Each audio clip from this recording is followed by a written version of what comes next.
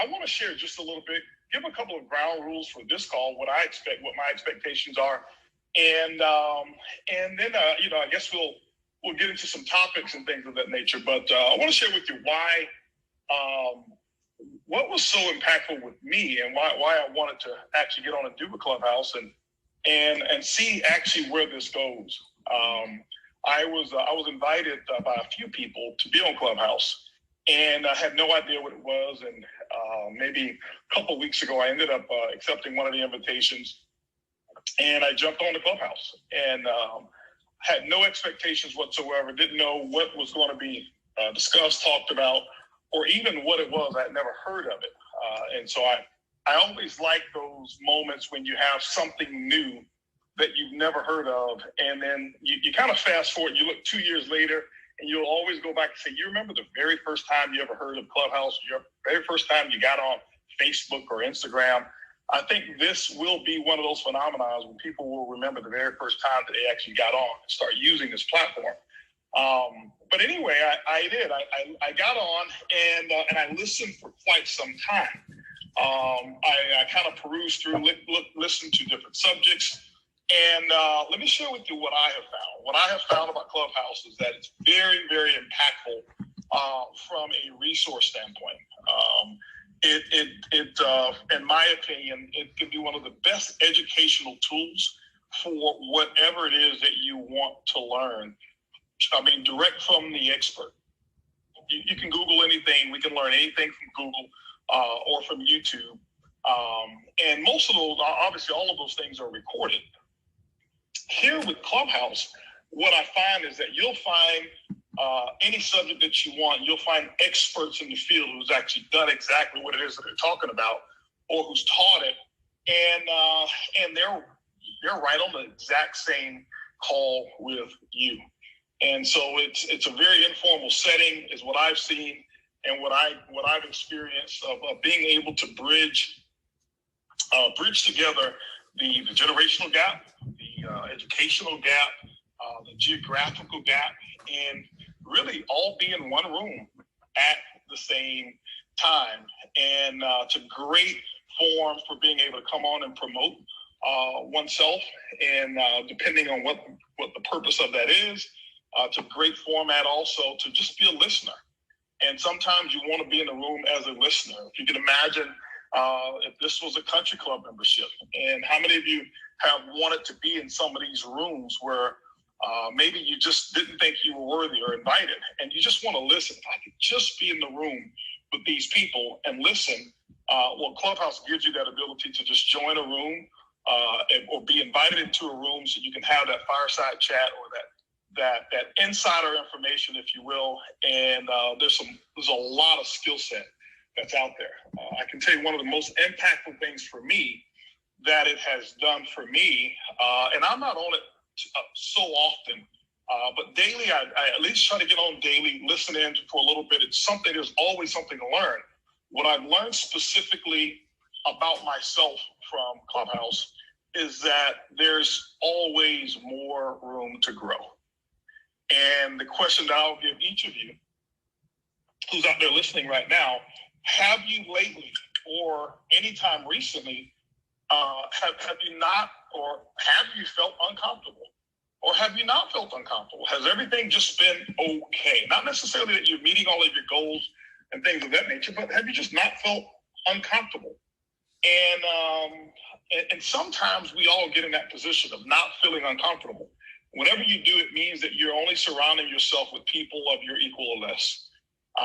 And Clubhouse, for me, has put me in an uncomfort zone, if there's such a word, this uncomfort zone, because I've listened to people. It's not that I'm comparing myself to them or their achievements, but I'm listening to people, and I always look for skill sets that I don't have, that I do want, that I want to brush up on, or look at somebody else's process. And what is their process then, which is going to be different from my process, taking the areas of weaknesses that I do have, sharpening up on those weaknesses so that I can become a little bit stronger in those areas.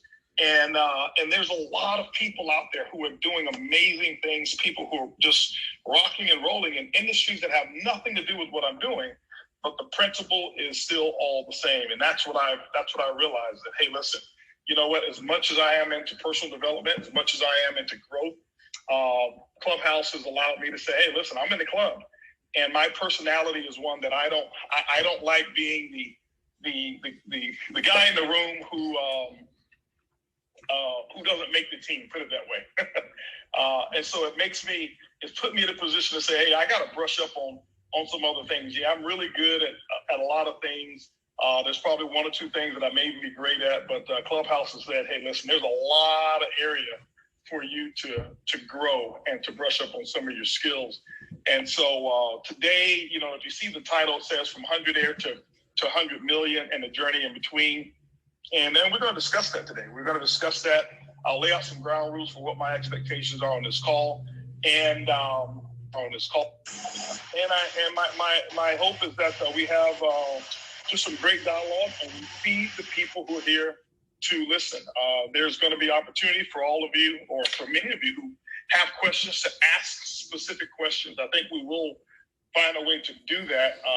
I'm sure some of our moderators between Kitsia and Yasmin and Mark will be able to find out who's got a question and rate the hand raise feature and bring you on, let you ask your questions. So here's the ground rules that I have for this particular call.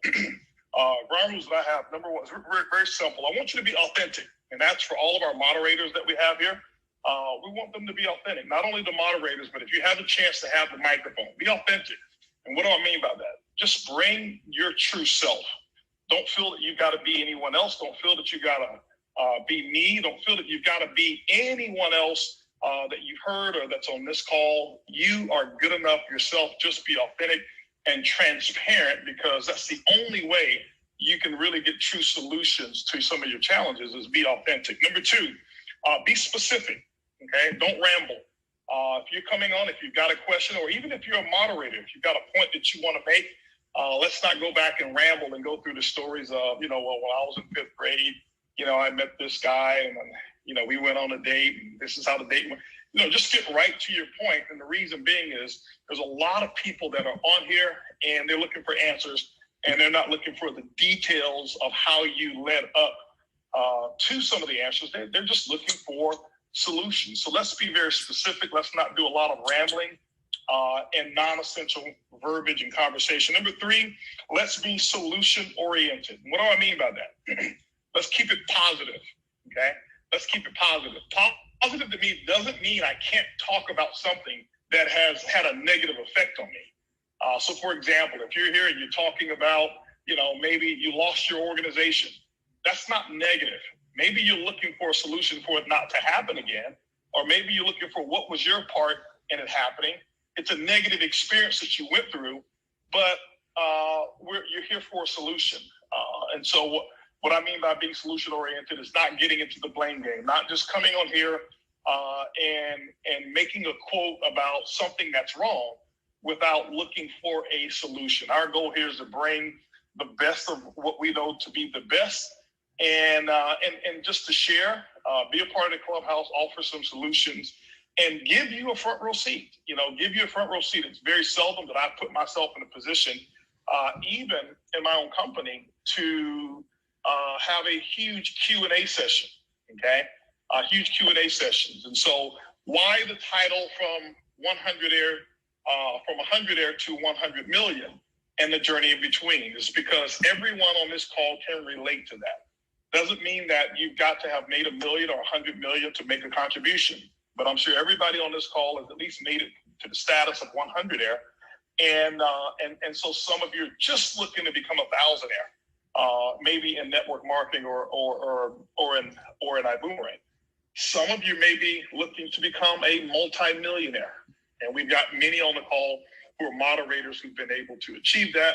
Not only have they been able to do it, many of them have taught other people in their organizations how to do it as well. But the main point that we're going to do here on this Clubhouse is we're going to make it fun, we're going to make it light, and we're going to make it addictive, whereas people want to come back and be a part of this particular Clubhouse or whichever ones that we do.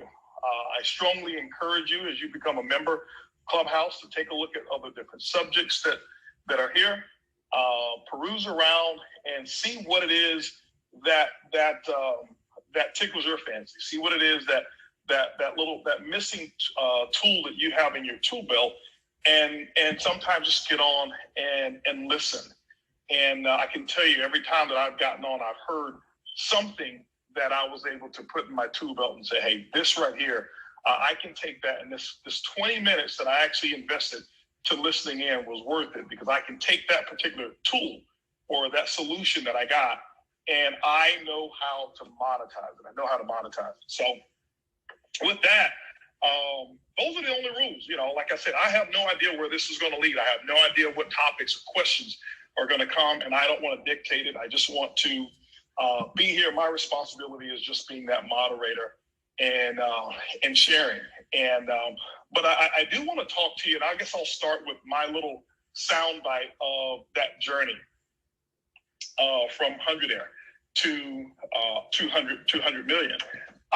For those of you who don't know, I started my career in network marketing. I was 18 years old. I was in college, and I did not have a sense of what network marketing was.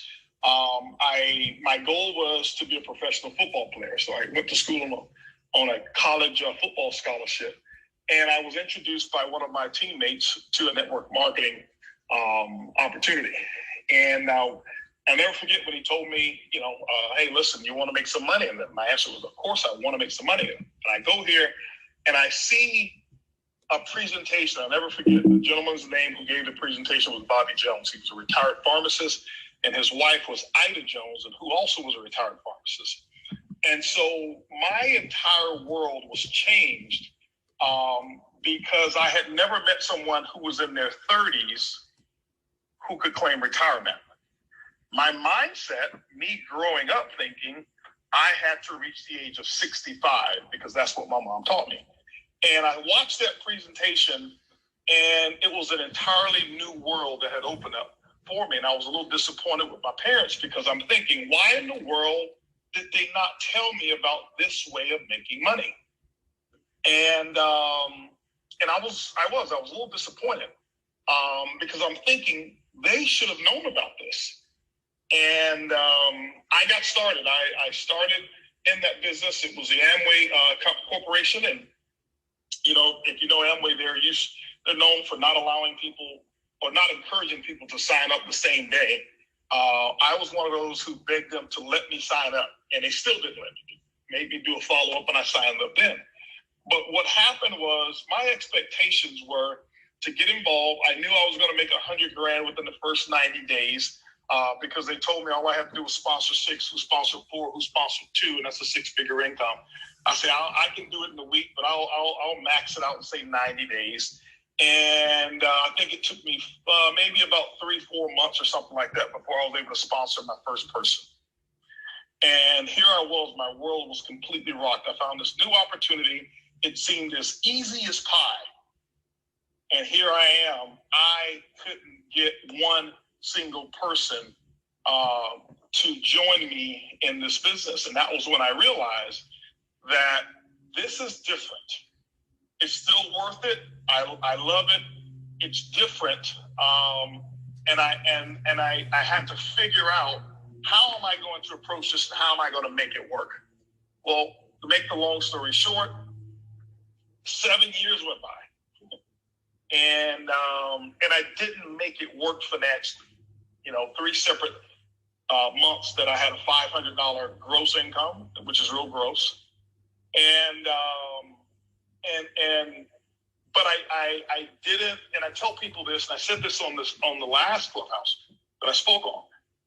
People ask me all the time. I was in Costa Rica, and they asked me this. Well, why did you stay? Why didn't you quit? 7 years. Why didn't you quit? You only had 3 months with a $500 check. I didn't quit because when you're in the journey, as we talk about the journey in between from 100 to 100 million, you don't think in terms of time. Looking back on it, you got to remember there's two visions that we have. We have instant replay and we have instant pre-play. And instant pre-play I wasn't looking at 7 years, this is what my story is going to be like. I can go back now, and you can go back as you hear my story, and you can use instant replay and say, 7 years, wow, way back then, why didn't you quit? Because when you're in process of accomplishing something on your journey, you don't think of time frames of 7 years. You think of the next milestone, and that next milestone may be sponsoring your first person. I knew it wasn't going to take me 7 years to do that.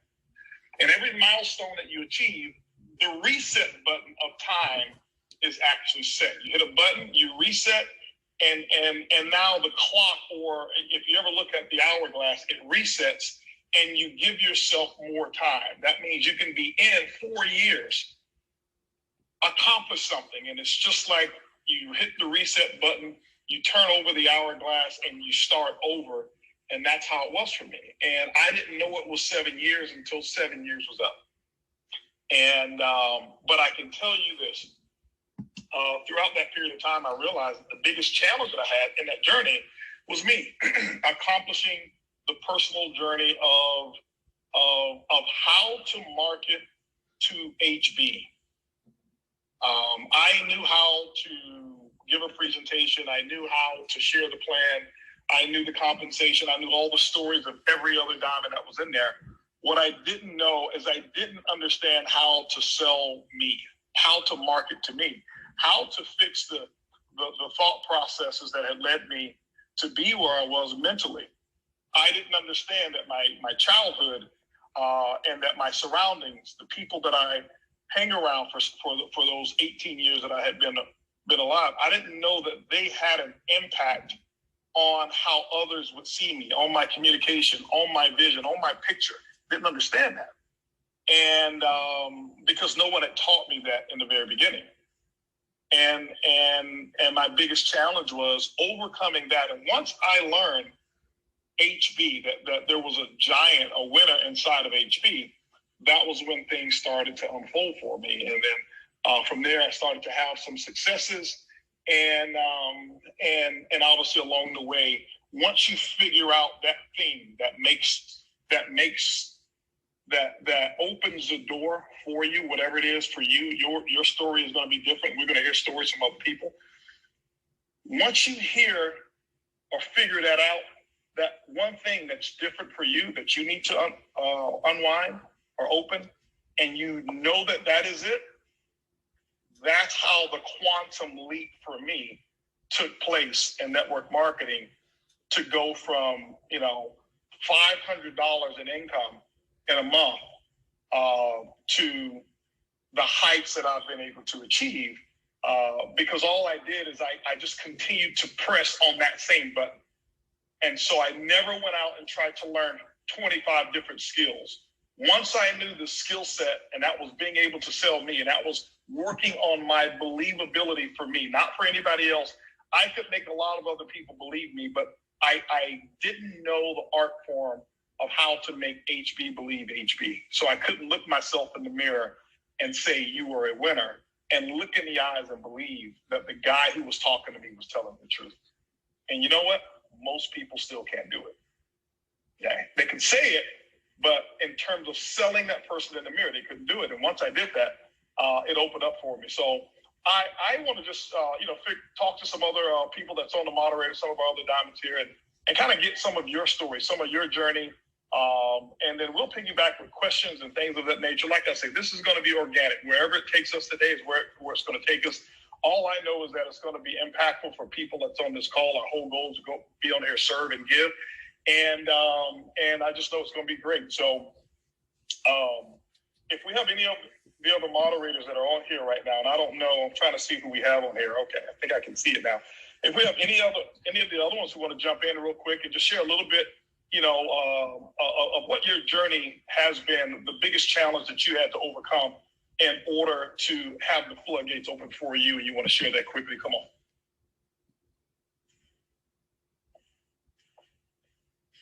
You may have to unmute yourself. Hey, Mr. Holton.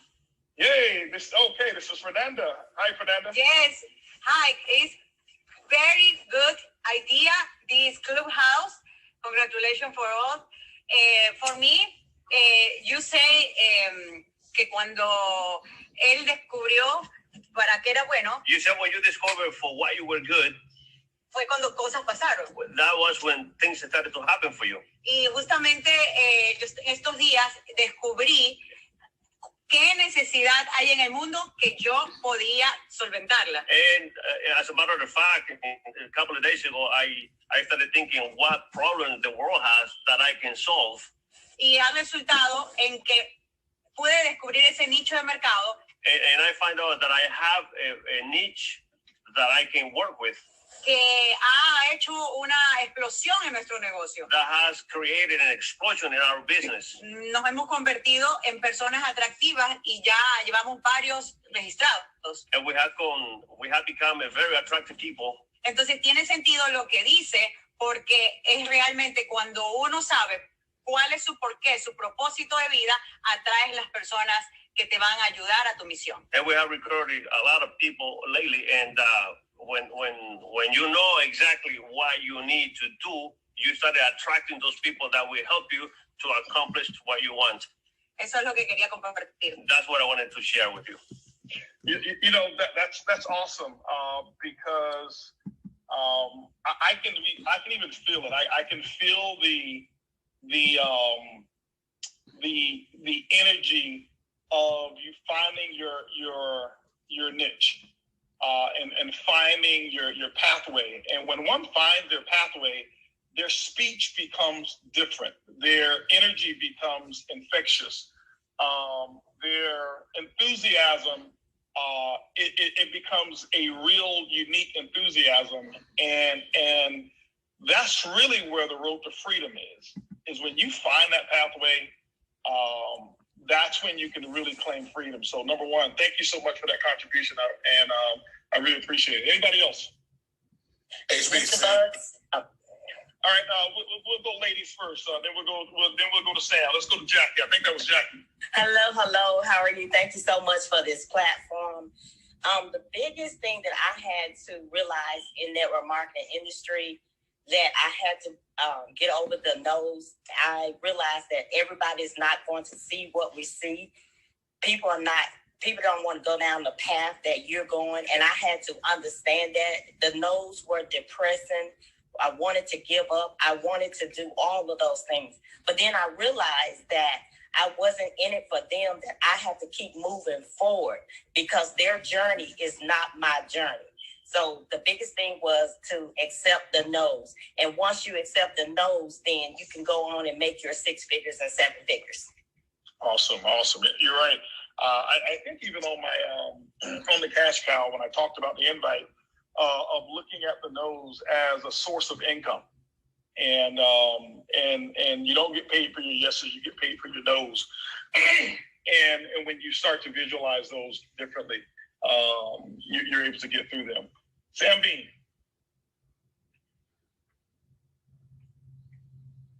Sam, I think you're still muted.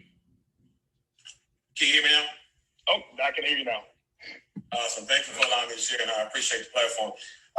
But for me, it was the environment. I grew up on government assistance, housing, and everything else, and I didn't have anybody that was rich around me.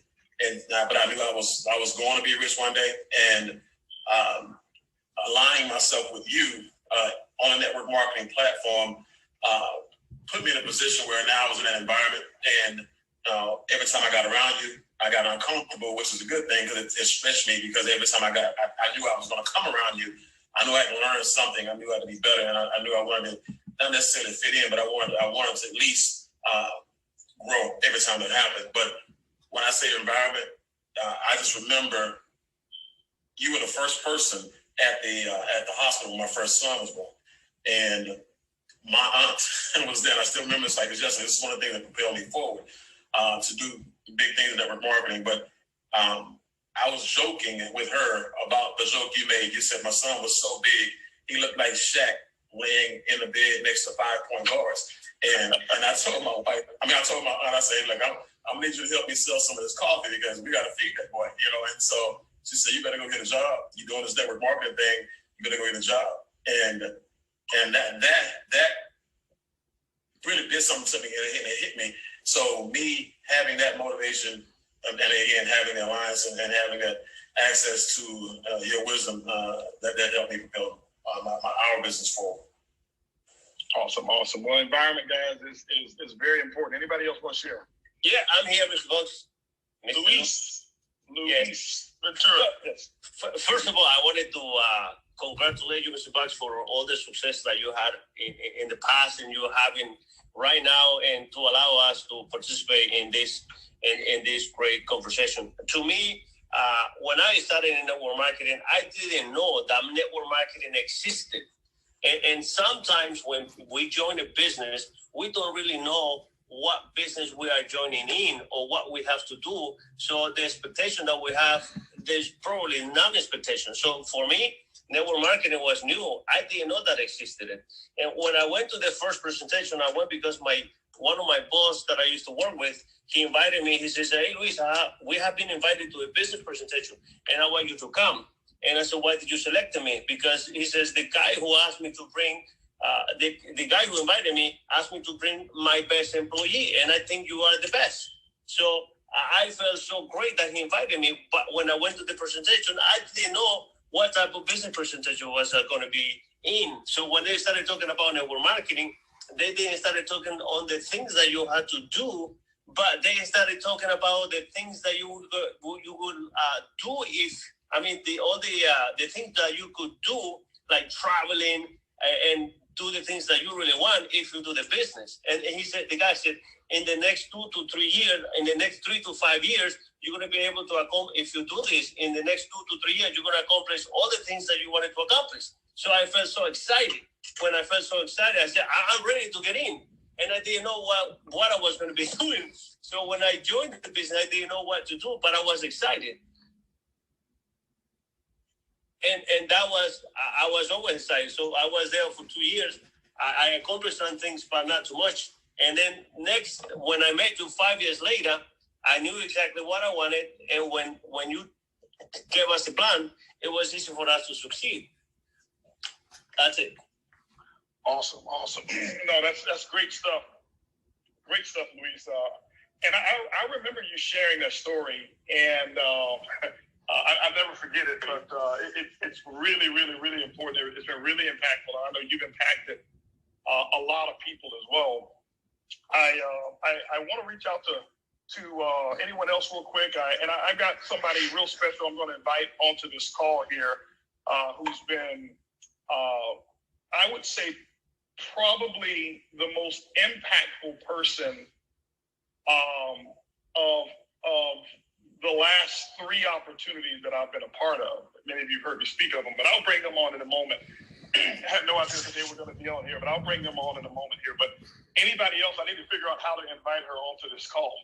She popped up here in a second, but I don't know how to invite her back on. I'll see if Mark can do it.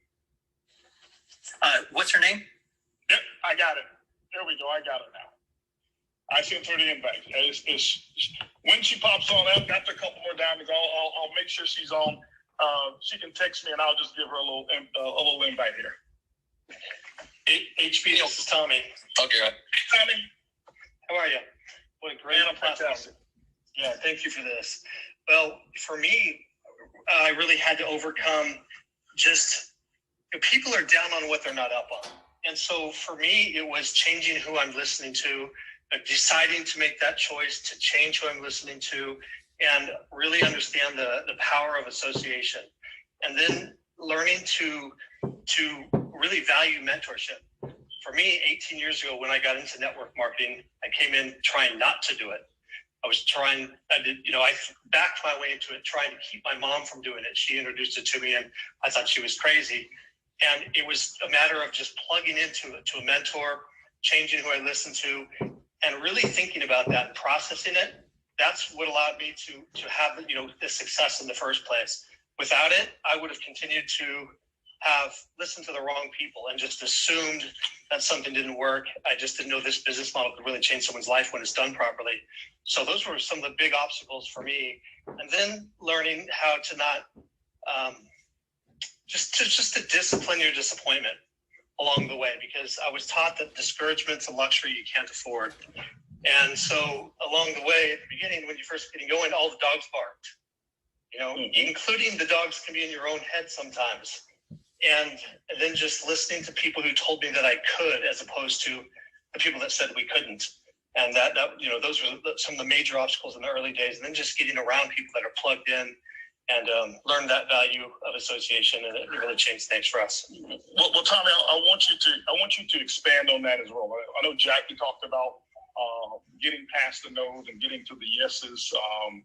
But I want you to expound on it when you talk about listening to the people who told you yes versus the people who told you no. I'm sure that there's a lot of people who are on this call. They're not on the moderator line right now. Sure. They feel that they don't have anything to contribute. They feel that their story is not worthy of being heard or even being shared. They feel that they're in a rut right now, or that maybe they can't get their business up, that the business is much harder than what they thought it was going to be. They sponsored their first person and somehow 3 quit. Something that bad happened.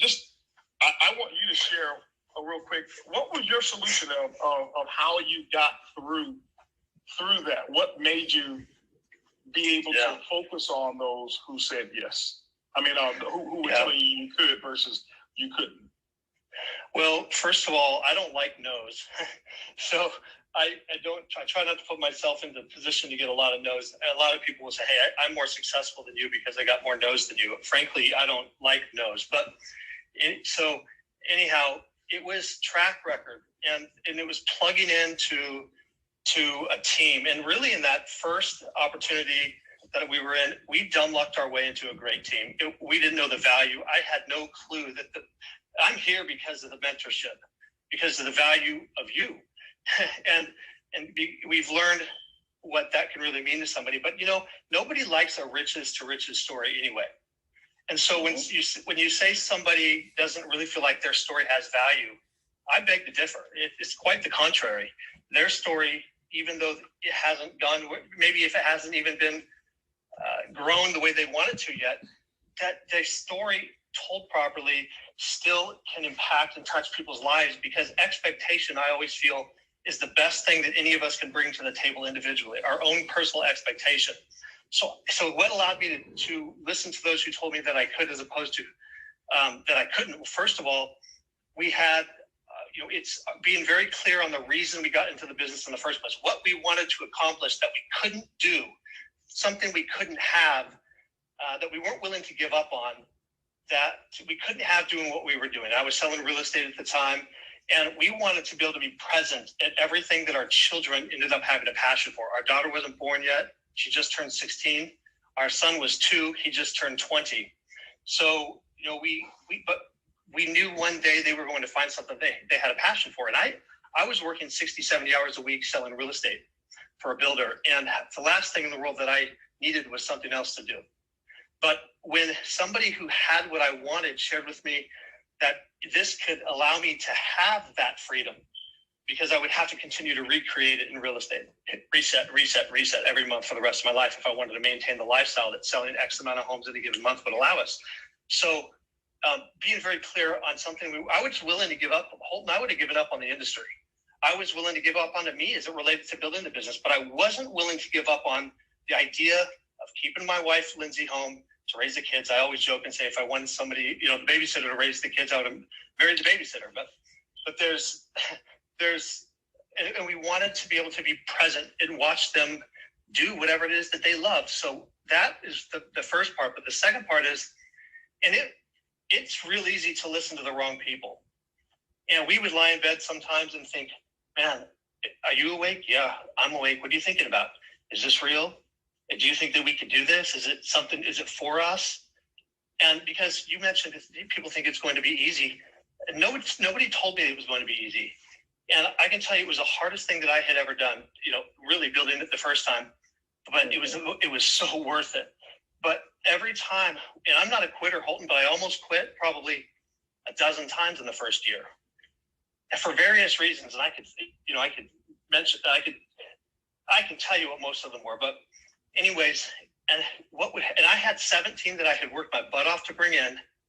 And I did everything in the enrollment process. I was so dumb about it and uncoachable really for the first year that I even got their credit cards and helped put them in the system. I sat on hold for 2 hours, whatever it took. If they had a challenge, I'd sit on hold. I knew the music, all the songs by heart, but for everybody else, but they found a way to quit on their own. 14 of the 17 quit. They didn't even tell me they were going to quit. They were my friends.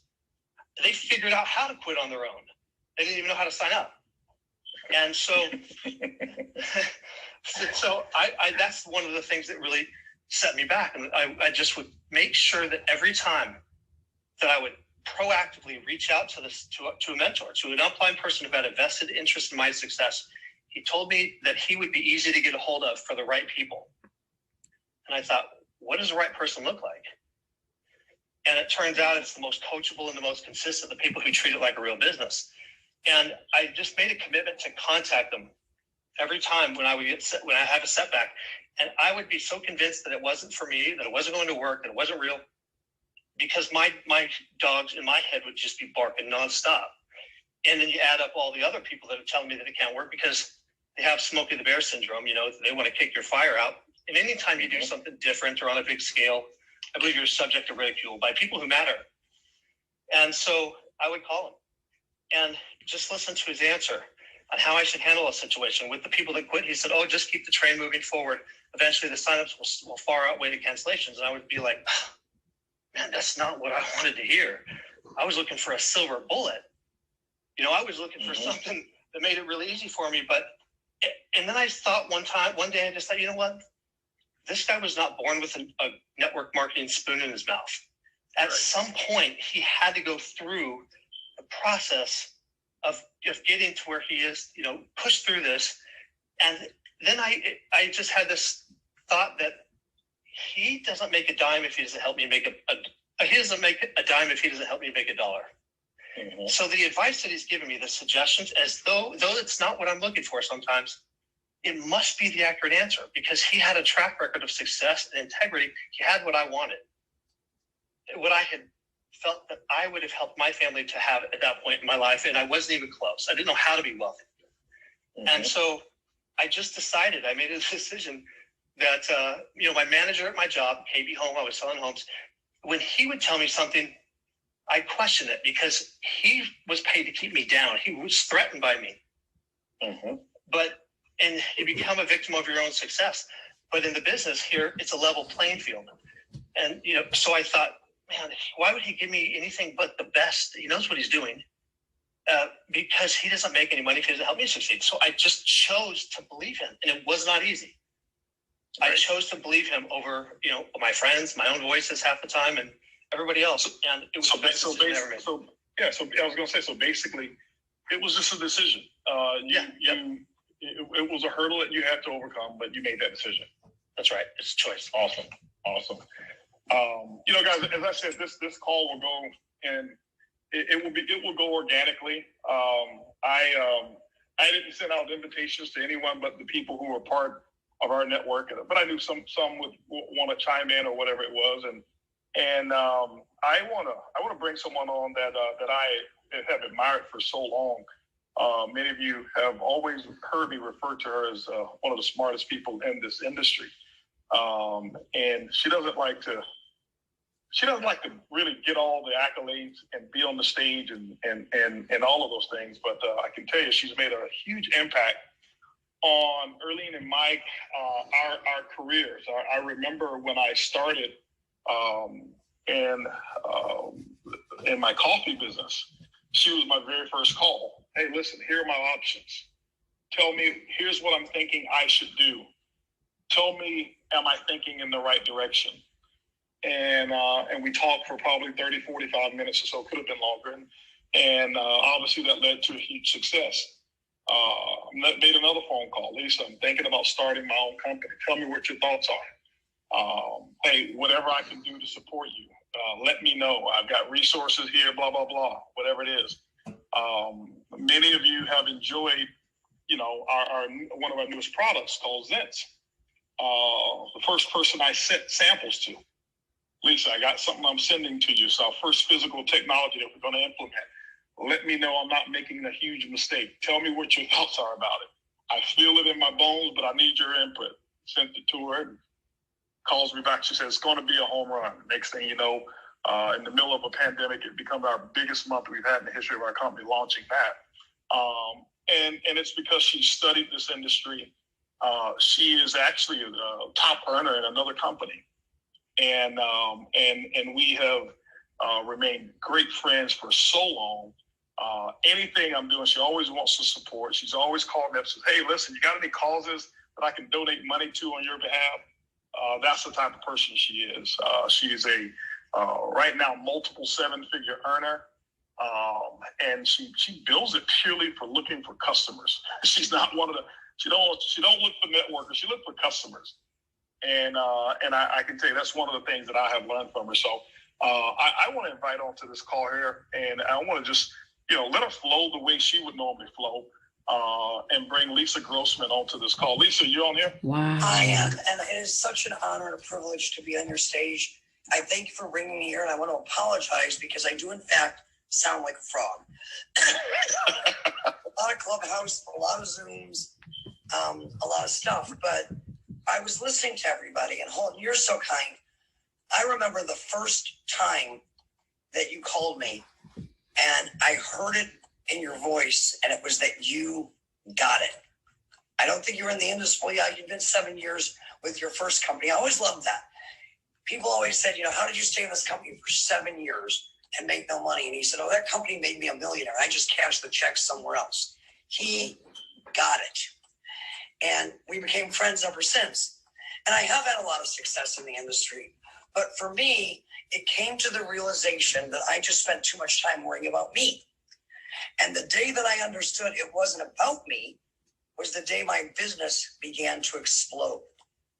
Because I was always worried about the messenger when I had such a powerful message that people needed to hear. And I couldn't focus on that because I got in my own way. So I'll use Holt as an example because everybody looks at him and wonders, why? He's made a lot of money. He's been the number one earner in the world in the field.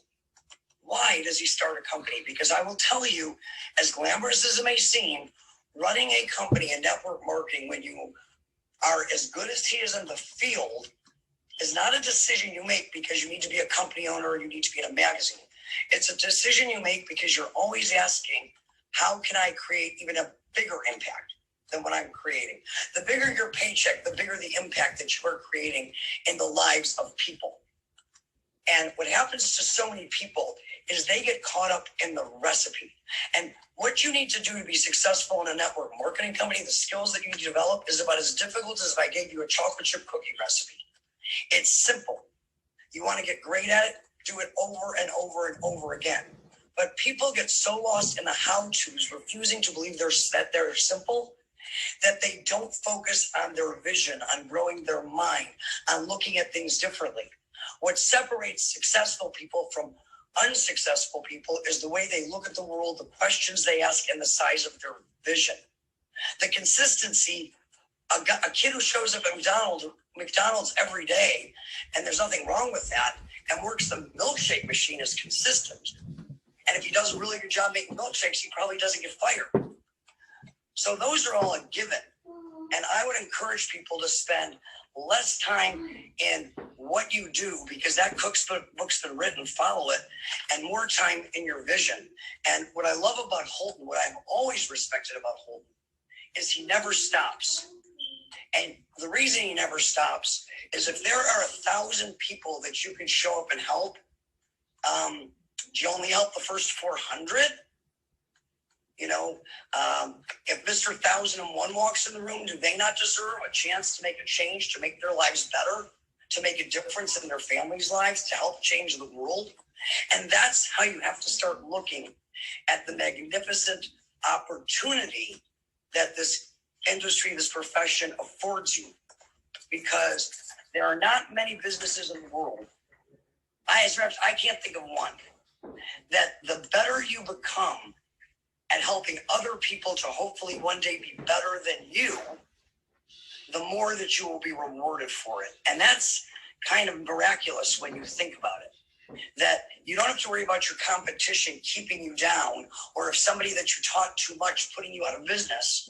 If you teach everybody everything you know, your greatest hope is that they will outperform you and make you irrelevant, so that you are not just a money-making machine, you are a legacy, something that will outlast you and possibly create, you know, a life-changing income because of it. So those are my thoughts when I was listening.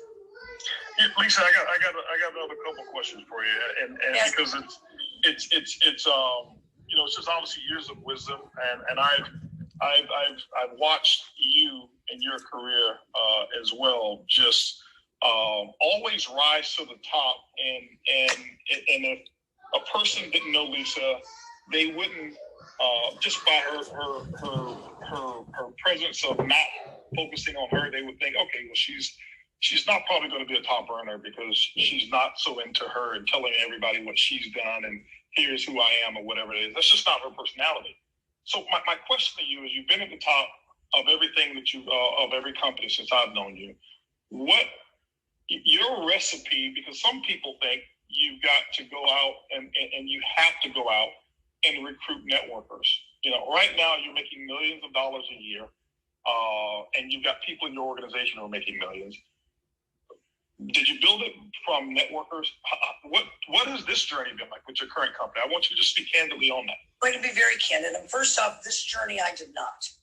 And I want you to understand that I have nothing against networkers per se. However, the idea that you're going to find people that are going to make you money, why would anybody want to make you money? Because you're you. So dealing with networkers, I often found that the volume was done. They could create faster cash flow, but it didn't root because the DNA of why they made the decision, or in fact, the DNA of why they were asked to even look at the opportunity, was not there. So I said, if I ever went back in the field, and Holton, you know that I never intended to go back in the field. Loved it. Mm-hmm. I thought I had the t-shirt. I thought I'd done it all. Right. Because if I could, I would do it for the love of the game and the joy of the journey. And I realized that foundationally strong businesses are not sustained by the guy who's in the executive office. Foundationally, businesses are sustained from people that genuinely love the brand, love the product. Apple, it's one of the most valuable companies in the world because people love iPhones, not because they want to go to work for Apple. Because people love the way that Apple treats them and creates and loves the experience that Apple creates for them. And when I saw that, I said, hey, is it easier? Oh, let me back up. When a person's sitting in an audience and we're sharing an opportunity with them and they've never done it, we get at the front of the room, we tell a very compelling story, very truthful, we draw circles, and we talk about it, and they sign up. The enthusiasm of the room, the simplicity of the program, but they really made a decision to join a business. Chances are, before they got that phone call, they were watching TV, not out looking for a business to start. And they join the business, and they hope they can do it. They do not believe they can do it. So they go out, they talk to 5 people with all kinds of enthusiasm, no kind of knowledge, and 5 people tell them no. And it validates what they always thought was going to happen anyway. They can't do it. They have no frame of reference for bringing someone into a business that they've never done and no story to tell. And we know at that point they quit. They don't. What they do is they start saying, you know what, I'm going to, I'll call Holton when I'm successful. Oh, I can't call Louis now. Louis will laugh at me.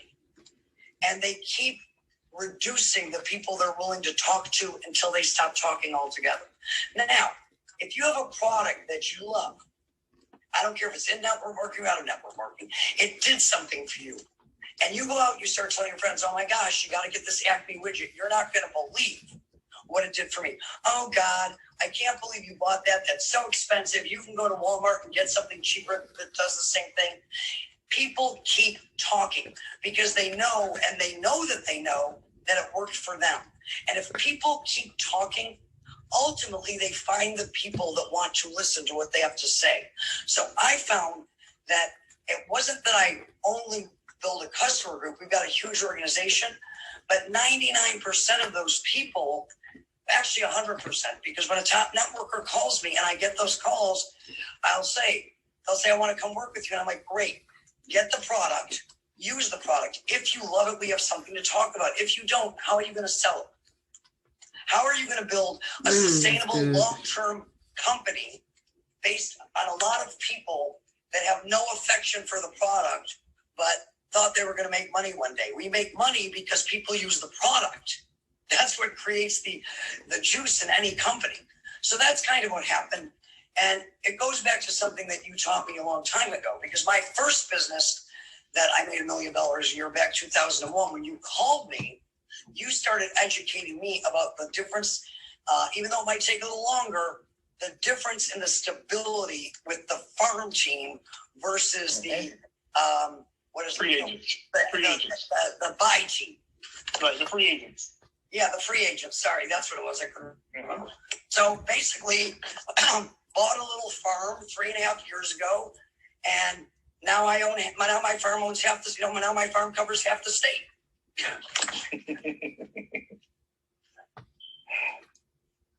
Uh-oh, did you guys lose me? I didn't lose. Lisa? There we go. Okay. Do you have another question?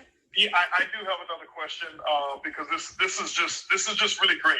I know people right now are eating this up. I want you to just speak on because you've done this for so long, and you have advised so many companies. You're on the inside and know what happens in the industry, what doesn't happen in the industry.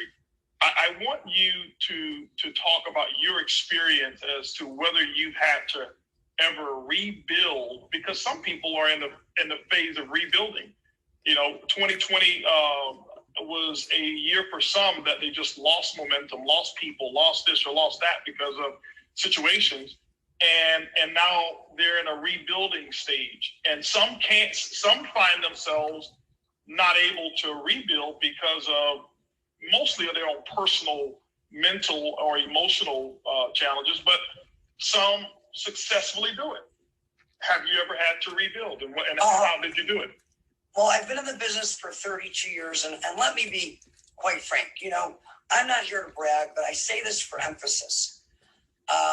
This is the third company where I've had a 7-figure per year income. You know that, Holton. And I didn't spend my whole career in the field. I spent much of it out of it. Well, I love my company. I love what I'm doing, and I love the evolution of the industry that's allowed it to become so much more a business model that is so much more stable than the one that we initially started out with. No matter how good we were, we couldn't outrun a business model that is not sustainable. So if it worked the first 2 times, I'd be a customer of this company. Would I really be here having rebuilt? So I've rebuilt within companies that I loved, and I've rebuilt having to start new adventures. And anybody who thinks they can is looking at it incorrectly, because it's not a function of starting over. You are never starting over. You are starting again. And you are starting again with knowledge and experience and an understanding and a story that you did not have before, which makes you more capable of doing it faster and going farther. I don't believe people fail. Companies fail, but people don't fail because they're just learning experiences that arm them for the next step. Holton, I knew you were brilliant when I met you, but had you told me at that time, hey, I'm going to go start a company and do $100 million, based on your time of experience in the industry at that point, I would have said, you've got the skills to run a big company. I can hear it by listening to you, but you have the knowledge of the people in the field and of who it is necessary to build that company to do it now. Is that a good decision? Because companies don't create $1 of revenue. Their field creates all. So to me, rebuilding was never rebuilding, because I committed to the vision that I was creating. And I have found that most people who quit or do not or allow the bad day to keep them from getting out of bed to have the great week, it's because they've either failed to commit to the vision that they were creating, where they never created one in the first place. Because this is not about you if you want to have a great impact. And it's also not about the money. People talk too often about how much money they want to make. Money can neither clothe you, feed you, keep you warm at night, or you can't do anything. Money doesn't do anything. It's what the lack of money prevents you from, and what the abundance of money can allow you to do. And so many people, their vision stops with some number they wrote on a board. And that is not going to keep you going when the going gets tough. A lot of people say they want to get out of debt. Nobody wants to be in debt, but if getting out of debt, being able to pay off all your bills was enough to motivate people, everybody would be debt free. But the idea of working hard today to pay for what you did last month that you don't even like anymore does not motivate most people. So you have to have a clear vision, and you have to continually expand your vision. And that's all I did. It was about rebuilding, it was about, what am I trying to do? Am I committed to it? I've got a company that I like. I'm committed. I need a lot of people to do this with me. But I don't need any particular person other than me. So I'm not going to worry about those who chose to say it wasn't for them. That's their choice. Not going to beat myself up over their choice. What's my choice going to be? I'm going to go keep talking and telling the story and hearing other people's stories. Are you happy? Are you happy in your life? Are you happy with the road you're on? Is it taking you where you want to go? And if not, do you have a plan to change it? Because most people don't. Would you like to see one? It may not be for you, but I'm sure you're going to love the product. Most people do. But if you see what I see, I think together we can do something pretty special, and maybe we can help you find a better road to a better destination. And even if this isn't it, and this is important because it's their choice, even if this isn't it, you keep looking till you find the plan that works for you, because gosh, everybody deserves to be happy. So I'm a happiness guy. Lisa, listen, if you have an opportunity, we're going to open it up for some Q&A to the field there. We're going to come back to a lot of our moderators as well, so we can kind of mix it up. But if you're welcome to stay on and chime in with some of the questions as well. Like I said, I had no idea which direction it was going to go, but I can tell you this right here. This is I've been here taking notes while you've been talking. Oh, and one of the things, guys, that I want to mention is this here. Here's one of the identifiers that I want you to recognize, and it may not be your skill set now, but this is something that we all should work on. If you can listen to Lisa and you can hear how clear and concise and intentional she is with her words, she's not misunderstood by her prospects. She's not misunderstood by her organization or her customers or whoever it is that she's talking to. And I can tell you one thing is that when you get involved in this business, knowing your company, knowing your product, knowing your story, but most importantly, knowing how to communicate it, it shaves years off of your trials or your journey to get to that next level. And so incredible communicator. Lisa's one of the best. And so I think MK right now, Mark is going to open it up. Hey, let me do something real quick, Holton, if you don't mind. No, go ahead. I just text you to see where you are. Yeah. Hey, listen, I've got to come behind the queen of MLM. Listen, Lisa Grossman, how are you? This is Johnny. Hey, Johnny, I am awesome. I miss you. And Holton, I was wondering before, and I want to hear from Johnny, and I'll stay as long as I can reveal you. But I did want to address one thing that Tommy had said about yeses and nos. Would that be okay? Absolutely. Go ahead. Okay. Your list, and we live in a very different time now. The lists can be whatever it is. It used to be for me people that were on my phone, but here's what happens to a lot of people. You only have the ability to talk to a certain number of people in any given day. And you don't know who's going to say yes and who's going to say no. And people are really afraid of the no's, and you need to be afraid of the yeses. And this is what I mean by that. If Holton tells me no, it's no. If a person who is the most negative person in the whole world tells me no, it's no. There's a significant difference between what happens to my career if either one of those individuals tells me yes. So what you want to do is make sure Doesn't matter who says no, that's their choice. But always ask yourself, is my business, my mission, my vision going to grow forward and be enhanced if this person says yes? Because if they say no, not my problem, their choice. But I don't want their yes to become my problem because I was so excited to get someone to do something. And that's all I wanted to share. Another nugget of wisdom there. Go ahead, J-Dub. Man, that is so good. That's so good. Lisa, I can tell you this, I started this industry back on February 11th of the year 2000. And I remember your voice being on that very first call. And I remember the impact that your voice just catapulted, in my life and in my energy.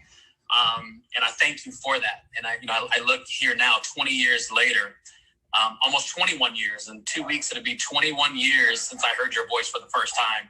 And I just want to let you know, your voice, you're legendary to me. And it has always been an honor and a pleasure to have direct access to you. So, with all that being said, man, I'm honored to be here. Thank you for inviting me on the platform. I think that the conversation that has gone forth so far is monumental for anybody that's open-minded right now. When I say open-minded, it's the difference between you being here and you being present. I believe we're all here. We can scroll through several hundred people right now who are live and you're here. But for those of you who are present, especially with what Lisa just shared, what Mr. Buggs just shared, and all of our leaders have shared, for those of you who are present right now on this day, this could be the day that you realize why this industry is going to work for you. I love the fact that, Lisa said, we don't rebuild, we build again. And I've always had that mindset, to be able to, build again at any moment. Now, I've been forced to build again from scratch. But I've always had the habit of building again, even in the midst of building. And what I mean by that is, I psychologically put myself into a situation where, I have 0 people in my organization. I have 0 customers, even when, I'm making, a nice, healthy 6 figures a month, 8, 9, 10 years later, still making, over 6 figures a month and still convincing myself that it's time to build again. I think the worst time to build again is when you have to. I think you should always have the mindset to build again. And, it really separates you from, being that one-hit wonder. If you ever want to prove to yourself that you're not a one-hit wonder, build again when it's not necessary. Does that make sense, Holton?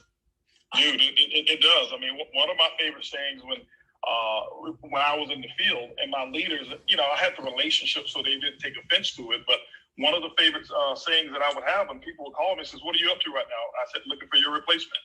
and they, because they knew I never wanted to be held hostage by my current group, because of my current group that I've come so far with decided to do something different. I didn't want my family to be subject to their decision. And so what I had to do was always be building. And so my last opportunity of building as a distributor, for the first 8 years, you couldn't find a month where I didn't sponsor at least 2 people. And that was me, making the type of money I made. But you couldn't go back in history in our database and say, here's a month where Holton didn't sponsor at least 2 people. I was I've always found the time to do it. So you're right. Yeah. And I think that right now, man, listen, if there was ever an opportunity to prove to yourself that you are the leader that you would follow, it's building right now. If I were just starting this industry, or even if I've been in the industry and I saw someone building through the fire, building through the pain, and just absolutely persevering, that's a leader that I would recruit to be my leader. So some of you, we're in a situation right now where we don't know if we're going to live long enough to see something like this again. Hopefully we don't. But this is an opportunity to show the world, really and truly, what kind of leader can you be? If you can lead me through the midst of hell, that's a leader I can follow. Anybody can lead, when everything's going great. Anybody can lead when the sun is shining. But where you really, really find the real soldiers is not just after the war, but it's in the middle of the war. And I believe the entire industry is at war right now. And mark my words, the absolute greatest leaders of this generation will birth out of COVID-19. I agree. I agree definitely. I think there's a shift that's actually has taken place mentally with a lot of people, of them understanding what they've got to do. I can tell you, Johnny, and then I'll shoot to a couple of questions, and everybody will have a chance to chime in if they want to answer the questions. I won't be the one answering all the questions, or even most of them. I want the people, if they have somebody specific that they want to address a question to, whether it's whoever's spoken already, Lisa, Johnny, myself, Jackie, Luis, whoever, Sam, or anybody else that's on the moderator, you can direct a question to. But I'll tell you this, as I reflect back, the biggest opportunities that I built this is me, and I'm just being transparent. My biggest motivation wasn't necessarily my why of what I wanted to accomplish, or something that I wanted. It was something fear-based of what would the consequence be if I didn't build right now, if I didn't build big. And so you've got to find what motivates you. And Mark, I've actually found a way to add these questions and to the people who raise their hand. So if you do have a question, there's a button at the bottom. You can just raise your hand. I'm going to go right now to some questions. I'm going to go to, is it Sierra Lastar? I think that's the first one. Sierra, I have now put you into the chat. And what's your question? Thank y'all so much. First off, I just want to tell y'all, thank y'all so much. And I mean, everybody on the panel for doing this. I'm really new in network marketing. So is my team. I had a very brief question. I could just go on for years, though, just in thanking each person, Jackie, Jayla, Mr. Buggs. Like, y'all have no clue. So my mind is blown.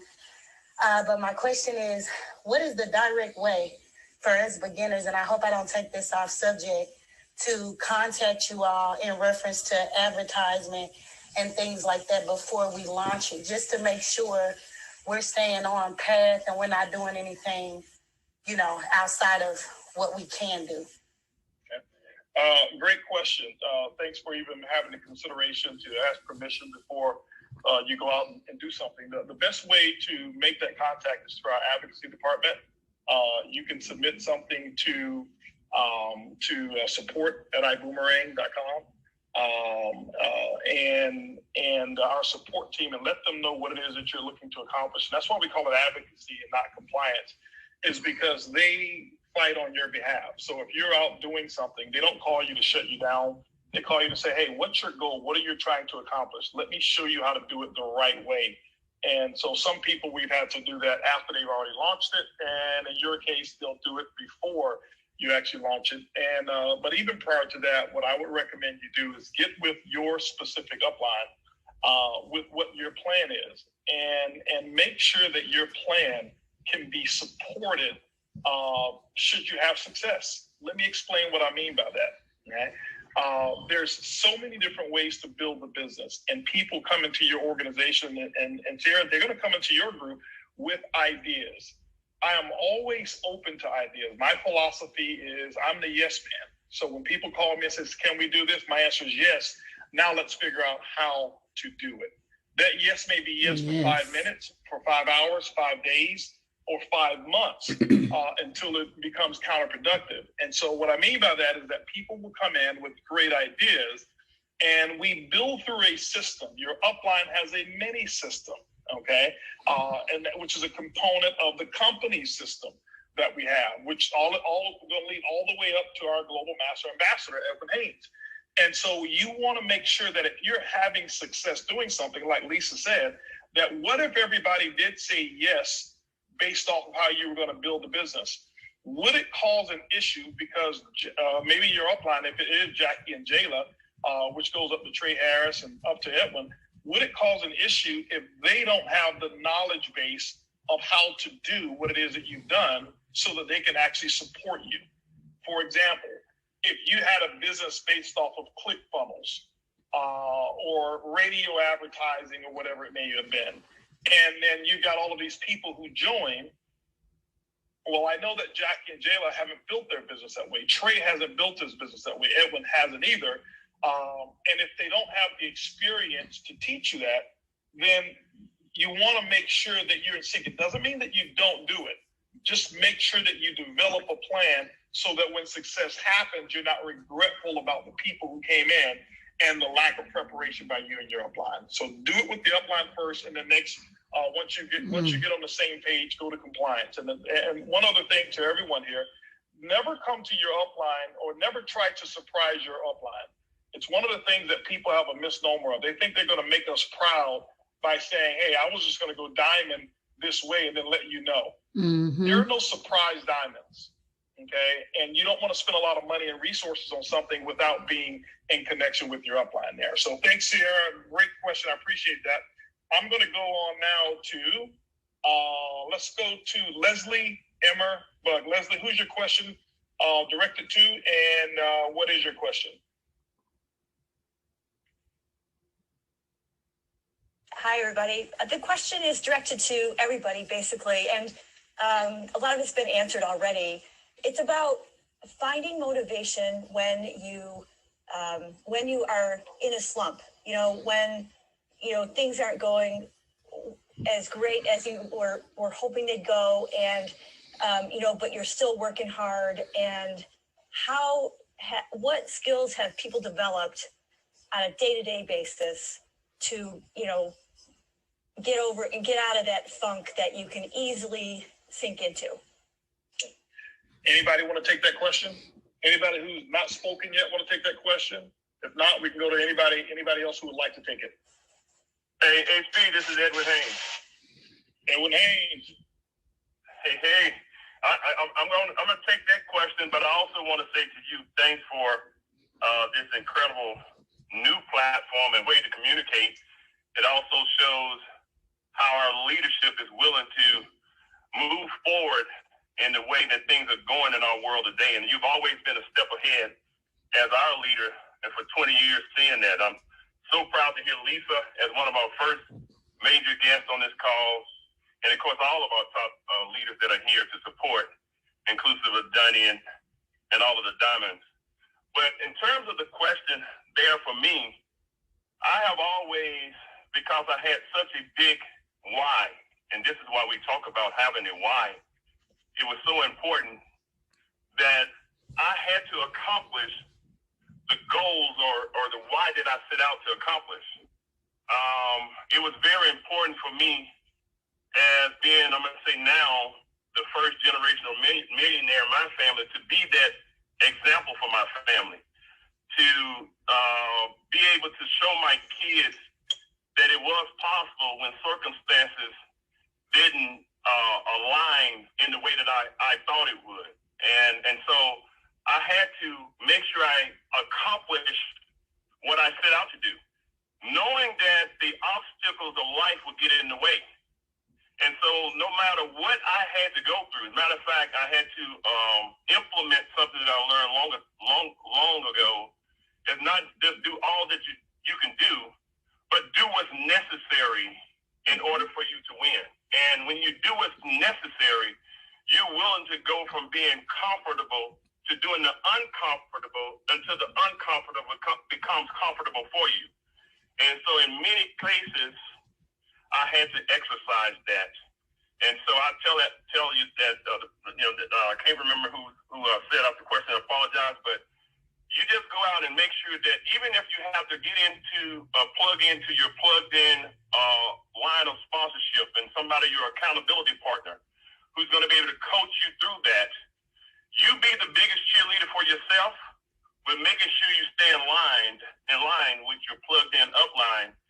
And that will get you through, in many cases, a lot of the challenges. When things are down, you're able to move on because you know there's a bigger cause that you have to do in order to accomplish your goals. So keep your goals in front of you and make sure you be accountable and just keep plowing through. And the last part, know that there are going to be challenges. I knew that there would be challenges, and I was mentally, I accepted that, and I prepared myself that no matter what the challenge was, my goal was to rise above the challenge, and I still do that today. So that would be my response to that question. Awesome stuff there. I think great wisdom there from our global master ambassador. Great stuff there. Anybody else want to chime in? Looks like Cesar. This is Cesar. Cesar and then Gary. Okay, I want to add something about that question because just before we start this call, first of all, thank you for this platform. It's amazing. I was doing a mentorship and I was talking a little about that.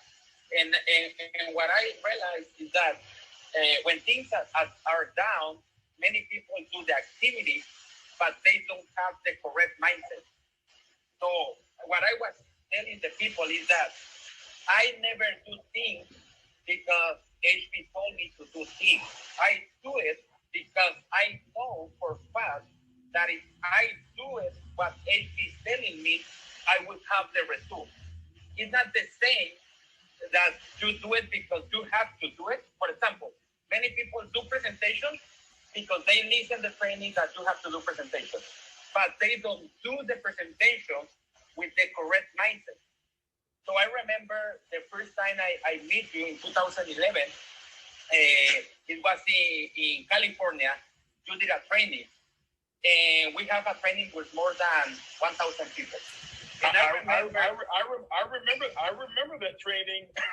I think that was a training where we had that room. We had so many people standing up, and the training was set maybe 3 days. We had a leadership training, and then in the leadership training, you guys asked me, could I do a meeting? And you had over 1,000 people 2 days later, correct? Yeah. I remember that one, Yeah, that was an amazing training. I was very new in the business because I started in February 2011. So in 2 weeks, I will have 10 years in this industry. I started in February 2011. In May, my father passed away, so I have a big challenge. And in June, I meet you in that training in Pasadena, California. It was like 2,000 people, I think so. So that day, you were talking to everybody and you say, I don't know anybody who make 3 presentations per day for the next, for 12 months and don't hit diamond. And I remember that many people start doing presentations, but just because you tell them to do presentations, but they don't need the presentation with the mindset to enroll people. You know, it's not the same to present, just to present, that you present that you are present. When you present, that you know you are presenting the best opportunity in the world. So when you know for a fact in your mind that you are sharing the best opportunity, the people can feel that. And sometimes I see people that only do the activity because they have to do it, but not because they want to do it. So what I always say is, even when things are down, I know for a fact that I am in the best company. I know for a fact what we are building. So that's what I always share with the people. I was sharing yesterday, we have a presentation here in Puerto Rico, 23 guests, already 10 in the system right now. Just in one meeting, because we share where are we going. So that's my recommendation. Not only work for work awesome. with the correct mindset. That's what I can say. I love that, Cesar. I'll give a title on that. I can do a long talk on that. I call it purpose versus path. Some people focus on the path, which means they'll take the steps to get there, but they will have no purpose. If you focus more on the purpose, then the path can all connect the dots. So appreciate that, Cesar. Great comments there. Let's go to Gary here and see if Gary can add some insight to that as well. Hey, HB. How y'all doing, everybody? So I have a comment on that, and then I have a quick question for Lisa. My comment on that is I just got to a point where I stopped attaching my motivation to my results, and I'm more fueled by the resistance, you know, and anytime there's some kind of resistance, mentally I'm thinking just to push through. So the effort that I put in when somebody fuels me by the nose, it was really kind of motivated me. And I'm not saying everybody will work that way, but, you know, when I'm coming from a background where people are always trying to tear you down at some point, challenge you if they're better than you, that's just the environment I'm kind of coming from growing up in the hood. So now when it comes to people telling me no, it's more fuel. It's more a chip on my shoulder to say, I want to prove this person wrong. So I'm fueled and motivated in that, trying to prove people I don't say prove people right, but prove myself right.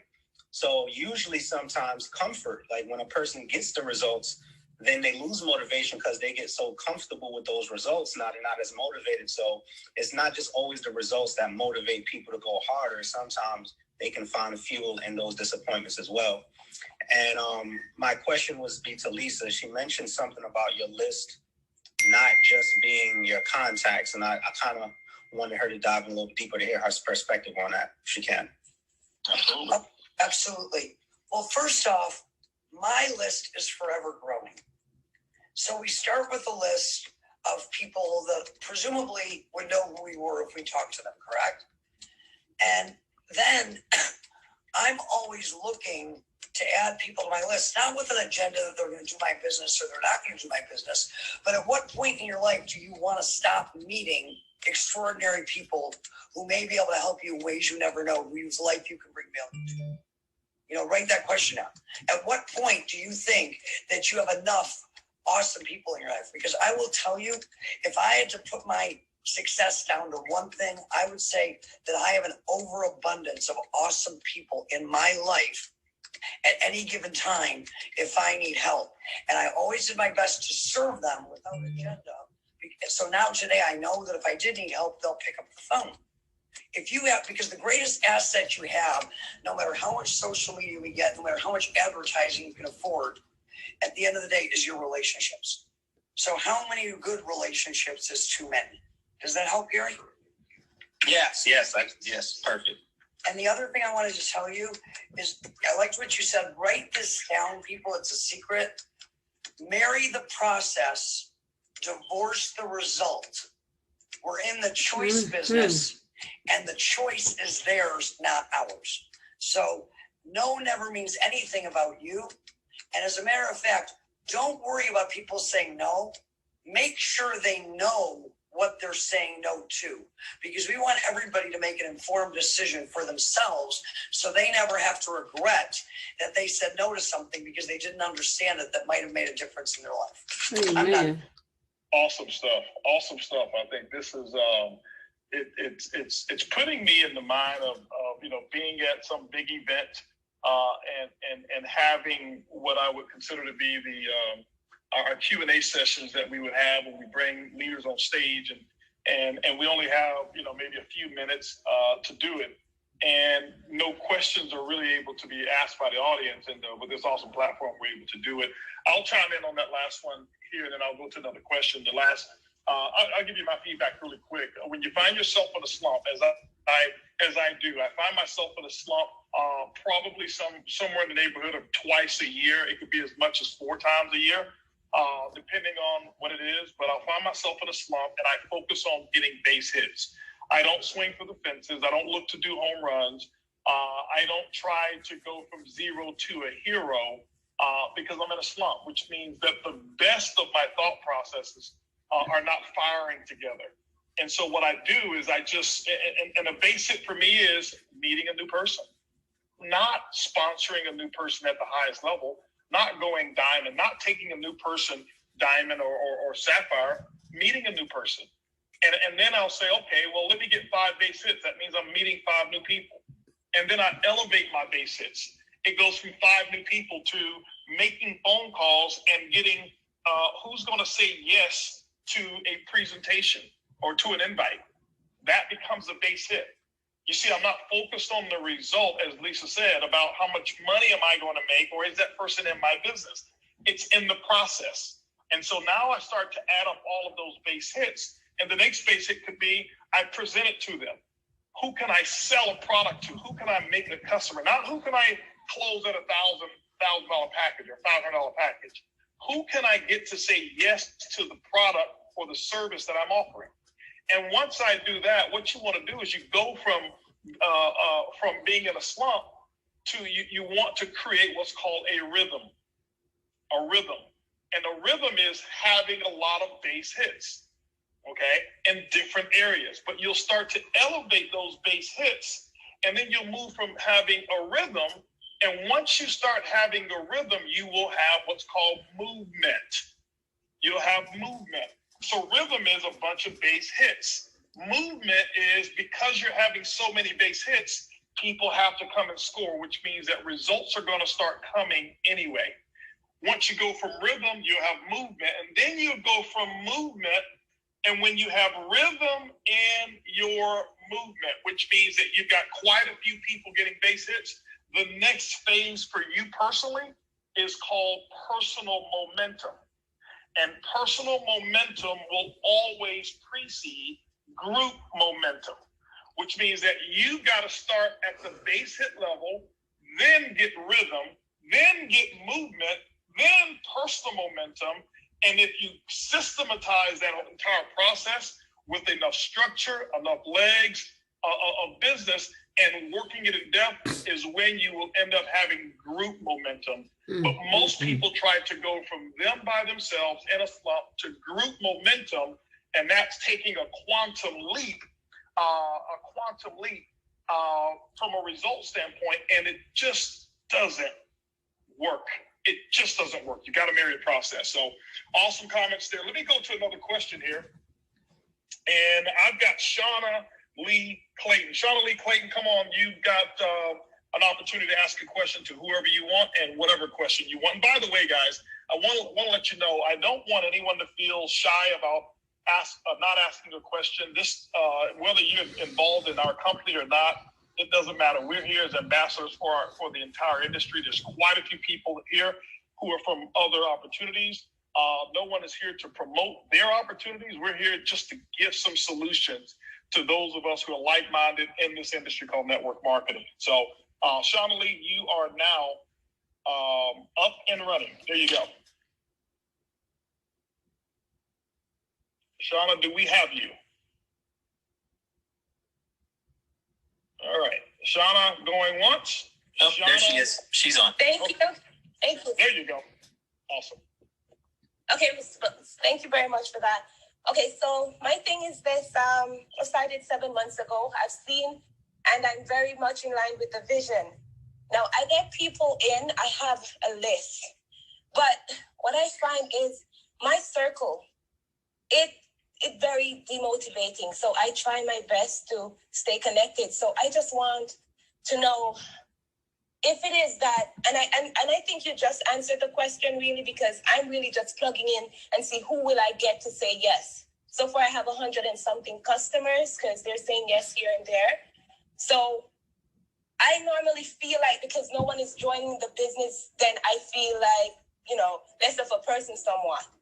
But you said it earlier, so I'm guessing it's normal to feel how I feel sometimes. So that's really just it, though. But yeah. But do you have a specific question that you'd like to ask? It is normal to feel the way that you feel, but is there a specific question that you want to ask, or you want to direct it to anyone? Anyone that can answer it. But really, how is it that you stay motivated to build and to share when you get the shoot down of no, back and forth? Oh, this will not work. That will not work. People talking negative, like ibuumerang is fake and all that, which I know, but it's just how do you push through all the negativity that you hear? Got it. Anybody want to take that question? Can I jump in here just because Shauna has 100 customers? I don't think she realizes how powerful that is. Absolutely, Lisa. Go ahead. First off, Shauna, you have 100 customers. That's 100 people that have actually experienced your product. That's better than 100 people that haven't, because they've so far, assuming they like it, not all 100 have to, but within that 100 people, you have people that have had a good experience with your product, which means they're having a good experience with ibuumerang so far. And what often happens in this business is we don't understand there's several modalities. You see, there's presentation, and they're so important. And a presentation is a monologue. That's when we're kind of doing what we're doing now, mostly presenting. But there's also conversations, which are a dialogue, and they are the lifeblood of your business. So of your 100 customers, you need to have conversations with them, find out who they are, what they want. If they like the product, they probably know other people that might like to try the product. Do they understand that if they just share that product with other people, that they maybe could make a couple $100s a month. The one thing I want to say to everybody, and I'm probably going on too far, but this is so important. Nope, keep going, Lisa. We put people on the stage that are making millions of dollars to validate what is possible in this industry. But the magic of this industry is the mom who couldn't afford ballet lessons for her daughter. And because somebody cared enough about her to go past their own level of discomfort to ask her, what if I could show you a way to make an extra $300 a month so you can go ahead and you can get those ballet lessons? You know, I don't know if any of you are familiar with Jessie Lee Ward, but she is a force of nature who started this industry to make an extra $300 a month. And look at her today. Sometimes you have to help people meet an immediate need with something that they tangibly can get without having to reinvent their life, go to 700 trainings to believe that more is possible and take them to the next level. So I would start with your 100 customers because they already feel good. They've already had a good experience with something related to their to your company. And if you are interested in them, they're going to be interested in what you have to say that can help them. Awesome. Thank you, Lisa. Appreciate that. Powerful. Anybody that else was who, so good. anything to chime in on that? I'd like to add something really quick. You know, also just allow people to impress you. Live alertly. And I know not as many people are getting out right now, but if you just pay attention and live alertly, and there's going to be people who will impress you every day, everywhere you go, if you pay attention. Absolutely. Great stuff. Guys, I love Clubhouse, you know, for these little small nuggets that you'll get from so many different people chiming in, because just imagine if we were at a stage and we were maybe in Las Vegas on stage, there's no way in the world Lisa would be able to just pop in if she was sitting at home and jump on that stage and offer this type of value. And so we have this opportunity to have people all over the world, and from time to time there'll be people that just pop in and chime in that we actually give an invitation to because of the value that we already know that they want to bring. So this is great here. I'll go on to another question here. I've got I think it's Andrea Robertson. Andrea Robertson, you are live.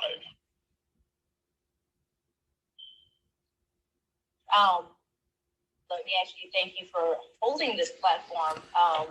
I'm definitely taking some. Andrea, I think we're losing you. There you go. I think we're losing you a little bit. I don't know if it's me, but I want to make sure everyone is able to hear you clearly. Okay. Can you hear me now? I can hear you now. Yes, I can hear you now. Okay, great. I'll make this short since my internet is not the best. The question I do have is for Cesar Munoz. I wanted to know about the big event that he's having in Dallas and where it's being held, or where I can find that information. Awesome. Hello. I will send it to Mark. I don't have the address right now, but I send it to Mark to put it in social media. Do you have this? Do you have the specific date set up yet, Cesar? Yeah, it would be tomorrow. Okay, it is tomorrow. Okay, tomorrow you'll be in Dallas. Okay. Yeah, I right now in Puerto Rico, so I'm flying tomorrow to Dallas. Awesome. Let me check here, and I send it in this moment to Mark. Okay. Awesome. Okay, Mr. Buggs. Thank you very much. Absolutely. Thank you so much, Andrea. I want to go now to another Andrea Nieto Castillo. Oh. Andrea, you are now live. Can you hear me?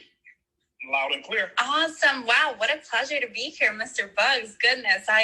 You said Andrea last time. I was like, yes, it's me, and now it's really me. I guess I projected that.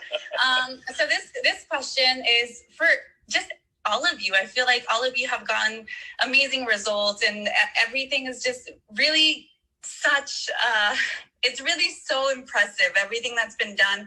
Especially with, most of you have really impressive stories coming from nothing to where you are today. So with that being said, was listening to this whole, call, which is, geez, I guess everybody can agree with me. But The part where I seem to get stuck sometimes, and I don't know if anybody has felt the same way, is reaching out to very high caliber people when you don't maybe have the results that you've been looking for. And you know you've been putting in the work, you know that you've been doing it, you know, been building the mindset, and you know the law of attraction is there, and you never stop, and that's never been a question. So as far as reaching out to high level people, high executives, maybe when they don't see you having the results, and you know you portray a certain image, and you do that from the conviction that you have for the business, but when it comes to maybe they ask you, hey, what have your results been, and you know that there's great people that have done great things, but when they ask you personally and maybe you don't have the results that you're looking for, how do you kind of not attack, but how do you go about that? Not just that feeling, but how do you go about, still getting that result and getting them that vision across when you don't necessarily have the results that you're looking for just yet? Gotcha. I'll start off with this one here. I love that question. First of all, the question is going to come, or the answer is going to come in several different phases. Number one is know and understand how to properly package your story. Okay. And personal growth is one of the main reasons why somebody who's of high caliber is going to be attracted to you. Typically, when they ask you about your results, is because they don't see, they look at you normally based off of your own self-identity. And so regardless of whether your results are huge or not, whatever you project to them in terms of the type of person you are and the potential you have is what they see.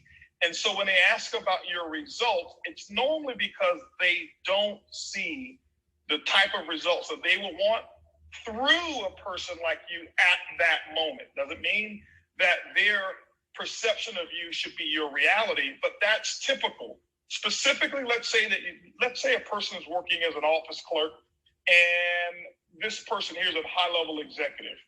Well, they know the type of lifestyle that they have, and they may look at you as a person, I don't think that they're going to have the results that I'm looking for. So the personal development and how you see yourself and package your story is one. The second way of packaging your story is learn how to speak in terms of percentages. It's not always a dollar amount. You have to remember, very wealthy people don't talk about net worth or talk about earnings per day, earnings per week, earnings per hour, or earnings per month. That is mostly network marketing jargon. When you talk to sophisticated people or business people, they talk about percentages. They talk in a different language. They have a completely different vocabulary. And so you've got to model their vocabulary. Let me give you an example. If I was someone just getting started and I now have, two people in my business, and a person, and I'm talking to some high-level executive, and they say, well, hey, tell me about your results. Well, listen, I've been doing this now for about 2 weeks. My results have actually grown by 200% in the last week. I'm expecting 1,000% growth, and I'll be able to sustain about a 20% growth per month.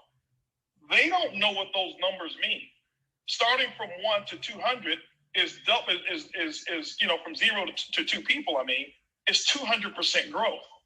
But I don't have to tell them I just sponsored 2 people and I made $100 fast start bonus. I let them know, hey, I grew 200%. I'm speaking their language that they have. At least they're going to know you can participate in the conversation with them, okay? And so when you start to learn those things, it becomes much easier. The third thing I will tell you is this: don't make you the issue. This is probably the one I would use first. Don't make you the issue. If I'm speaking up, prospecting up, which is a very good thing, Andrea, is I would make it about someone else. I would make it about somebody who's already in my upline, somebody who's on the team who's got results. So my conversation could possibly go like, hey, I am working with a couple of partners. They're used to having 7-figure earnings per year. I just included myself with working with the type of people that he or she may be used to. So now that prospect is no longer going to look to me for the answers. And I'm going to do a great job of edifying three things. Whatever the unique selling proposition of the product is, the person, which means the upline, my expert, or whoever it may be, and a system by which they're going to get those results. But I'll never talk about me. Because if I talk about me, I now have to speak in terms of numbers or experiences that I haven't had yet. I may have great intentions, but I haven't had the experience yet. And so I will edify the third party person and associate myself with people who've done what's most like what they most likely want to achieve. And so it's just called borrowed credibility. Remember, you're in a business called network marketing. As Lisa just mentioned, the biggest success she has is because she's got a well so deep of incredible people that there's no problem that could actually face her in which she doesn't have a solution. And that needs to be the exact same thing that you do. That's what many of the diamonds have done on this particular call here. And so align yourself, know the stories of every single diamond that's in this company here. Align with your upline, let them know, I'm going to be talking to this executive or that executive. Will you be available for a call should I need to connect you? And so learn how to share their story and associate yourself with them so that you don't become the big deal. And then when you learn how to do that, you'll find that the people won't focus on you. They'll be more appreciative of you for at least inviting them into an atmosphere in which they're very comfortable. Holton, can I give Andrea kind of an opening line that might help her? Because it did wonders for me. Absolutely. So, Andrea, let's say you were that person and I called you. So we know each other. I'm not calling you cold, but you're a big executive and I'm not. I'm just starting out. And I would say, Andrea, this is Lisa. I know you're really busy. I'll just keep you for a few minutes. But I've gotten started in a new business. I'm being mentored by this incredible 7-figure earner, Holton Buggs. And when I asked him, not knowing what I'm doing, what I should do, he told me to make a list of the 10 most influential, brilliant people that I know, people that I was almost for sure would never look at this business. They're so successful, and see if maybe they'd entertain a conversation with him after I showed them a few things. And of course, when I was asked for the 10 smartest, sharpest people that I knew, you're right there at the top of my list. It works every single time because successful people love to be edified, and it's very seldom that they're going to go and shut you down when you just told them in so many words that they're one of the most brilliant people you've ever met. Worked for me a lot of times. And then all I did was get them on the phone with someone like you. So there was no pressure. I was just setting up a call that I got the privilege of connecting between two brilliant people. Yep. Wow, thank you guys so much. Really speechless. That helped incredibly, and I really appreciate everyone's time. Thank you. Absolutely. Let's go to Christina. Christina Buatayo. I think I said that right. Christina, you are now live. Me okay, Mr. Buggs? Loud and clear. Awesome. Well, thank you so much for this platform. And I'm just thankful for all the diamond leaders for paving the way as well as listening to Miss Lisa. You're amazing. One of my questions, because when I first got started in June of 2019, I wasn't an ambassador yet. I was actually a guest in the Go Diamond training in San Jose. And you know what? I saw the vision and I heard the vision and it just fired me up. So one thing I wanted to know is how can I paint a picture or a vision to someone who I'm prospecting to kind of let them see that this company is going to be a $50 billion company? All right, let's go to our moderators and see who wants to take that.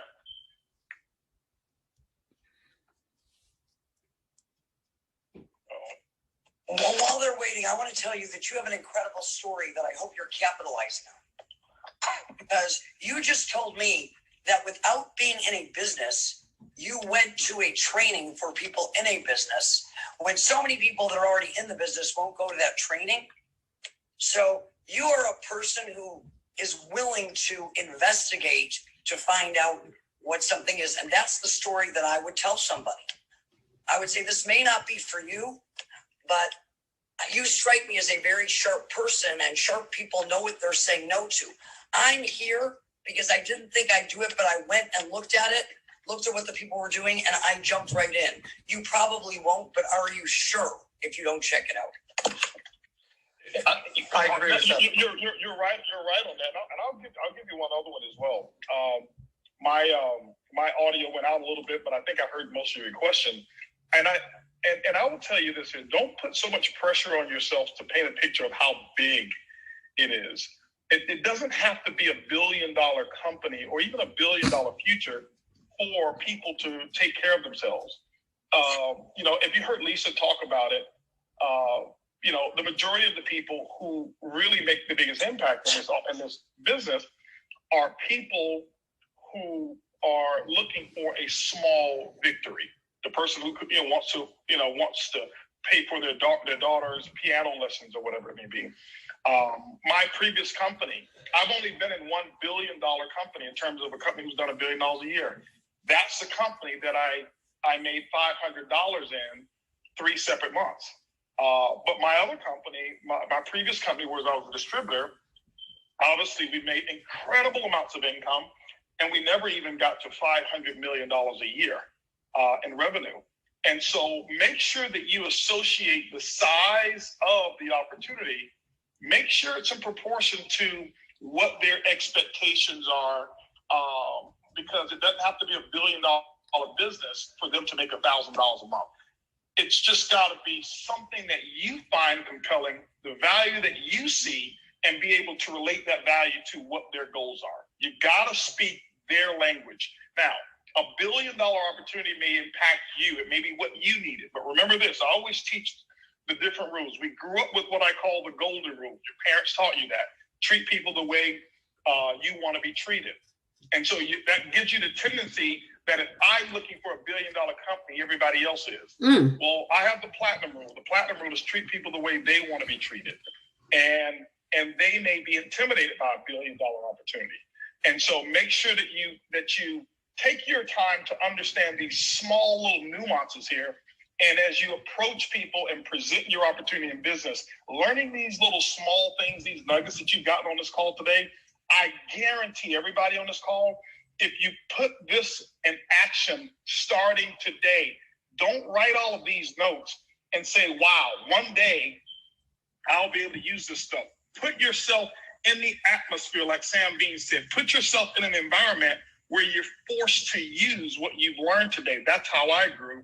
And I promise you'll start to see your results amplify. Somebody else was about to chime in. Who was that?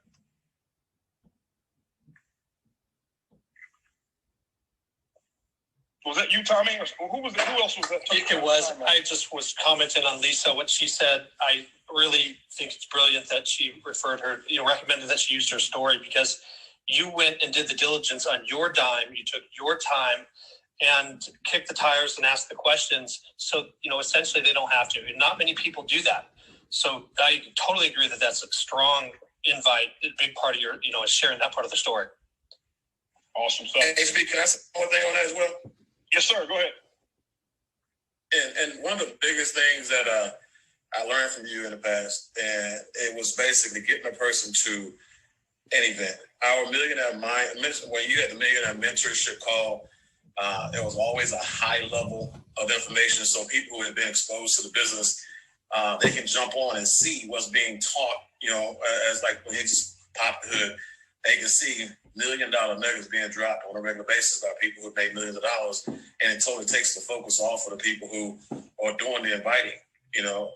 We have so many different platforms, not just our company, but a lot of companies that people can use that have nothing to do with, them doing a presentation, an actual presentation.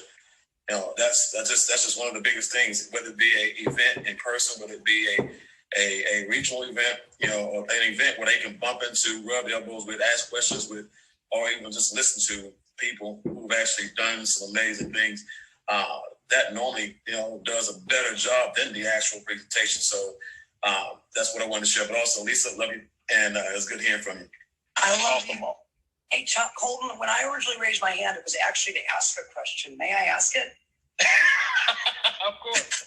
Absolutely. And by the way, I'm so honored, thrilled, and privileged to be able to grace your stage and help in any way I can. But I ask this question whenever I get around brilliant people that I admire, so y'all might want to take a note. And I have for 20 years, and I think it's been the door to opening a lot of great relationships with great mentors, but also with helping me to grow my thinking.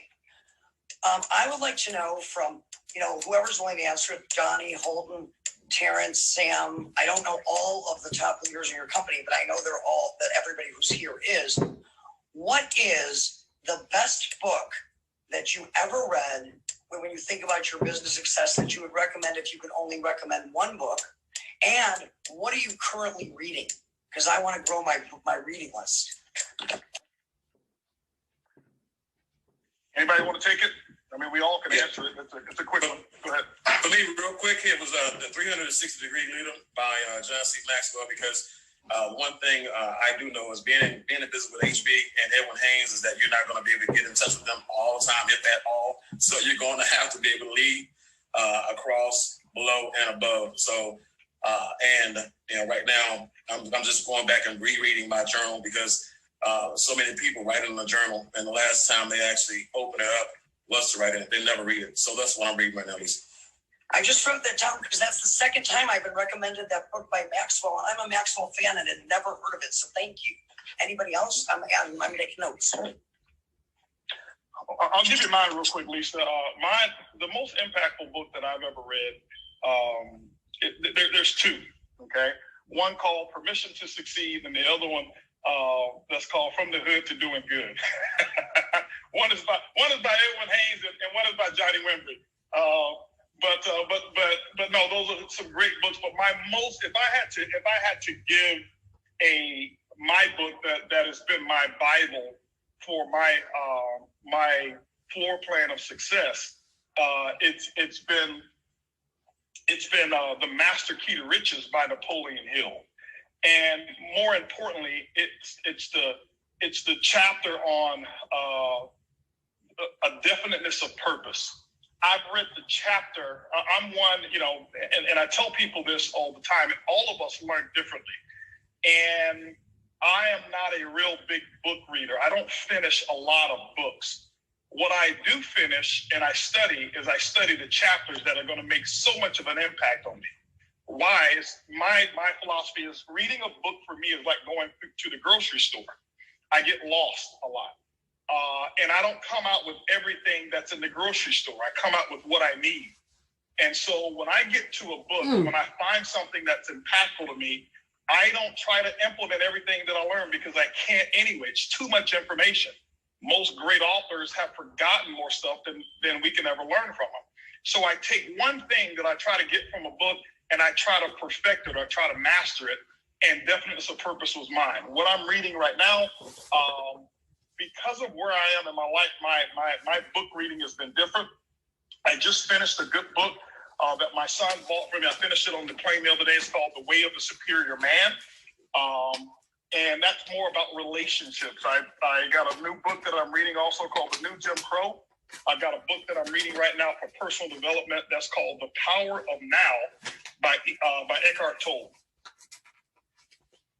I really want to thank you. I'm going to get second time Master Key to Riches mentioned me. But the only book that I have read on this whole thing is Permission to Succeed and The Power of Now. And I'm going to order all the others. So thank you so much. And if Holton says that the Defense of Purpose chapter in Master Key to Riches is the most impactful thing I've ever read, and you're not ordering the book, Hey Lisa, this is T. Gray jumping in real quick, and I just want to echo that. Being mentored by Holton, he recommended that book, The Master Key to Riches, specifically the chapter on definiteness of purpose, almost 2 decades ago for me. And I've read that, I don't know how many times. It was incredibly impactful. Also, the 21 Irrefutable Laws of Leadership when I was building was absolutely life-changing and game-changing for me. That's John C. Maxwell. I'm a situational reader, so I read things that are going to help me with where I'm at right now. So I'm actually rereading and starting a book group with my team at corporate on of this book, Execution: The Discipline of Getting Things Done, by Larry Bossidy, who was the former CEO of Honeywell. It was, for me, that's one of the best books on the corporate side that's helped me a lot as well. Lisa, this is Tommy. I like Bringing Out the Best in People by Alan Loy McGinnis. When it's out of print, but you can get it on Amazon. When I got into the business, I couldn't understand why people would say, I'm not interested. I said, well, you don't even know what you're not interested in. I'm not interested anyway. And, they complain about their job, their financial situation, their bosses and so forth, but never hurt bad enough to do anything about it. I just didn't understand human nature, human behavior. That book would have saved me, a good year or two of trying to learn things. I would have had a little bit earlier. And then my favorite chapter is Maxwell in Leadership Gold. The chapter is don't send your ducks to Eagle School, and because I believe that you build builders, you find builders. You don't build them. So if you really understand, people and so forth, that chapter I think is maybe one of the most important chapters in any book as it relates to our business model. I really appreciate it. Thank you so much. But hey, Lisa, this is Johnny. First off, I want to send you my new book, Building a Millionaire Mindset. Super excited about it. It's #1 bestseller right now. But one of the books that have really been, I know you've read this book, but I want to tell everybody about this book if you haven't read it. Who Moved My Cheese? Like back in the days. Do you know this one? It is. It's like, how long it's been since I've read that book, and yet it changed my life. I'm telling you, Who Moved My Cheese is one of those books that I can go back. If I ever want to kick my own ass, I go back and read Who Moved My Cheese. Oh, Johnny, thank you. And I have your first book. I didn't know there was a new one. I will take an autographed copy, but I'm going to buy it today on Amazon. All right, well, I will personally call you and take care of you. Because your words are worth 5 times whatever they're charging for them, I promise you. Well, I remember Johnny being so excited about that book. This was years ago. I actually have it in my office library, and I've never finished reading it. I don't even think that I got through the preface of the book because I was so distracted, or not distracted, but so focused on some other things. But he ranted and raved about that book. This was years ago. I don't know how many years ago you told me about it, but I did buy it. Yeah, over 20 years ago. Yeah, and it's super simple. It is the easiest read. As a matter of fact, there's a video, like an 11-minute version video they made of it. I watch that at least 2 or 3 times a year. But the book for me, for the simplicity of it and the breakthrough, I mean, it eliminates all reasons for you to get on your pity patty or you to recruit yourself to believe things that never existed. Well, Johnny, I can appreciate that because I need simple books to read. Does it have a lot of big pictures in it? Yeah, it has a big picture. You're really gonna like cheese when you're done. All right, well, now I have one for you that does. And every person who starts in business with network marketing, every kid when they graduate from college, and it's the Places You'll Go by Dr. Seuss. And it is one of the most incredible books on planet Earth for people to understand that there's a whole world out there and they need to get about the business of getting into it. Lisa, you're not going to believe me, but that is actually a book that was gifted to me a long time ago by a good friend of mine, very successful business guy. And I've read that several times. The Places You'll Go. That's so funny. He's one of my favorite philosophers, Dr. Seuss. Thank you, everybody. I mean, I just never miss an opportunity to ask brilliant people what is inspiring their brilliance. Absolutely. Lisa, what I've realized, Lisa, now? And some of you who've probably been on the Clubhouse have probably already realized it. You start to realize how these clubhouses, these clubhouse events, some of them I've heard have gone on for 24 hours, and I can see because it's always new people jumping in, even on the moderator side and the listener side. They just keep going, and they become so compelling that you don't even focus on the time because so many different nuggets. Now, we won't be eternal on this one here. We're going to be shutting it down shortly. I want to get through a couple more questions, but has that been your experience as well, Lisa? That it really is. And I think that one of the things that people have to understand about Clubhouse, do not allow it to become another thing where you keep score or compare or worry about how many followers or any of that. It is an amazing opportunity for all of you to practice your presentation skills and your communication skills. You can start a room and get 5 people in the room and everybody talking or sharing their stories and work with each other in ways that you can't do on any other platform. So, but don't get lost in it. Get good stuff, and when the call is over, go use the good stuff. Pick something that you heard that you love and go out and use it to change your life by changing someone else's. So that's the only cautionary thing, because a lot of people are calling it crack house because they get on and they can't get off. I see it. So Mark, here's what I want you to do if you can. If you can disable the hand raising feature now, and as long as it keeps the current people in, I'm going to take the last questions that we have here, and what we're going to do is we're going to go rapid fire, and we'll have whoever wants to jump in, we'll have no more than 2 to jump in and answer some of these questions. So we're going to go ahead and start with Michelle Davis. Michelle Davis, you are now live. Hello, everyone. First off, thank you everyone for your time here. And yeah, it's become crack house for me. And I think it's because I don't want to miss out on what everyone is saying. It's like the nuggets are so gold that you just don't want to miss out. But my question is, I'm a network marketer. I had success fairly quickly, less than 10 weeks, hit the first executive level. And I'm struggling now, and I hate the word struggling, but I am struggling with my mind. And I'd love to hear from Lisa and anyone else. But my problem is I don't want to leave those who started with me behind. I know what they're capable of. And I'm learning just by listening this afternoon. I think I'm using that as an excuse to stop myself from building further. Michelle, everybody goes through this and it never stops. We always want people to realize the potential that we see in them. But I will tell you, falling in love with potential will take you out of the game, because your job is you have to put your efforts where they're deserved, not where they're needed. And none of us ever want to leave people behind, but you're not leaving people behind. This is network marketing. This isn't that if you don't work hard today, the opportunity will never come again. People can always raise their hand and get back into the starting lineup. That's their choice. So you're not leaving them behind. They're just choosing not to move right now. But at any given moment in time, they can. And when they do, you'll be there to support them. So take that guilt off.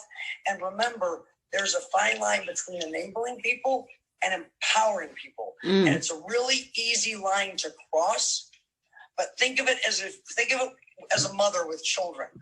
Am I helping them by doing it for them? Am I helping them by sending them this lesson that the world's going to wait for them, that I'm going to wait for them? We're not.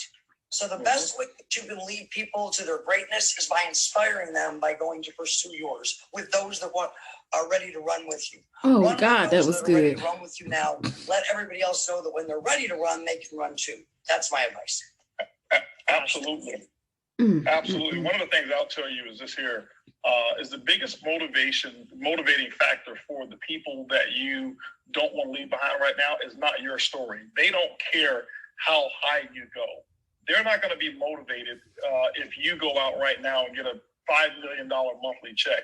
But I can tell you this, bring somebody into the business new that just started, get that person a $5,000 monthly check. They'll be more motivated by what I call their competition. And I'm talking friendly competition because now that person is getting the attention, getting your attention, getting the company accolades. And you've got to remember, you got to know who your people are. And many of them are motivated by being first. And by you staying back with them, what you're doing is you're not allowing them to get in the space of competition because they felt like, oh, I've already gotten up there where with Michelle and I'm her favorite, or I'm first, or I'm second, I'm the third biggest leg, and they feel that their position is cemented. Create what I call internal indirect pressure through competition of new lines that you're going to be bringing on. And trust me, it'll fire your group up and they'll get to work. They're not going to work because of you, but they'll work because of their competition. Perfect. Thank you both so much. Absolutely. Nehemiah Pilar, you are live. Guys, hope you're well. Thank you for this call. Can you hear me loud and clear? Yes, sir.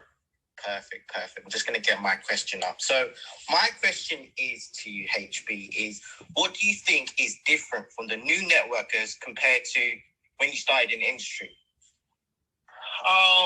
When I started in the industry, in terms of the old school network marketers versus new network marketers, I think some of the old school network marketers, we didn't have all of the tools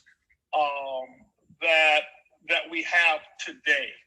And what that did is it made me so well-rounded because I had to learn how to do it all. I had to learn every aspect of the business. We didn't have social media. And so we had to build it belly to belly. And what it did is it made me a great conversationalist. And it's not necessarily about network marketing. It's our society today. When you look at kids today, my son, who's 23 years old, I remember when he was 16 and he had a girlfriend, and I would talk to him about the conversations that he's having with his girlfriend. He's like, "What are you talking about, conversations?" I'm like, "Don't y'all talk?" He says, "No, we text." I said, "You don't pick up the phone and call her?" "No, Dad." And he looked at me like it was foreign, like it was breaking the law to have a conversation with her. And that had nothing to do with network marketing. And what happened is it created these separate little silos where people's people skills today are not as developed as they were before. People are more socially awkward today as we were before because we taught 3-foot rule. And the 3-foot rule that we taught was you go out prospecting. Anybody who gets within 3 feet of you, you prospect them. You tell that to a group of people today, and they look at you like, what are you talking about? You know, I'm going to use my social media. I'm going to do this. And there's nothing wrong with that.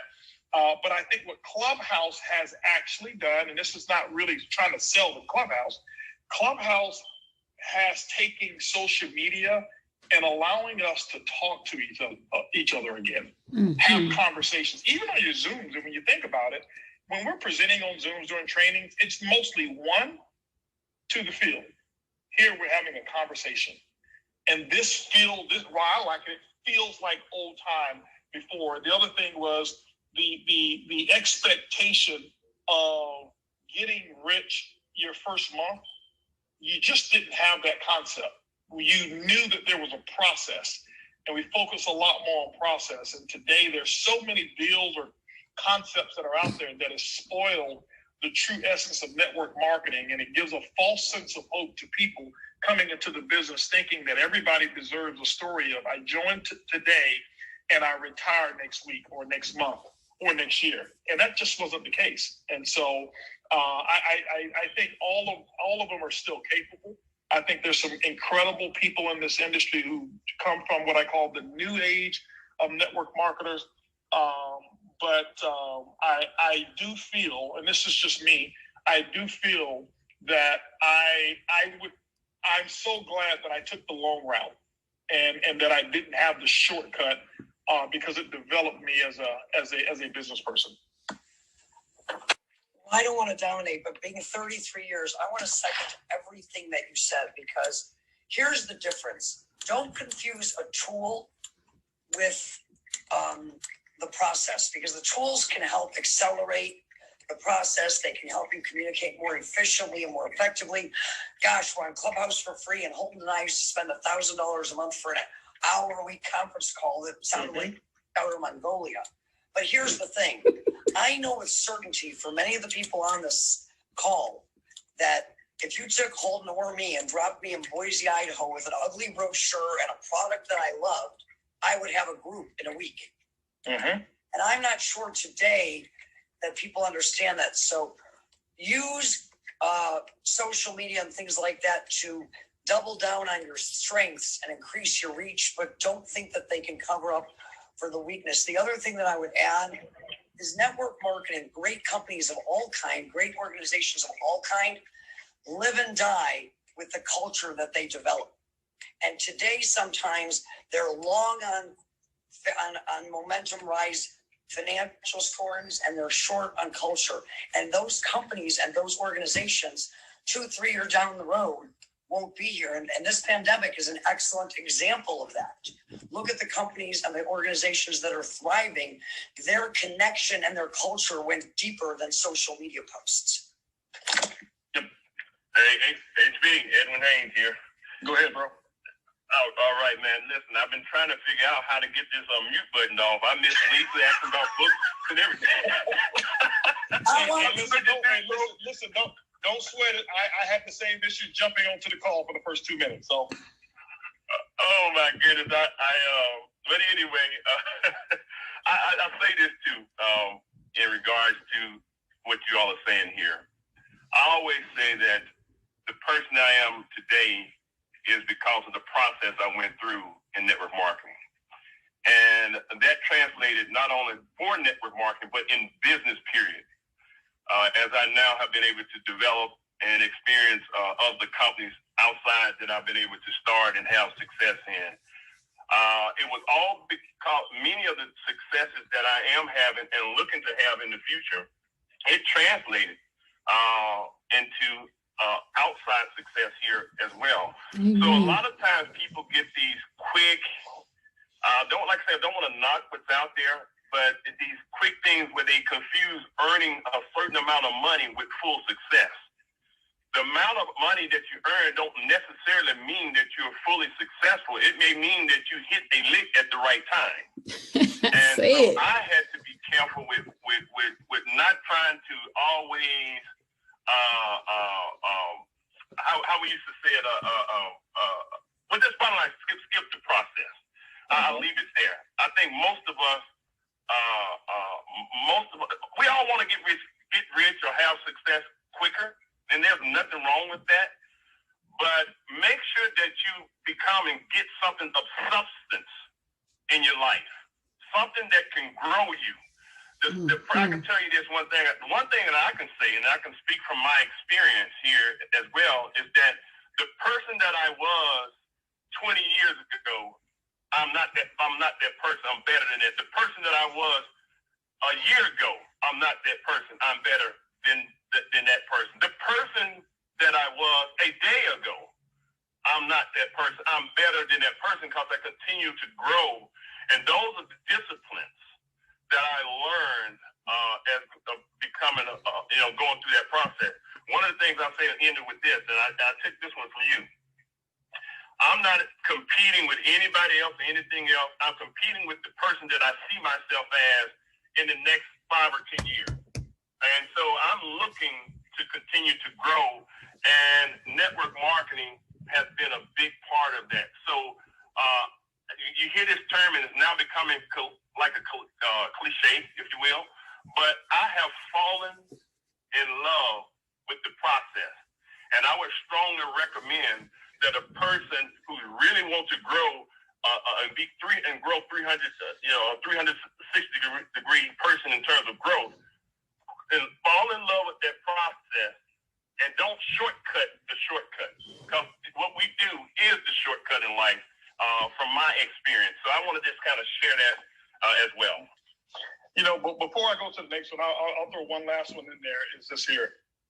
As when you ask that question, I want you to think of friends that you would have who are in the new generation of network marketing, and I want you to relate it to this here. Okay. I want you to relate it to having all of your friends who own a car. How many of them, if they were driving from Tampa to Miami on a road called Alligator Alley, and they ended up having a flat tire, and they called you up and they said, listen, I've got a flat tire. And you said, okay, no problem. Your spare's in the trunk.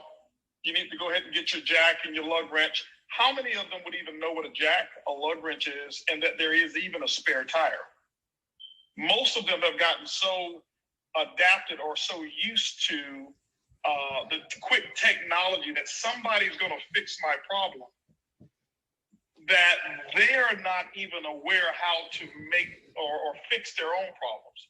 And so what I would say is that today's network marketers are great at excelling when things are great. many of them have no clue at how to excel when technology is removed or technology isn't present, or they have to go back to the basics. And so that's what the old school networking did for me. It allowed me to know how to change my own tire instead of having to wait on AAA. So I'll go to the next question here. I've got Lady Bell. Lady Bell, you are live. Next up, Shirley Xavier. Buggs, can you hear me? Loud and clear. I just want to say I'm really thankful to be able to speak directly to so many successful people, and to you and Mr. Hayes and other moderators. I really enjoy your input. I've been in your company for quite some time. I'm one of those jack of all trades, master of none. I've been told to do several streams of income, and through the years I've been doing that. I've been able to retire this past June. My question is relating to relationships and marriage. I've been married for 22 years. I've been in this industry for about 12 years. I've made a little bit of income here and there, but my spouse is totally against and has always been against. Even when I got checks, he was against it. And, I'm not saying that he's the reason why I'm not successful. I've been doing a lot of personal development through the years, and that's what keeps me strong and keep me my focus on helping other people. But it's come to a point where he wants to make me choose, and it's really hard. And like I said, I love him. We've been married for 22 years. I don't know. I'm not looking for an exact answer, but I just want someone's thoughts. I'm just kind of one of those things where it says you have to do this or do that.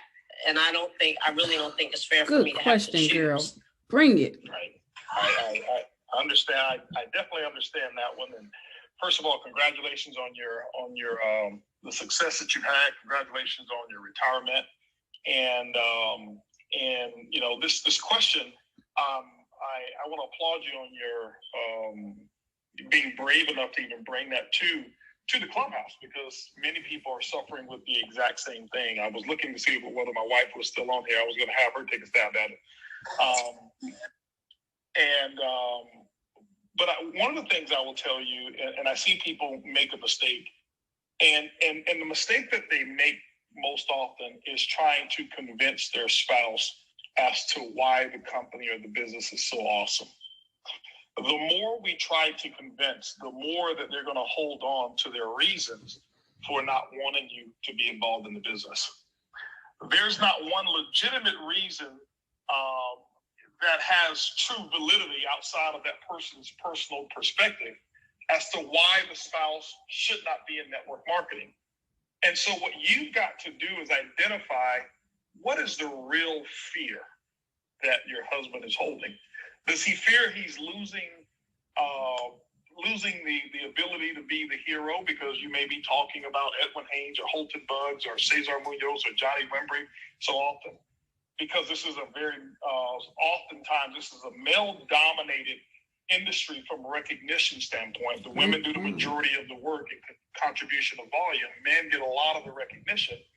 And sometimes when we are saying, oh, well, I heard Johnny say this, or Edwin said this, and sometimes they feel like they're losing their position. And I'm not saying that is the case. I'm just giving you my experiences of talking to people over the different years. But you've got to identify and find out what is it.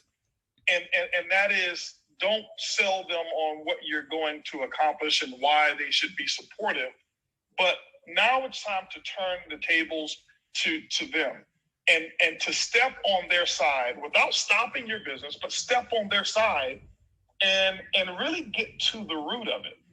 And I think if you're able to get to the root of what their issue is, I think you can actually find a way to satisfy it and solve it.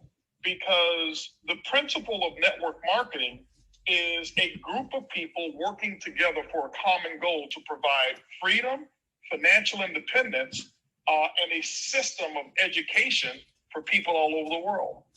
Who wouldn't want somebody to be a part of that? And so when a person doesn't want you, a spouse or relative or whoever doesn't want you to be a part of that, it's because they see something that's not there through either a previous experience, something that you may give off to them, and they're reading it differently or whatever it may be. But it's almost the same as saying, hey, I am in college, and my wife, she does not want me to graduate. She doesn't want me to get that college degree. And there's no reason why she shouldn't. And so I would spend the time finding out without it being combative. Why don't you want me in the business? No, find out and have real conversation and talk and just do some exploration as to what's important to him and what does he want. And so I think it will give you at least some insight as to some of the next steps that you'll need to take. Seems like somebody else is trying to chime in here. Wow, great Mr. Buggs, answer. this is Talita. Hey, Talita. Hey, if I could add into your phenomenal answer, I would also highly recommend Chit Chat with Erlene. It's recorded on our Facebook page. You can go back and see there's some of the chit chats that we spoke a lot about relationship and some of these points that she's concerned about. I would highly recommend her to look that up on our page. Thank you. Thank you. I will. Thanks so much for your courage, and I appreciate you. And thank you again. I have a book recommendation for that, by the way. Sure, absolutely, Tommy. If you don't mind. It's called Win as a Team, and you can get it for free. I think it's a quick read, maybe 30 minutes, 45 minutes. But at daretodream.net, the author is Dr. Tom Barrett, and he's a shrink, but also an entrepreneur. He loves this industry, and he's an incredible speaker. But I met him in our previous company. He wasn't in the company. He just spoke and shared this book, and this book has helped so many people that I know that I've heard with that same exact issue that you're bringing up here. And really, your spouse, it's great when you're your cheerleader. But anyways, great resource. Win as a Team While You Dare to Dream by Dr. Tom Barrett. Awesome. Thank you. Great gems, guys. I really appreciate it. Absolutely. All right, next we've got Shirley Xavier. Shirley, you are now live up on deck. We've got Vita Wood, and then Joe Peach, and then David Romero, and we'll have a couple other ones after that, and then we will be done. Shirley, you're live.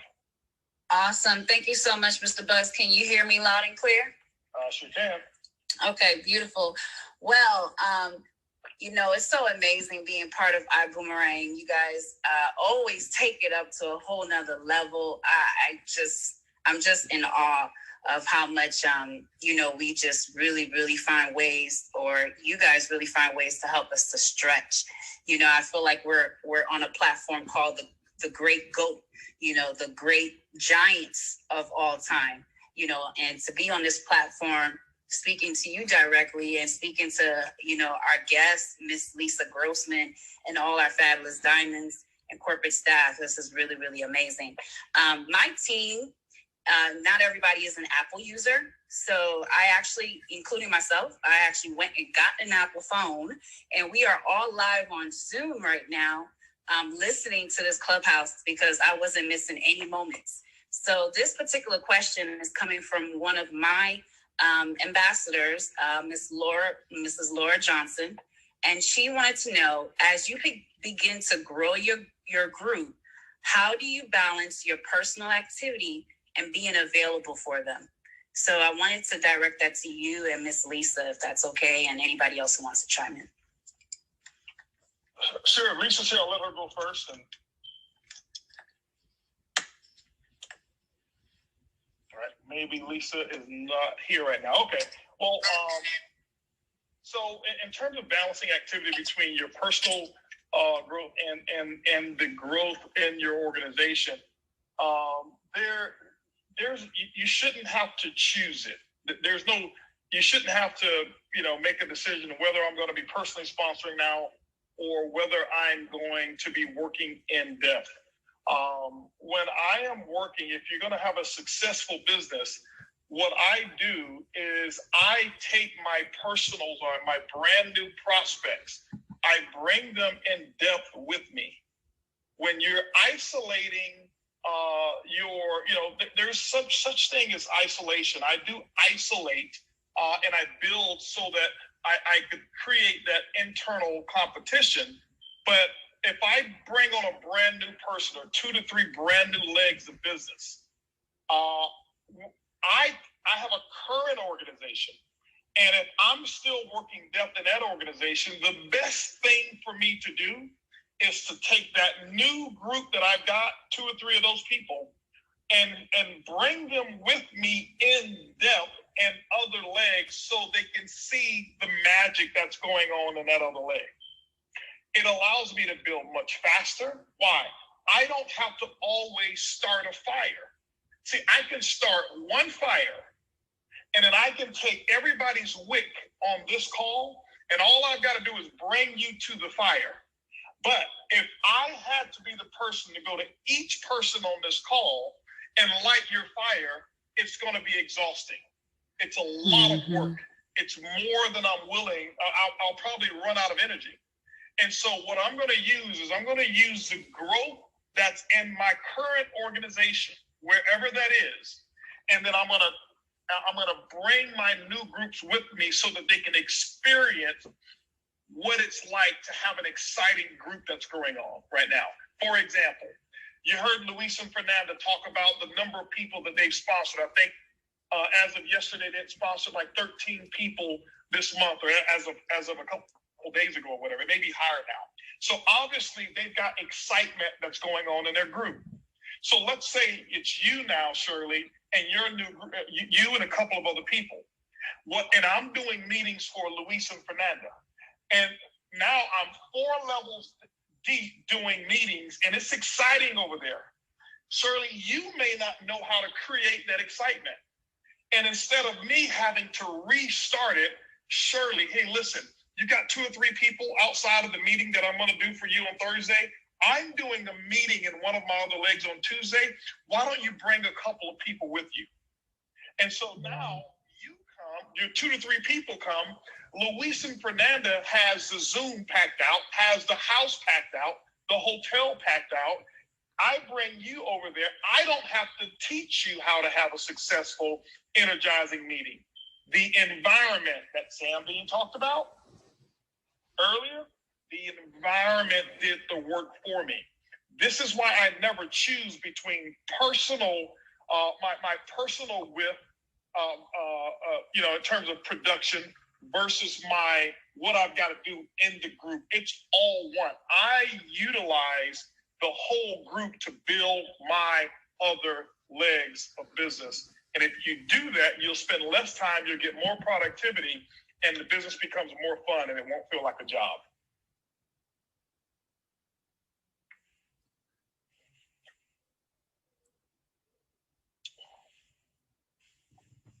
All righty. Anybody else want to chime in? Did I lose you guys? Nope, we're here. All right. Vita Wood. Vita, you are up next. Joe Peach, you're on deck. Sorry, there you go, Vita. You should be live now, Vita. Thank you so much. Can you guys hear me? Loud and clear. Awesome. So first, I'd like to thank you all for this platform. And to get right to my question, I feel stuck in complacency.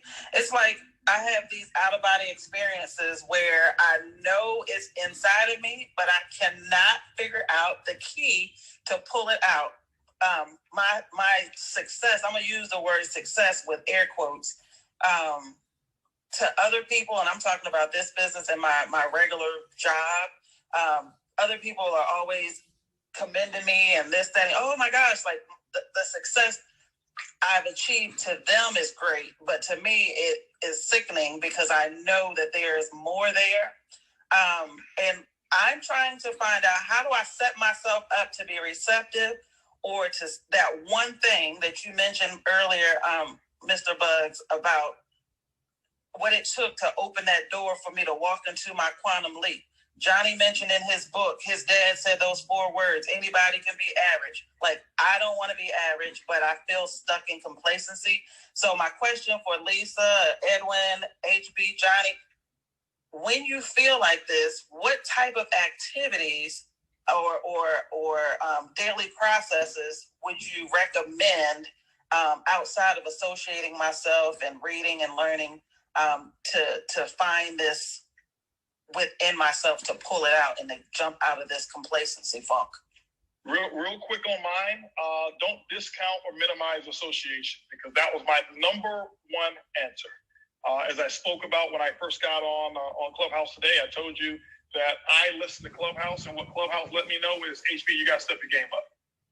There's because I hear too much incredible talent, and I just never accept last place, or I don't accept the middle at all. I'm the guy that I just got to win, and it's not about competing with them.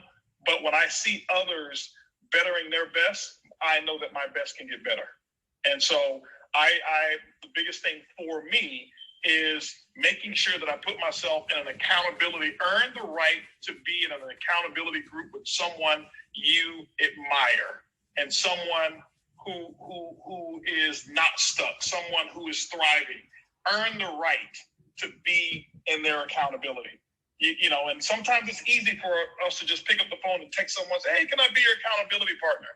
I don't do that unless I've earned the right to be in that person's presence that way. I want to earn it, and not necessarily just because I have a phone number or know of them or something like that. Anybody else want to go ahead? Amen. I'd like to ask Vita a question, so I can help. Vita, when you say you get in that complacency, what is the one activity that when you are on your game, your superpower that you feel allows you to drive your business forward the best and impact the greatest amount of people? If you weren't in a complacency slump, what is that one thing?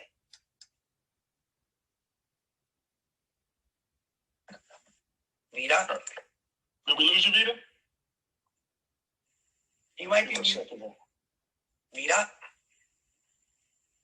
Okay, well, then, without knowing specifically, I will tell you something that was a cliche that I got my very first month in network marketing, and I laughed and thought it was the dumbest thing I'd ever heard. Now, I want you to hear this.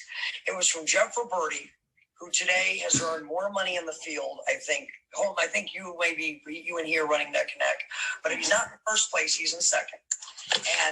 And he was doing pretty good back then, and I'm in the audience, and he made no money thinking he's stupid with the same question.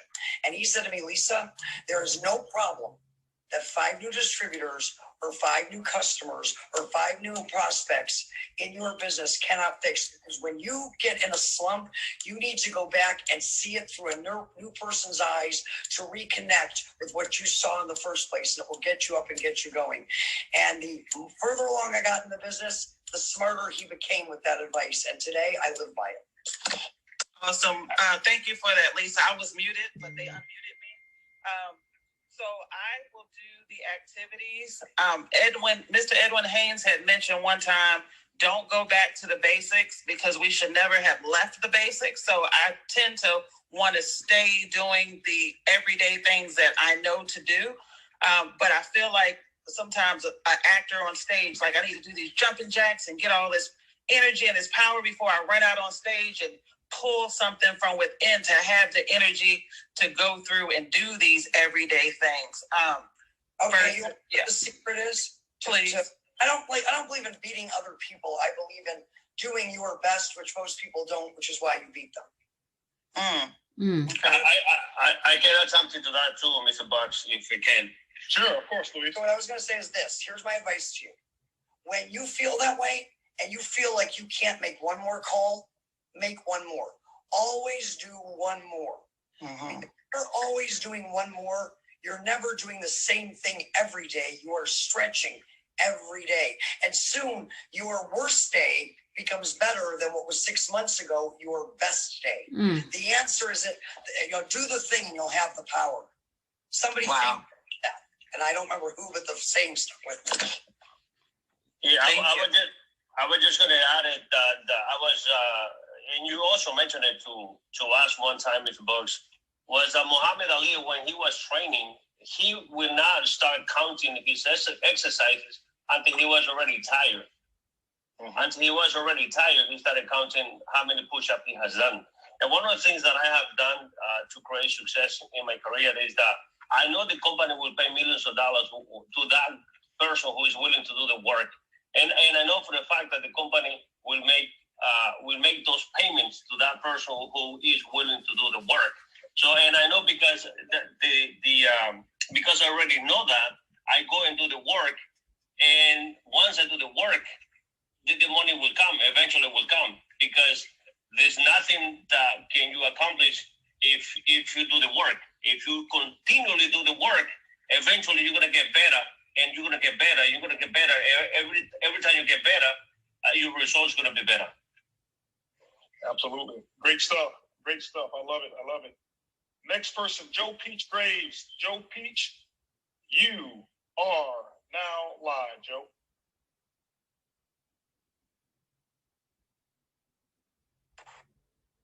Aloha, guys. How's it going? Thank you so much for giving me some time on the call. I'm so honored to be here.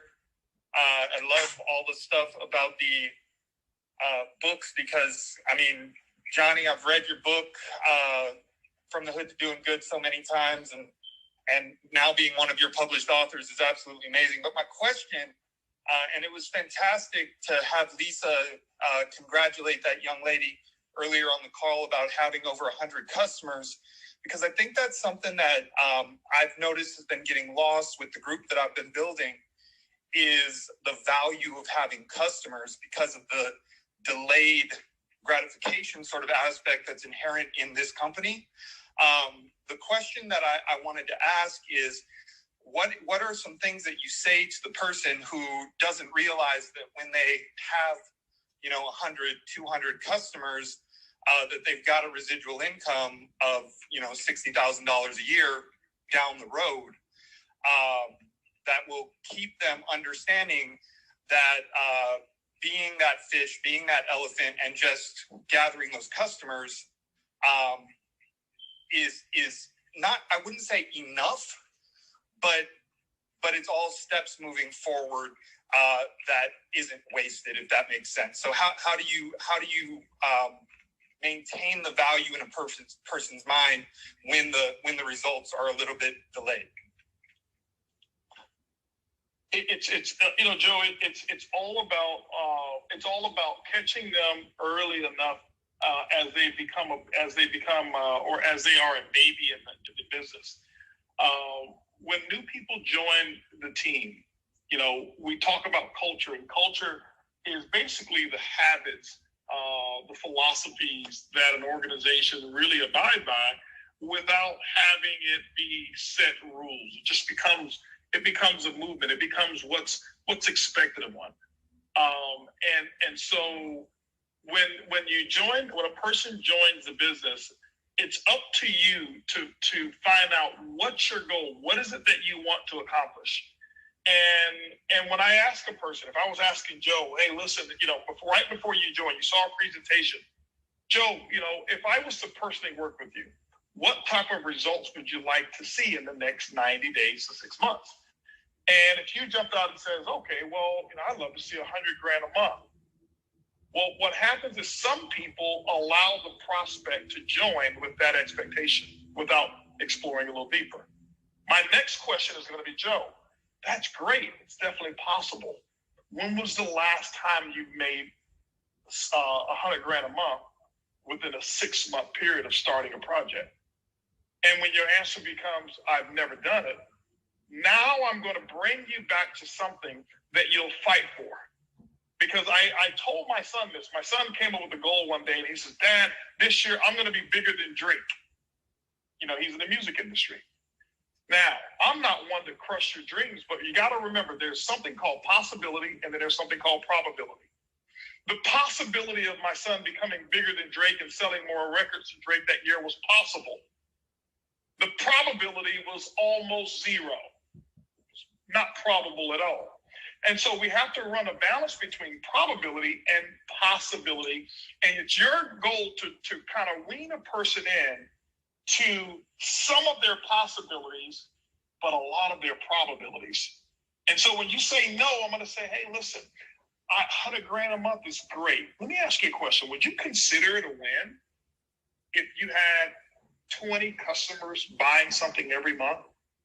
and you had an organization of 50 people and all of them had 10 customers, would you consider that to be a win? Here's what your income would look like. And then when you say yes, now, see, you'll fight for that. My son had zero accountability. There was no accountability whatsoever of him becoming bigger than Drake, because if he failed, no one would look at him and say, oh, you didn't achieve your goal. And I told him, I said, son, I tell you what, don't worry about being bigger than Drake. Can you add 2,000 fans this year? See, now you got to be accountable to the 2,000 fans, because everybody around you know it's possible and it's probable. But 6 figures a month in your first 90 days and you've never done it before, if you don't even come close to it, nobody's going to remember that you set that goal. You tell me that you're going to have 20 customers buying every month, a team of 50 and all have 10 customers. Now it's so close to what's realistic that you now have to work for it, and it becomes more meaningful than the big goal. Does that make sense, Joe?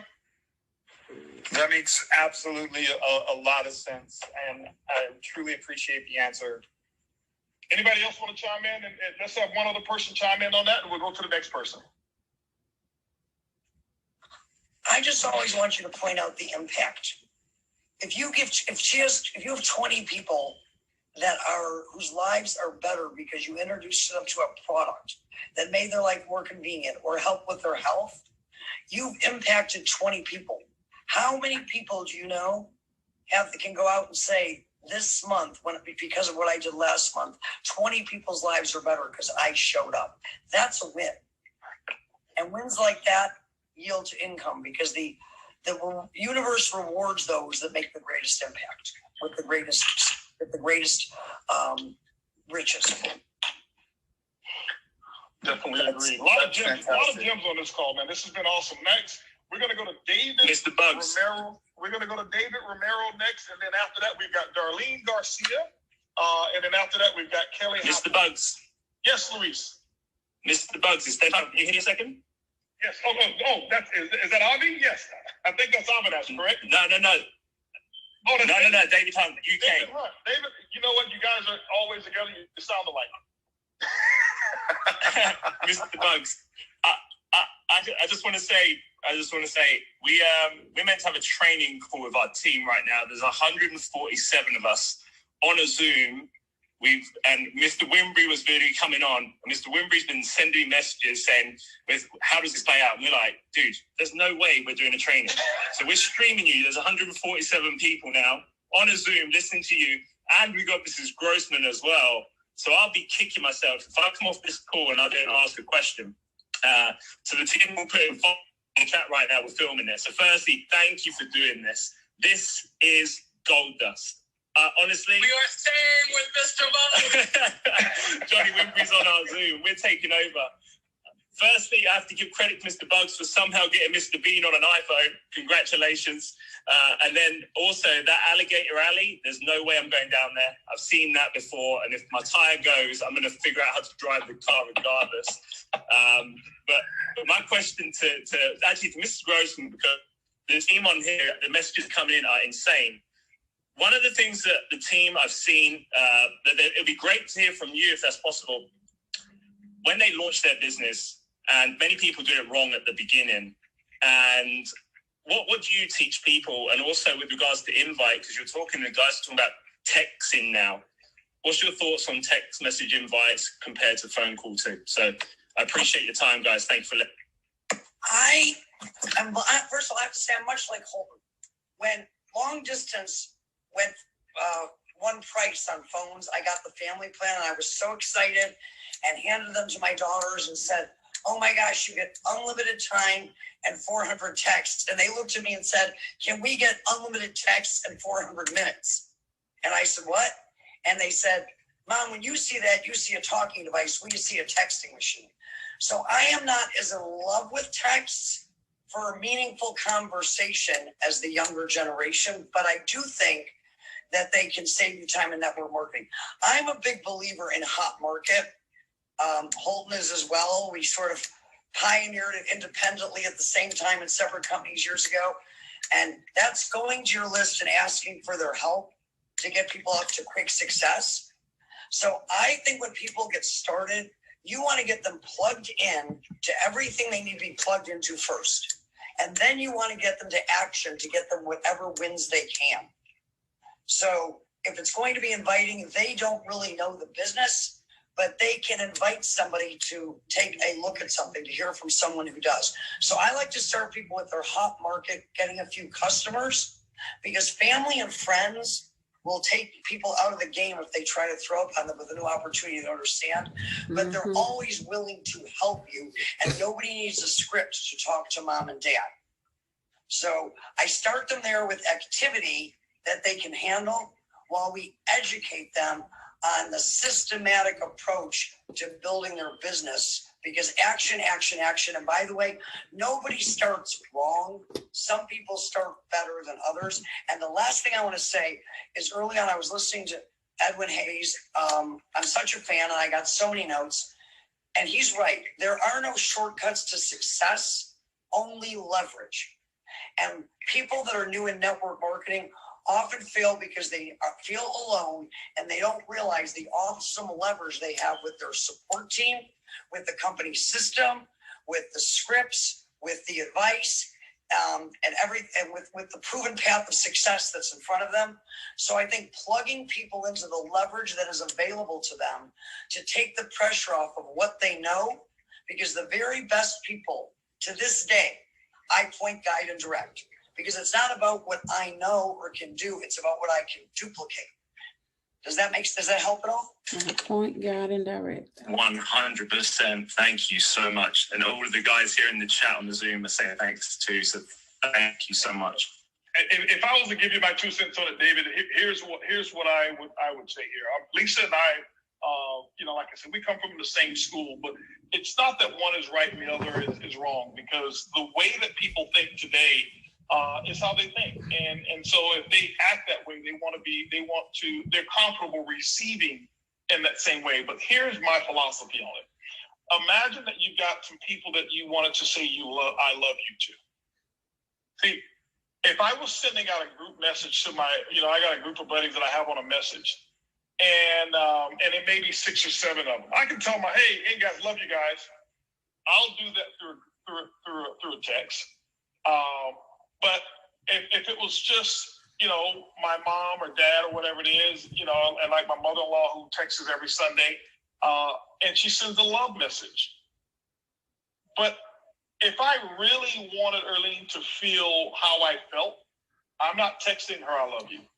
I'm picking up the phone, and those simple 3 words and how I say it is going to make a world of a difference of how she feels by the same statement. I can tell you, if I said that to my buddies, I love you, and it's 5 of them on the call, love you too, bro, and they've forgotten about it. One person I can send it to, and if it's sent not in the group and it's just to that one person, it means something. 5 minutes later, it's not much. A phone call saying the exact same 3 words, picked up, saying it with the right purpose, the right cadence, and the right sincerity, they're going to remember it not only today, they'll still probably feel it tomorrow, because that's the level of quality that I wanted to give to that person. And so as you build that list of people, know the ones that you want to say I love you to by phone, know the ones that you want to say I love you to by individual text, and under no circumstances at all, in my opinion, should anyone prospect through a group text message or some posting. I agree with that 100%. Nobody cares what you know until they know who you are and how much you care about them. And I don't feel like someone cares about me when I get a text that makes, or an email that indicates to me that they don't even know who I am. Meaning, know who I am, Lisa. Like, who is she? People just care about people. There's nothing anybody can do wrong if they truly care about the person they're talking to. So here's my last piece of advice. If you can't become great at anything else right away, here's something you can become great at tomorrow. Become great at making other people feel great. They're much more inclined to listen to you, help you, do whatever they can for you. Golden nuggets. David Romero, you've got the hot. Thank you. We've got people in the chat. They're in the chat saying, I love you. Thank you, guys. Appreciate you, David. Yes, sir. Mr. Buggs, can you hear me? Loud and clear, David. All right. To all the other folks on the call, I'm definitely appreciate Mr. Buggs putting this platform on. My name is David Romero in Denver, Colorado. My question I'll kind of preface it with a situation, and a lot of folks that I heard at the beginning of the call were asking, how do we stay motivated? What I found at the beginning, and I've been in networking a little while with different companies, but it wasn't until I found the right leadership. I'm a retired military officer and also in the corporate environment. So one of the things that appealed to me about this industry that was really a serendipity is I didn't realize how much the leadership and professional development part of the business would actually engage me and keep me in, even in the beginning when I was going through what I hear a lot of folks say, losing motivation. How do I stay focused? For me, it was, launch fast. And then all of a sudden, lo and behold, you get a lot of no's. And so what it caused me to do, and probably a lot of new folks, you slow down. Now you're so tell me specifically what your question would be. Okay. So my question is, for the folks that are leaders in your organization, do you find that the leaders, the organizations that are growing the fastest in your group counsel with you more frequently than those who don't? Because when I got the no's, all I wanted to know was, were they saying no because I wasn't presenting properly, or were they saying no just because they just weren't the right prospect? I counseled with my mentor, Rod Smith, and once I found out they were saying no because they were going to say no, it allowed me to speed back up again. My answer to that question, and I'll pass it over to Ed, is not that they're growing because they're counseling with me, but the answer is yes. I find that the groups that grow the fastest have a culture of being tied in to some leader who has a solution to the challenges that may be occurring within that organization. Amen. Now, what happens is, as a result, that leader that they're counseling with a lot is counseling with their leader. And then that leader may be counseling with their upline leader, who's ultimately in counsel with me. And so it's the information flow is going down pure and not being circumvented, if you will. And so the plugged in groups are typically the ones that are growing the fastest. So the answer to that question is yes. I'll pass it to Ed. Absolutely. You kind of really summed up what I was going to say. And no matter how big, I guess I can say I have been able to experience some bit of success here in this industry. I've never gotten too big to get the counsel from HB. And it's just the right thing to do. When you have someone who's willing to pour into you and help you grow to accomplish the goal that you're looking to, it's a mutual thing that happens there. I always value that. And in terms of my own experience in working with different leaders and people coming up, I do find that it's that accountability, if you will, that the ones who do counsel with me the most are stay on track. They're less likely to have the point that so many people have been asking about of what happens when you feel alone, or when you when you feel like things are not happening or whatever. Then because of the experience, see, I tell people this as well. Life did not come with a manual. If there was a manual in life and how you would become successful and all that stuff, that would be an excellent thing to happen. The best manual you can have in life is to find a coach or a mentor who's willing to pour into you. And that's some of the things that I would strongly urge a person, especially in this industry. Because a lot of times, many of us, we come from varied backgrounds, of course. We're thrown right into the fire. Go out and recruit, go out and get your customers, go out and do all this stuff, and maybe something that's different than what you're used to. But if you can get someone who's willing to work with you and you can follow that path, that is one of the things that we keep saying, I'm piggybacking on some of the other stuff that we said, that is one of the ways that you can shortcut, if you will, your way to the success that you desire. So counseling is critical. I experienced it And it's, again, one of the reasons that I'm here today. Awesome stuff. Awesome stuff. Darlene Garcia, you are up. Kelly, you are next. And come on to the call with your question and who you'd like to answer it. HB, can you hear me? Loud and clear. All right. Well, thank you again so much for this platform. Oh my gosh, we've taken so many notes since it started. So what I have here is a little bit of a challenge, I guess. Before iBoomerang, I was building another business, and I really was in a space of serving people and helping people, but from a place of healing. And I still do that today. I love it. But that's what everyone knows me for. And I love iBoomerang, and I want people to know me for what I'm building here. So, I mean, do you have a recommendation on how to mesh both of those worlds without me giving that up, you know, and serving people in a healing space, but still showing them how amazing iBoomerang is and how they could, you know, be a part of this opportunity with me? So I have a question for you, Darlene. So when you say in the healing space, be specific. Let me know what tools did you use to heal people? Was it mentoring? Was it herbs? Was it exercises? What was it that you actually? What were some of the tools that you would use? So I taught them a system, if you will. I gave them action tools on how to heal their hearts through. Because of grief, right? Grief in any form, didn't have to be like the death of a loved one, but grief in any aspect. I taught them specific tools on how to begin their journey in taking the actions to heal their heart.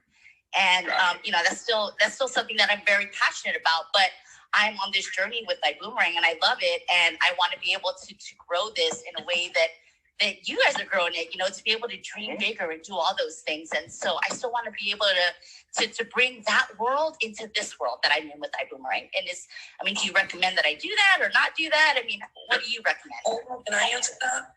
Absolutely, Lisa, go ahead. Darlene, you're already doing it. Such a great question. Is expanded. I knew our answers were going to be the exact same thing. You've just expanded your portfolio. Hey, everybody. I've spent a lifetime giving people the tools to help them heal their broken heart. But in today's world, I realized that there are people that are living that are broke financially, whose hearts are broken or are breaking because they're broke financially. So now I not only help people and provide them with the tools to heal their heart, I provide them with the tools to heal the financial cancer that is killing their families, to fill them, to create the hope for them that tomorrow can be different. I provide people with the tools to take control of their own destiny and no longer feel that they have no say in the life that they live. I help people to heal their families by allowing them to have the tools that are necessary to live an extraordinary life. All day long, that's exactly what I was going to say. And that's why I asked, tell me the tools that you use. And I was asking that because I don't want you to shy away from wanting to be known as the iBoomerang lady, because you are a healer. Now utilize the tools in iBoomerang and do the same thing you've been doing in your other business, but now you've got an additional set of tools to heal other issues. And Lisa said it best. Amen. So that's what I would do if I were you, darling. I love it. Thank you both so much. That helps me a great deal. That was Absolutely. awesome. Kelly, you are live on the hot seat. Come with your question. We've got Daniel, who's up. Martinez up next. Raul Castillo will be after that. And then Sharon Guilty. And I think we have about 4 more, and then we will be done. But right now, you are live. Can you hear me, Mr. Buggs? Loud and clear. Thank you so much for this opportunity. My question is for Lisa today.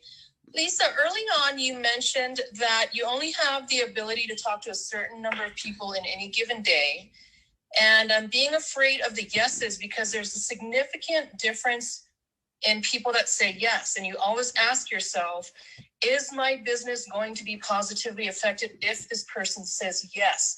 How do you know, if you're in the cold market, which people to choose to work with?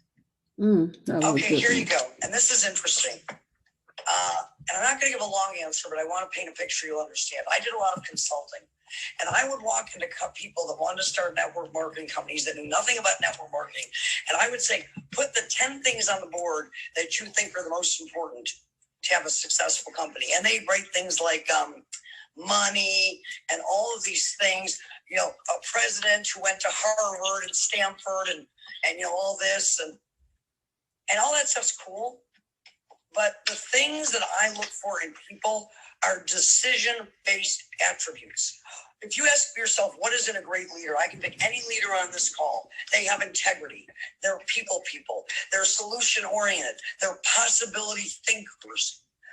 So I look for people like that because, and that's a lesson for everybody here, all the things that make great leaders great, you can decide tomorrow. Maybe you have a past that you're going to be trustworthy. You can decide today I'm not, but tomorrow I'm going to operate integrity. Tomorrow I'm going to be a consistent person. Tomorrow I'm going to put people first. I look for people. I want to impact impactors. So I don't care if somebody's, you know, working at the gas station or the president of the biggest company in the world. The question is, do they have a desire to build something greater than themselves and cause the greatest impact for the largest amount of people to the positive wherever they can? So you ask questions. And if you ask people enough questions, and by the way, people love nothing better than to talk about themselves. So it's real easy to sit and ask people questions and find out, does this person have an energy, a drive, a heart for people? Is this somebody that I want to work with? Because this is the only business in the entire world where it's a volunteer army. Everybody that's here is here because they want to be, and you get to choose who you work with. Choose wisely. Thank you. Thank you. Stuff. Awesome stuff. All right, next in we have Mike Wynn. Mike, and then Daniel Martinez and Raul Castillo is next. So Mike, you are in the hot seat. What's your question and who do you want to direct it to?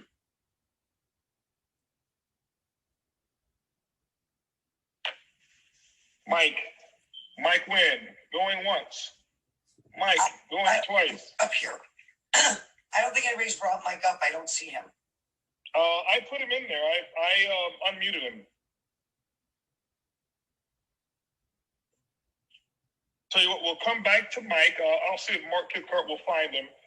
Let's go right now to Daniel. Let's go to Daniel Martinez. Daniel Martinez, you are now live. What's your question?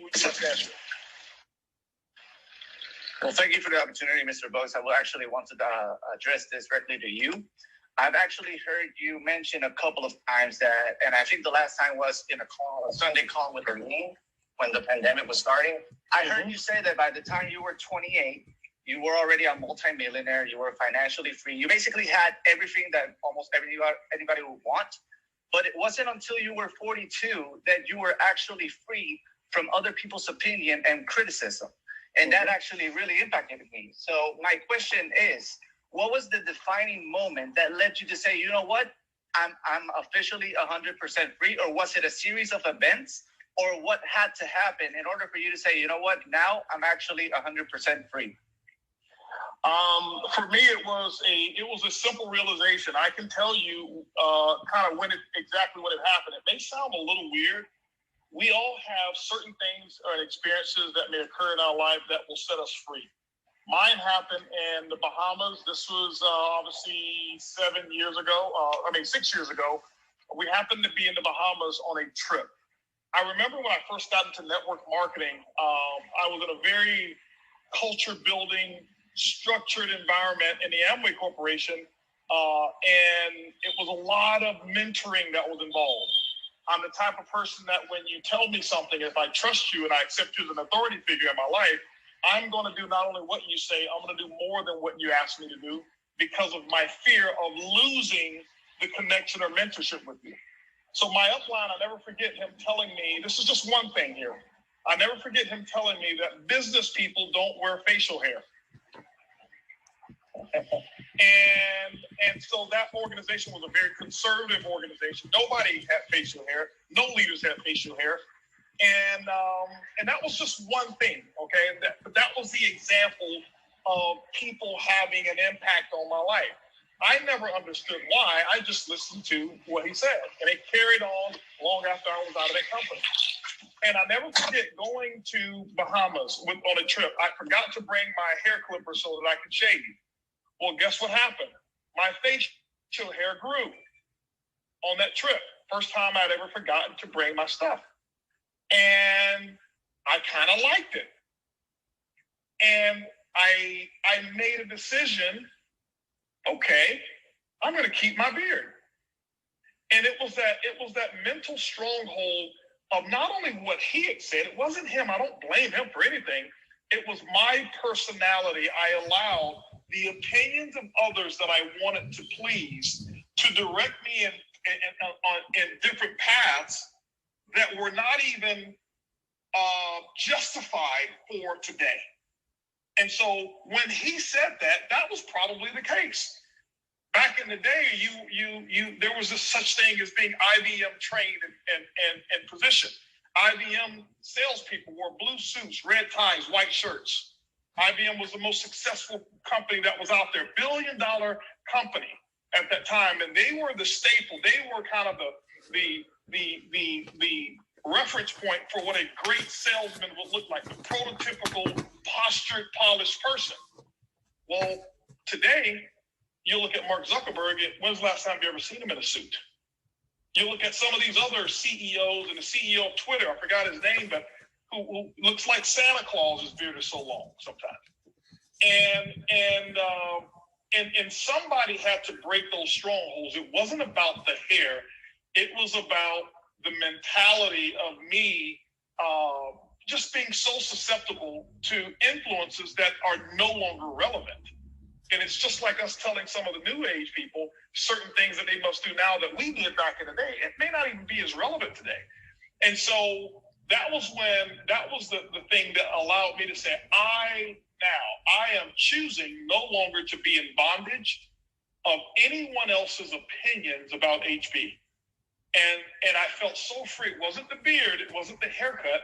That was just the event that allowed me to release myself, because I realized at that moment how I had been in bondage. I realized how many concerts of people that I missed. Why? Because I wanted to focus only on building the business. And I was this person that was always business, not doing any recreation. I wasn't having fun in ways that I really wanted to, because what I saw modeled were people just building the business, focus,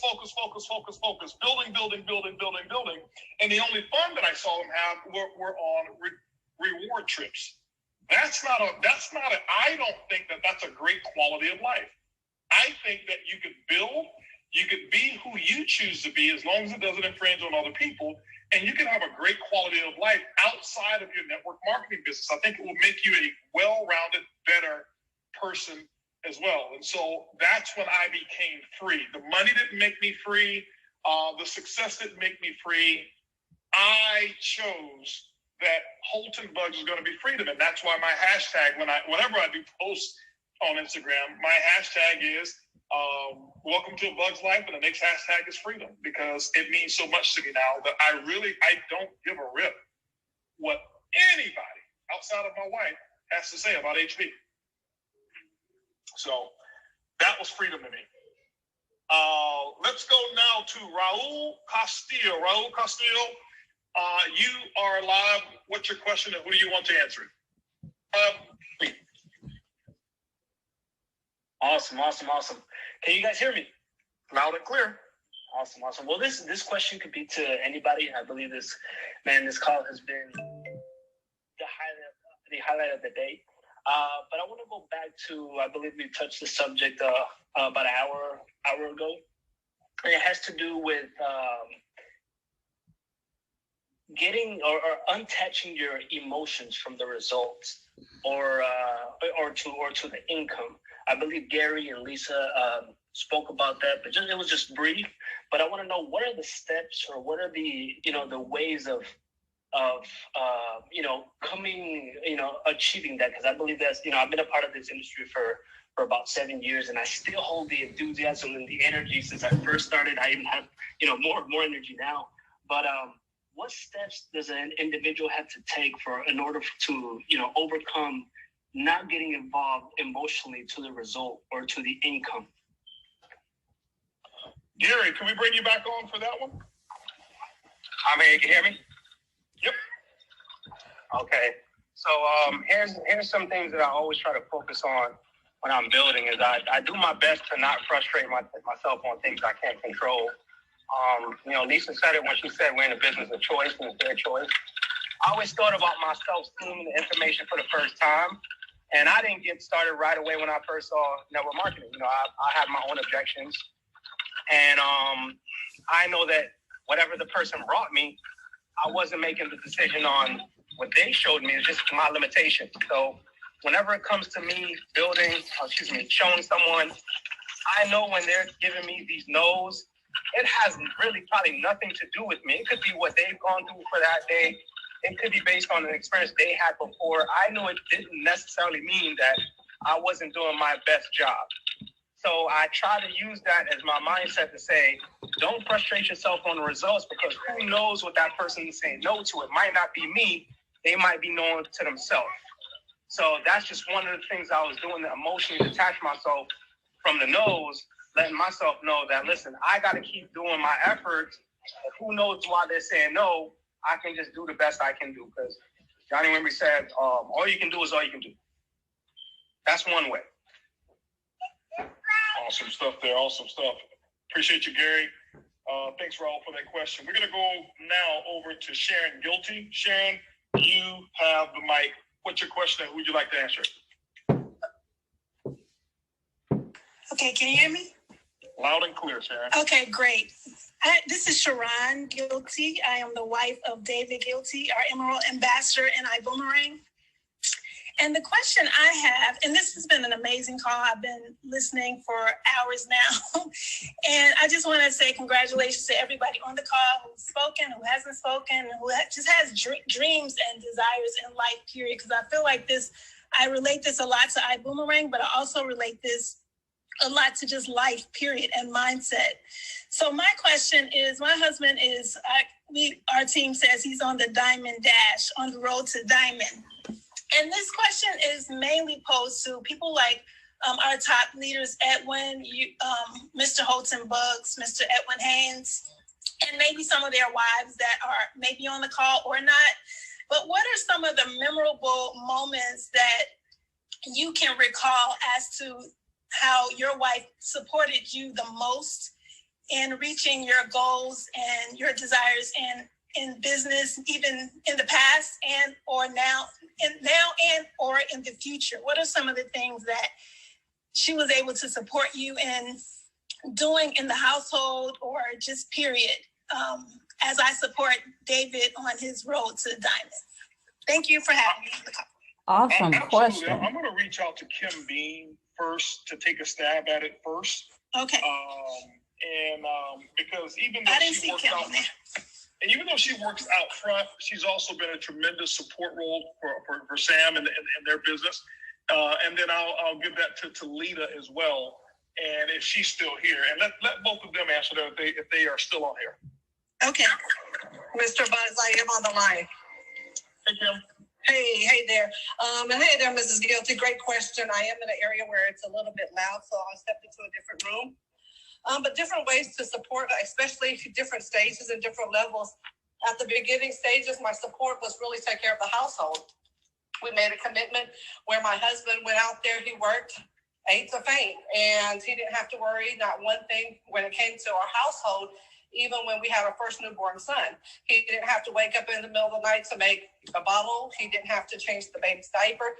I wanted him to focus on his strength. And that's one thing that spouses should really get to know, the areas of improvement and the strengths of their spouses. And one thing that I knew about my husband is once he loses focus on something that he has a laser mind, or later goals set, is he gets deterred and he gets completely thrown off. And so side jobs, side things, so such as domestic things, he gets distracted by. So me knowing that that's an area of improvement for him, I know that's my strength. So I stepped into the gap.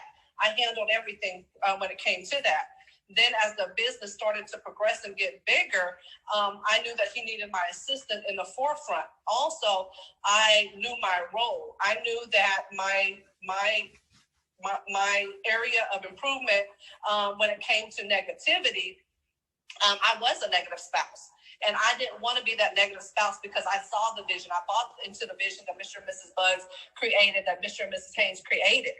And so in order for me not to be negative, I needed to be around the environment, just like what my husband shared earlier. I needed to be around the environment. And in order to do so, the environment is not in our home. The environment is at the event. Even though at that time, 15 years ago, we couldn't afford to be at the events together, I volunteered. I volunteered so I could be around the environment. And then I fell in love with what I was doing because I felt the impact, not only within myself, but I felt the impact from the entire company, because now I'm like, I now am a part of the vision. And so I made myself become a part of the process for myself and for my husband. So you really have to find your strength in what areas of purpose that you could serve in it. And I know that my husband and I, we sit down and we talk about it annually before the year even begins. What can I do to support you? What can I do to make our business grow? And the best person to really find that out from is the person that you're wanting to support. Back to you, Mr. Buggs. Awesome stuff. Talita, are you there? You want to anything you want to add as well? Yeah, that was phenomenal. I think that Miss BüüM had it right. Clear dialogue, communication, set the expectation, stay plugged in. I mean, I congratulate you for being so supportive, for being in the vision, for not taking yourself out of the game. I mean, you got it. I think all the answers that you're looking for will become very clear when you set the dialogue clear, the communication, the expectations, and you stay connected and consult whenever needed. Whenever you're feeling frustration, whenever you feel things are not right, don't keep that energy, because that energy can be an obstacle. Kind of set that energy out, connect with a person that you're working with, an upline, somebody that you can consult, and you got it. Awesome stuff. This is really, really good stuff. I appreciate it, and I know we're going to we're going to wrap up with everyone who had a question. No more questions coming in, but we will finish all of these. We have, I think, 1, 2, 3, 4, actually 6 more, and we will go rapid fire. So we're going to go now to Aria. I think it's Aria the Balls, and you are in the club. Hello? Hey, Aria. Hi. Oh my gosh. I'm so honored and grateful to be here with all of you.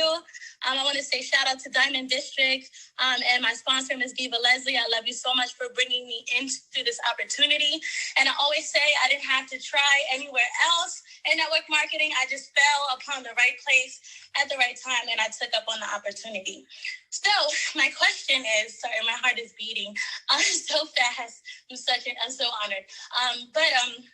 I really wanted to just let you know that right now I am in the shelter with my daughter, and, it has definitely kicked some fire underneath myself. And ever since Cancun, I have been just in activated goal mode, asking more questions and just, staying close to the fire. Once again, thanks to my sponsor, Ms. Diva Leslie. And I had a call with Jayla Pippins, and she basically mentioned that you said it's important for us to have a business inside a business. So this is a 2-part question. I transformed into my modeling business where, I have models who exclusively want to work with me on a one-on-one basis. They would sign up with ibuumerang. If not, then, I just have them in a group level, but they still, have to come in to join me. So I want to touch on, hearing from you, Mr. Buggs, how important it is to have a business inside the business and what key points you can give me.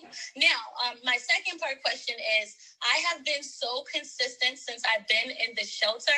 When I tell you, like, my hours of sleep, you know, your iPhone tracks that for you. I spend like less than 2 hours in bed, you know, like staying up all night, you know, really getting out of my own way. Like, I actually 100% believe in me, and I know that I can do this. Not even just iBoomerang, but I can achieve a lot more than I have been achieving. So how do you in staying consistent in those sleepless nights and putting in all the effort, you know, what things are you telling yourself to, you know, keep going? Because I'm on day 20 something, whatever day this is of the month, and I'm getting a little tired, but I'm still very focused and determined. So I just want to add some fuel to my tank, you know, not that I feel like burning out, but I just want to add some fuel in there from you. So what can I do? Tips for adding the business to the business and staying, you know, in with the fire. Okay, so now when you say the business within the business, that could mean a lot of things. I want you to just, if you could take a few words, 20 seconds, and explain to me what your question is about the business in the business, because business in the business is very broad. Okay, gotcha. So I want to know what steps I can take to efficiently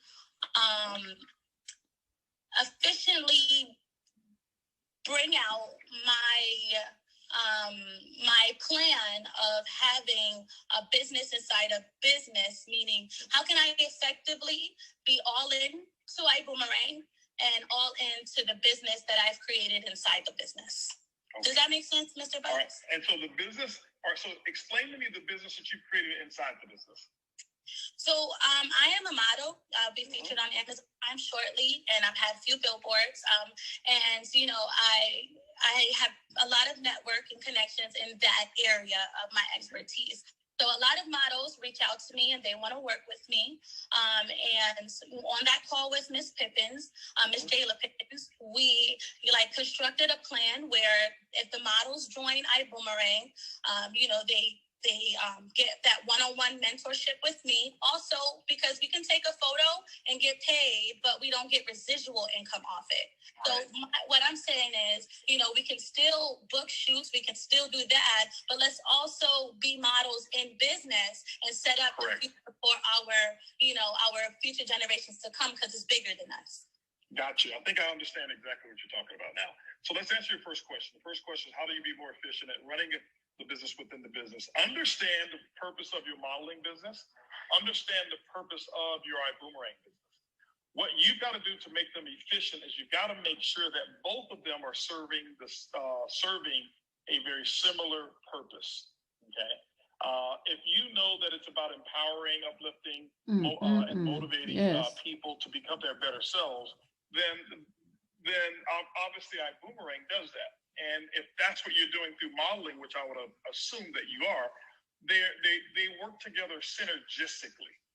And so that's as long as you've identified what the similar purposes of each business is, and you align them together, then that's what's going to make it work efficiently. The thing I will tell you is this: as you're building a network marketing business, what you don't want to do is you don't want to focus all of your attention on only building with models. And the reason why is I want you to imagine you've got an organization of 5,000 models. And let's just say that there was a huge modeling convention that was taking place. And at the same time, we have a huge iBoomerang event taking place. Now, 100% of your group is going to be distracted, having to decide which one of these do I actually pay attention to. And so you're going to end up either having nobody at your modeling event or nobody at your iBoomerang business. And so sometimes it can be self-destructive.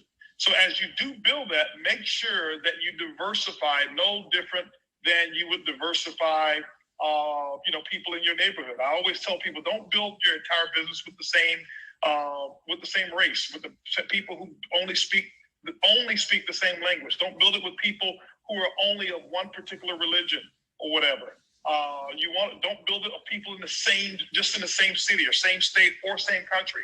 You never know what takes place in network marketing. The purpose of network marketing is diversification. And diversification, guys, doesn't mean you go out and try to do 15 different businesses.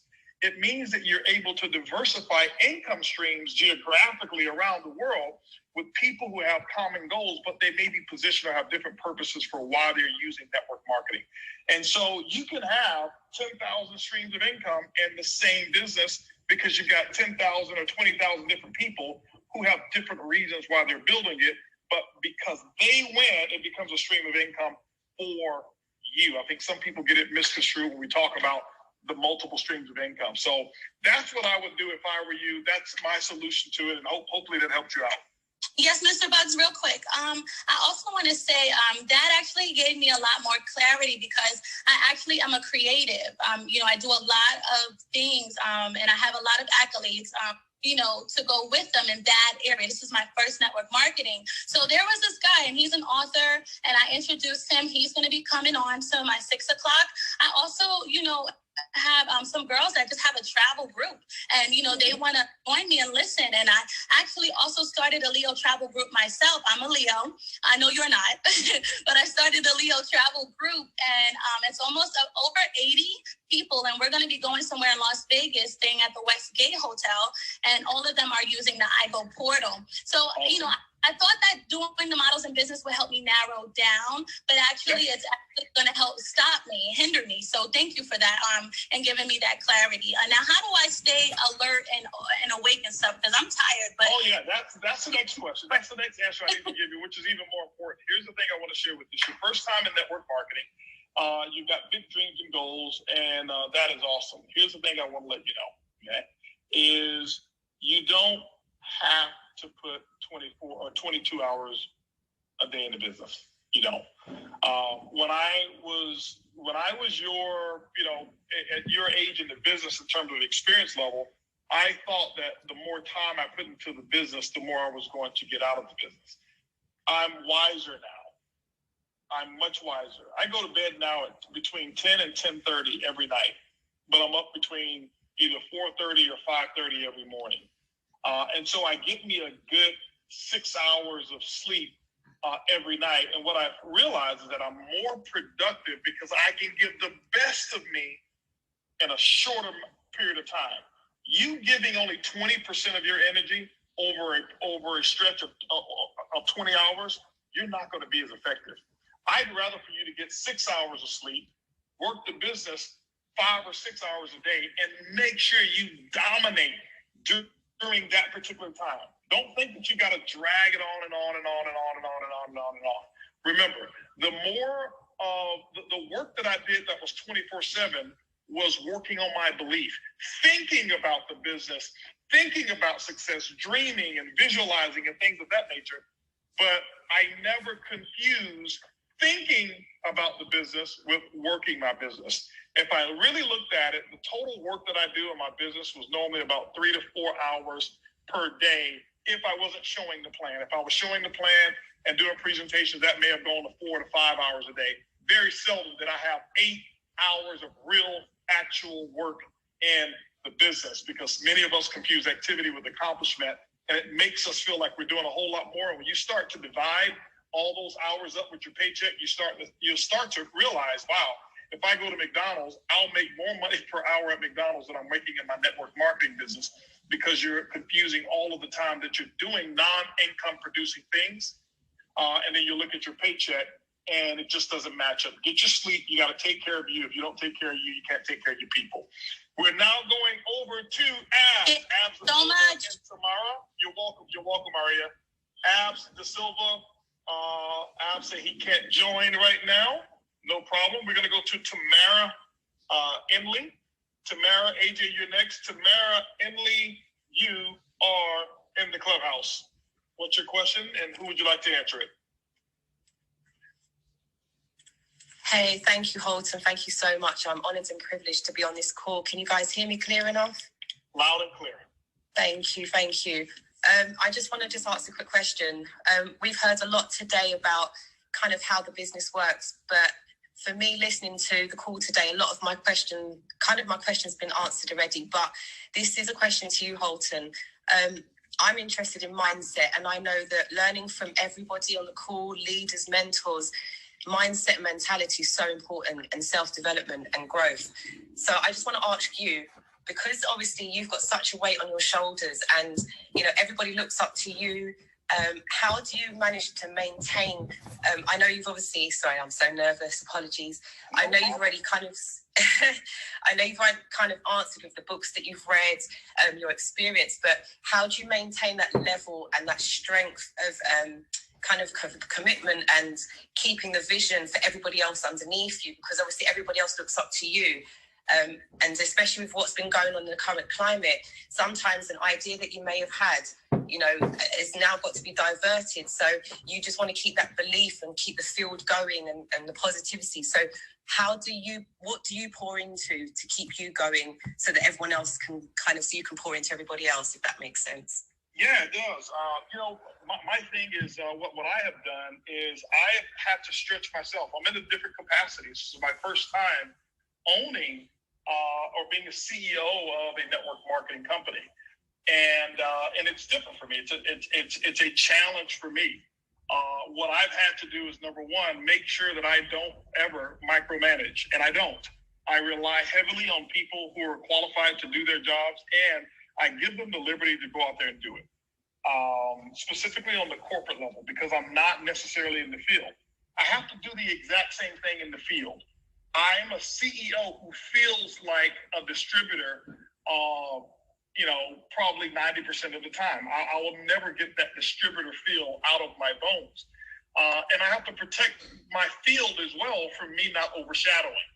This is why I don't jump on and get on flight school every week. This is why I'm not on conference calls all the time, because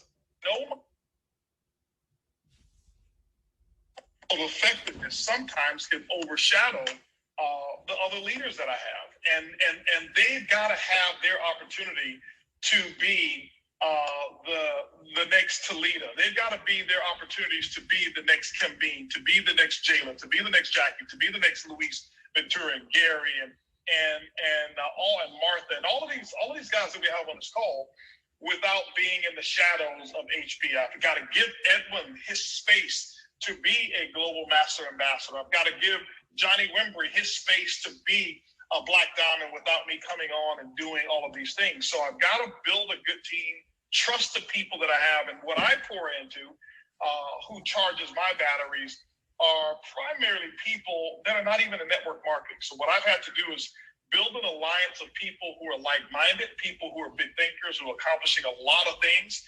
I paid a lot of money to be a part of an organization. I paid $25,000 a year to be a part of an organization of CEOs and very high net worth people who are making a major impact. And what it allows me to do is to realize, it allows me to know that I'm right on track with certain things, but it also allows me to know that I'm not the smartest guy in the room. And sometimes in network marketing, the people, like you said, they look up to me thinking I'm the smartest guy in the industry sometimes. A few, maybe 3 or 4 of you think that. But I've got to realize, get out of that, and I can't read my press clippings based off of what my group says. I've got to get around other people who challenge my... I hear that. Who challenge different things about me, and that's what allowed me to grow. And that's what allowed me to get replenished when I listen to other people. And to be honest with you, listening even on this call to some of your questions, listening to some of the moderators, just because you earn more than a person doesn't mean you can't learn from them. And so I learn from anybody I can, and being in this environment is what fills me up. So thanks a lot. Appreciate it. Thank you, Holton. And just one more question, quickly. Going forward for what you've just said, how difficult it is, because a lot of people that you talk to, and you're a typical example. So if you've got someone that's got like a job mentality or have had experience in a certain area, and then you try to sway them into becoming, a network marketer where they're a business of their own, you've kind of done that because, like you said, you've been in the field for many years. So you've now had to pivot to be able to now not micromanage, but step aside, even though you're probably itching to get into the field.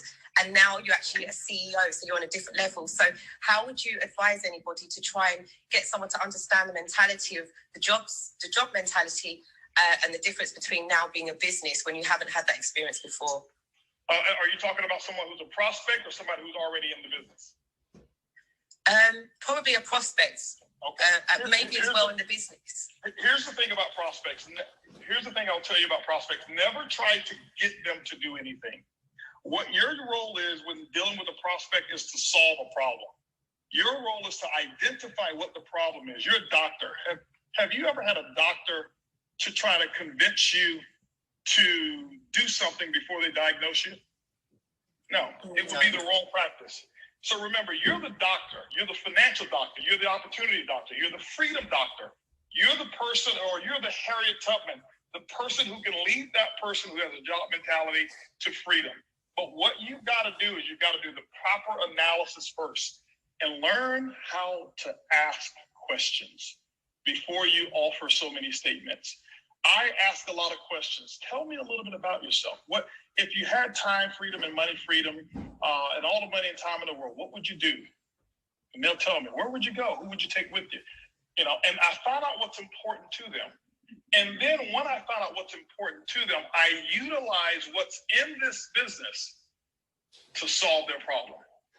And so that's how I make the connection. But every time I try to convince them they should think like an entrepreneur, because they already think like an employee, they are going to take some kind of offense, even if I don't say it directly. And so I always come with the solution. I'm just the solutions guy. I am not the guy who's going to go and tell you what you need to be doing. Does that make sense? 100%. Thank you so much, Holton. Thank you to everybody on the call for taking time to set this up. Thank you so much. I'm honored. You're welcome. You're welcome, Tamara. I am going to go now to Mr. Jeremy Green. Jeremy, what's up, bro? How are you? You are in the clubhouse. Mr. Buggs, how are you, buddy? Fantastic, man. It's been a minute. It has. I'm very proud of you. Love what you're doing. So I actually have an interesting question for you. Being someone that knows you. By the way, guys, some of you probably remember when I forwarded to my group. This is probably about 2 years ago. This little app, it was called Emoji. When you create those nice emojis that would dance, this guy right here is the creator of not only that, he's created a whole bunch of stuff in the social media world, and been working with a guy who's on television right now, Rob Gronkowski, on some other projects and stuff like that. He's done some amazing stuff in the music industry and the digital marketing media. So Jeremy, come on here. What's your question, man? And So one of two things. One is it's Moji Chat, and we're actually the #1 monetization platform in the world for gamers. I'm currently now over here at Facebook as the head of North America for Facebook. But knowing you and knowing your story and having really interesting conversations with you, I actually never asked you this because I don't know why I didn't. But I always ask people who are really successful that I know this question. And what would you say your most impressive failure was? Great question. My most impressive failure, and I'll explain why I say it's the most impressive. My biggest failure was about 2.5 years ago, and I think you were even aware when I was even starting it. I was going out into the digital space, being a consultant for a cryptocurrency company. I had built network marketing. I was bored out of my eyebrows with where I was. I was working with a CEO that just didn't have a vision that matched what my capacity was, and so I could do what I was doing in my sleep. And so I didn't need to grow anymore to build, because everything that I built was going to be stifled. And so I said, I'm going to do something different. I'm going to go out and do a challenge. And I started a consulting company. The consulting company still exists today. And I got into the space of cryptocurrency solutions, and trying to take a company where people, this kind of goes back to Tamara's question. I had some people who wanted to be in the cryptocurrency and do it in a way that wasn't compliant. And here I come to be the person to say, I'm going to show you how to do it compliant.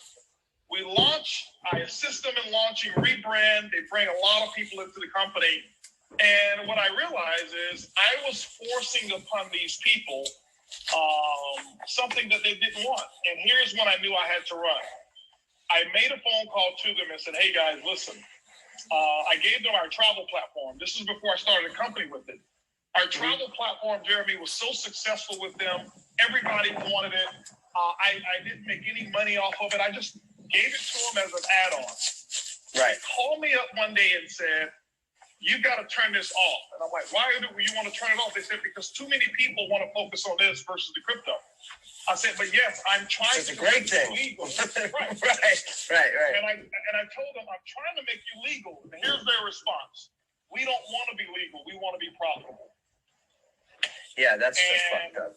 And so that was one of my biggest failures of a project, which led me to own and start ibuumerang. So I've turned one of my biggest failures into one of the biggest successes. I love that. What do you think? What was the hardest lesson in that whole thing, you think, Bud? I think the biggest lesson for me is go pursue your dream and go pursue your passion.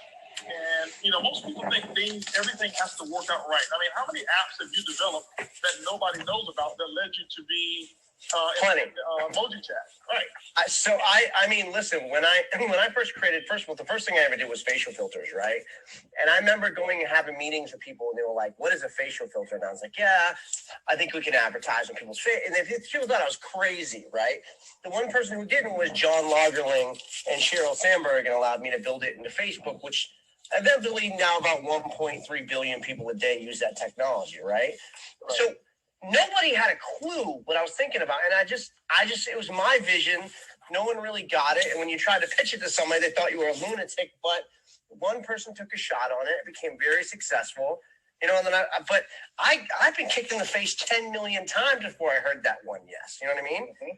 And I remember the specific story you told me that you do around the holidays, or sometimes you'll go in and you'll pay, and what's that story? You would go in there, you order a small cup of coffee. Yeah, I actually do that. I do that every single year now. Could you share that with the audience, what you do? I do it every year now, ever since you told me that. Yeah, what I did was, I tell people that 2014, 2015 were 2 years that were like incredibly profitable. My biggest 2 years ever. I mean, it was insane for me at that time. And but I was unhappy. I didn't have the fulfillment that I wanted in my life, in business, family-wise, health-wise.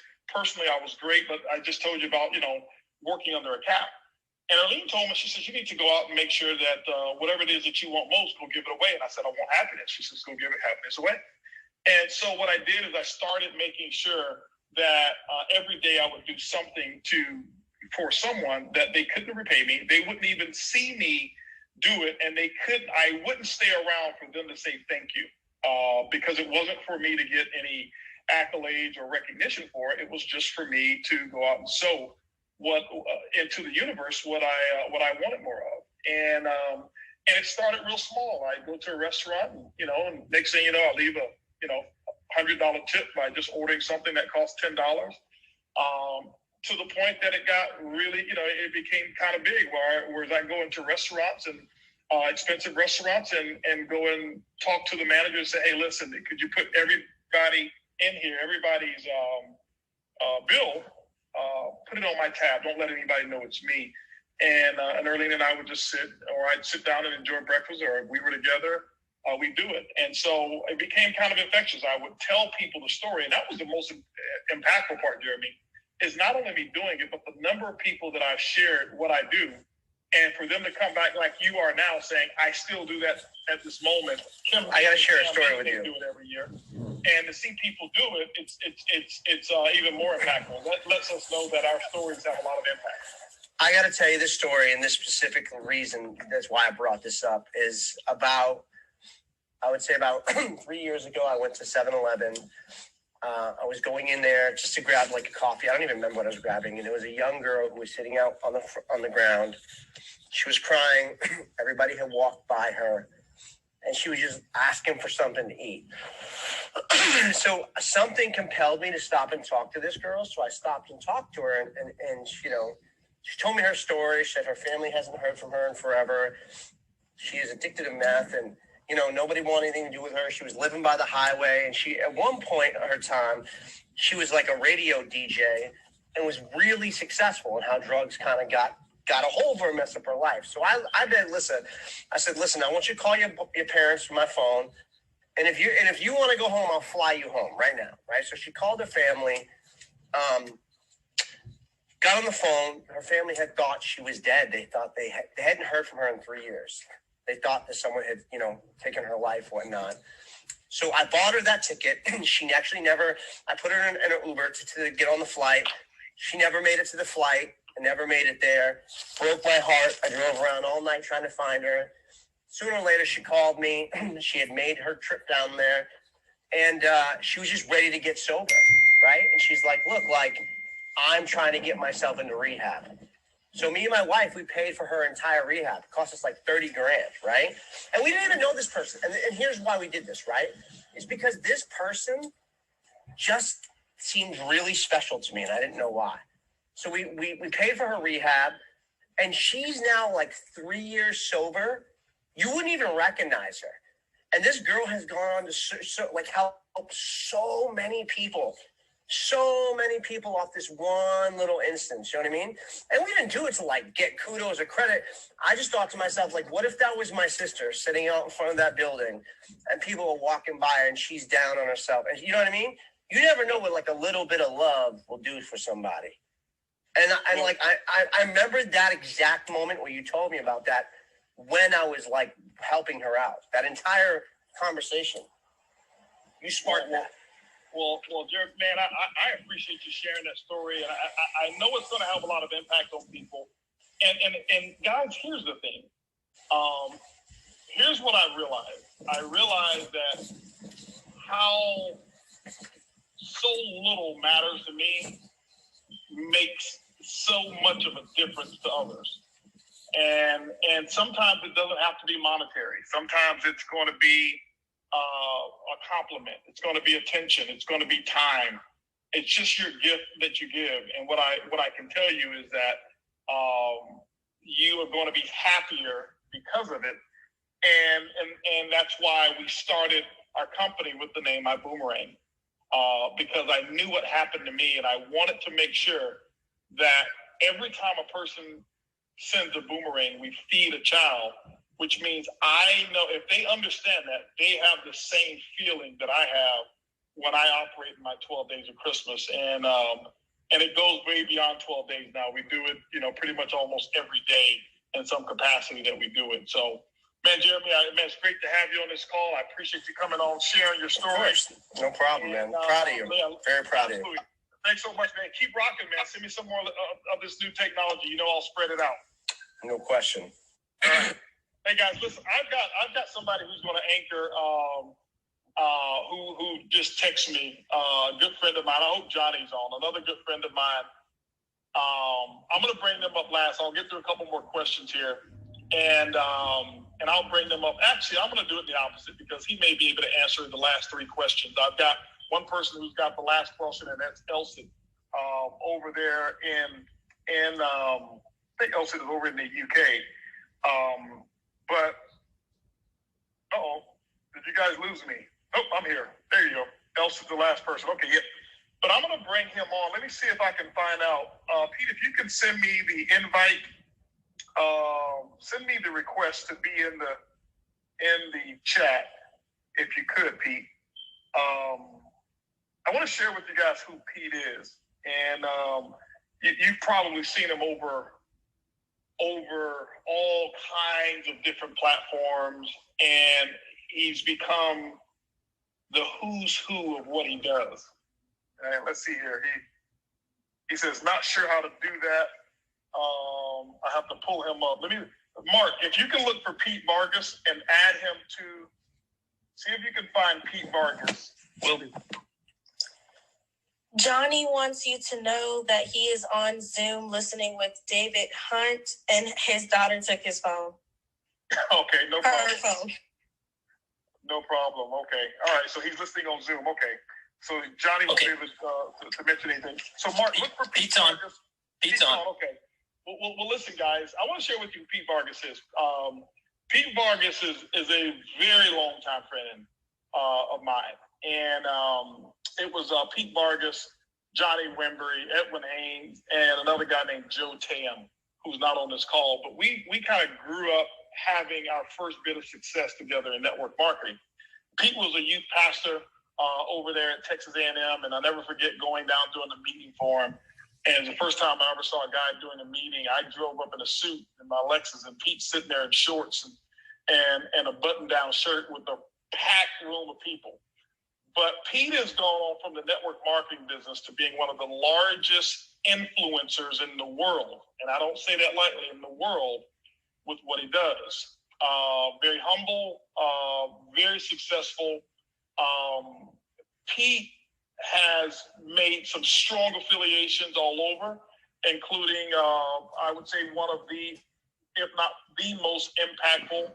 I know the real deal. Some of you saw me do a social media with him before, but he is probably one of the most impressionable people that's ever graced the stage of Grant Cardone at Grant's 10X conferences, and his impact of his message, and the people that have come through who call Pete, say, Pete, I need you. And I'll give you a list of them. Tony Robbins. Pete, can you please come and teach me what you know? Damon John, who shared the same stage with Pete. And when Pete got off the stage, he's knocking down Pete's, door. Hey, Pete, I got to know what you know, because Pete came on so unassuming. He was the very last person to get an invitation to speak with Grant Cardone, and every speaker who was on that platform wanted Pete to teach them what Pete was doing. And I can go on and on and on with the number of people that Pete has been able to impact. But more than that, he's been a great friend. He, Johnny, and myself, we grew up together, and Edwin, we grew up together in network marketing, and Pete has taken the world by storm of teaching people how to make the right connections to get on stage. And he's just done some amazing things. So Pete, welcome, man. Welcome to my first Clubhouse. I'm going to let you be the last person in here, and then the last questions I'll let them ask so that maybe you can answer a couple of those questions. Pete Vargas, you're in the Clubhouse. What's happening, Pete? Bro, look at you, man. Your first Clubhouse, hundreds and hundreds, probably thousands have come through here. Man, I'm honored to be here, man. You are a dear friend of mine. It's so good to see Edwin right by me. I hear my boy Johnny's on Zoom, and I got to tell you, Holton Buggs is one of the greatest leaders that I've ever met, and made that same impression on my 12-year-old son. So I know you guys have been gaining a lot of wisdom from him today. And so, Holton, thanks for having me in your room, man. Absolutely, Pete. Yes, indeed, man. It's been great, Pete. Man, you know what? I'd love for you to just come in and share, what I've seen you do specifically in business, also in the world of how you've gone into churches and pastors and shown them how to create their message to have more of an impact, to get more results. I don't even want to steer or direct you. I'd love for you to just come in and share a couple of tidbits from your heart. You know this industry of networking. You know what everybody on this call, without even hearing them, you know what's going on in their hearts, what goes on in their mind, the same as everybody else around the world. And so if there's anything that you'd like to share, man, go ahead. You've got the floor. And ladies and gentlemen, guys, you know me. I don't bring people on lightly. I just don't. I'm very, very protective of what we're building in our culture. But Lisa Grossman's she's got a key to the city. Pete, I feel the same way. And so, Pete, I just trust you to go up there and just share some stuff, man. They got their notebooks up and ready. We said from the beginning we didn't know where this call was going to go. I expected this call to be an hour and a half long. It's been over 3 hours, but we will shut it down after the next couple of questions here because I've got guests showing up at my house here. But Pete, go ahead and do your thing, man. Yeah, man. No, I appreciate you having me, Holton. Now, man, I'm so glad to be here, and for all of you listening out there, whether you're in a network marketing company, an entrepreneur, a business owner, one of the things that I have come to really understand in an extremely powerful way is how you connect with human beings, how you connect with them in a way to want to engage and go deeper with you. Whether deeper with you means being a part of your company, buying your product or service, getting the vote, or getting the donation. And how I really learned that. Like, I learned that from listening. Like, here's what Holton and Johnny and Edwin, and many other people who I've interacted with, is I would watch and I would pay attention out in the audience. I was always the guy out in the audience. I was never the guy on the stage. And I would pay attention to when the crowd leaned in, or when the customer leaned in, and when they leaned back. And I wanted to know what was happening when people leaned in.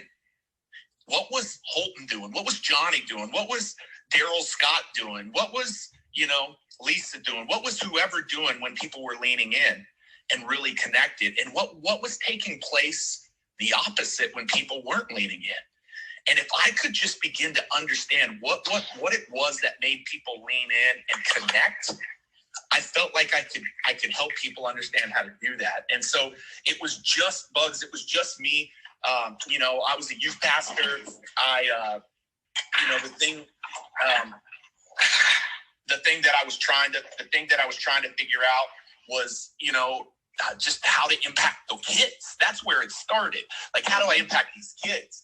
And all of a sudden, there was a man that came in and not only impacted my kids, Johnny actually came to town as well. Johnny came and spoke in my youth group, and he brought out folks out there. But one of the men that came out, his daughter was the first girl killed at Columbine back in 1999. And he didn't just have an impact on my kids. He changed my relationship with my dad and I forever. It was literally the thing that had my dad ask for forgiveness for the abusive dad that he was growing up. And literally after 20 years of not saying anything to me, my dad all of a sudden asked for forgiveness, and literally was the thing that caused my dad and I to make amends and have an incredible relationship today, and be the greatest dad and the greatest granddad today. So what was it about that man on that stage that had him connect with me?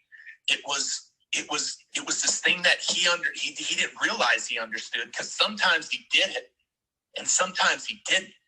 And Holton, I believe communication is the absolute greatest way for us to connect with human beings. But if we can understand the psyche of the human being, and if we can understand what we've got to do to make that happen. And so I want to share with people how it is that what I've learned now with 20 years of working with some of the most powerful men and the most powerful women in the world as clients of ours, people like Dean and Tony and Grant and Lisa Nichols, and I could go on and on and on, like just incredible people across the world. What is it that I've learned that makes people lean into their seats?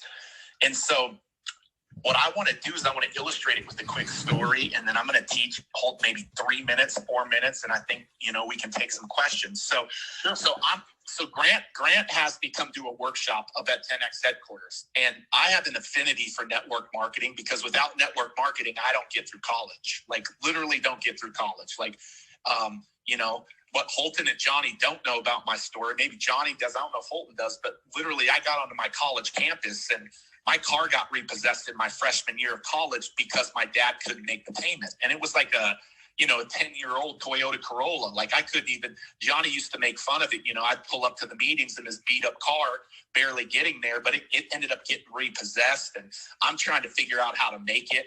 And network marketing is literally the thing that allowed me to make it through college. And it wasn't the company, it was the leadership within the company. People like Holton Buggs, Johnny Wimbury, Edwin, these men leading me in a powerful way. But here's one thing, and this is not a knock on the industry, it's a knock on how people communicate. Fast forward 20 years, and now Grant Cardone's partnering with me, and we're hosting a workshop together. And I want to hear people's stories. So I go around and I say, give me 2 minutes and tell me about what you do, who you are, and what you do. First person goes, and my breath is taken away. I'm like, man, that person's powerful. Second person goes, and here's the words out of her mouth. And I want you to hear this. She said, what if I could give you an opportunity to make money and lose weight? Would you be interested? And immediately, I could feel the energy sucked out of the room. 35 people who had paid, I don't know, $10,000, $15,000 to be in the room with us. Maybe, no, it was actually 50 people who had paid $10,000 to be in the room with us for 2 days. And I could feel it. And I asked her this question. I said, are you in the network marketing company? And she said, yeah, how did you know? And I said, how did I know? I'm thinking this, how did I not know? Like, it was very easy. And I said, listen, right away, when you made that opening statement out of your mouth, my wall and my guard went up. And it was already kind of up because it's just human nature for us to be on guard, but it went up. And literally, Holton, every single person, and this was not my intention, every person in the room kind of started raising their hands and saying, mine too. And I didn't tell her that from a standpoint of like, I want to hurt you, I want to break your heart. Like, that wasn't what I was trying to do. I said, you give me 3 hours today and I'll completely transform that where every single person in this room will lean in. I said, will you trust the process? She said, I'll trust the process for sure. For sure. So guys, I want to share with you what is that process in a few minutes. Grant Cardone said, Pete, if I'd have known you 30 years ago, I'd have made $100 million more. I know this room is, I love the title of this room, from 100 air to 100 million. Well, I'm just going to tell you what I share with Grant. I said, here's the reason why communication breaks down, and here's the solution to it. I said, you want to be a powerful communicator? I was the one watching all the greats like Holton and Johnny and Daryl and all of these people who impacted my life. I said, here's when I could see the audience lean in. You see, the mistake that most speakers make is they actually tape themselves. They watch themselves. They go back and watch the replay of themselves. The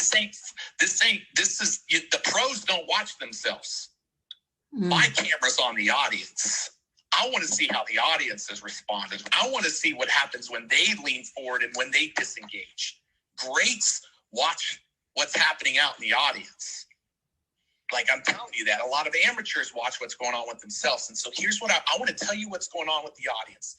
When you can connect with the audience, here's how it works. Simple 4-part framework I'm going to give you. It's called the Story Braid Framework. Remember these 4 parts: heart, head, hands, heart.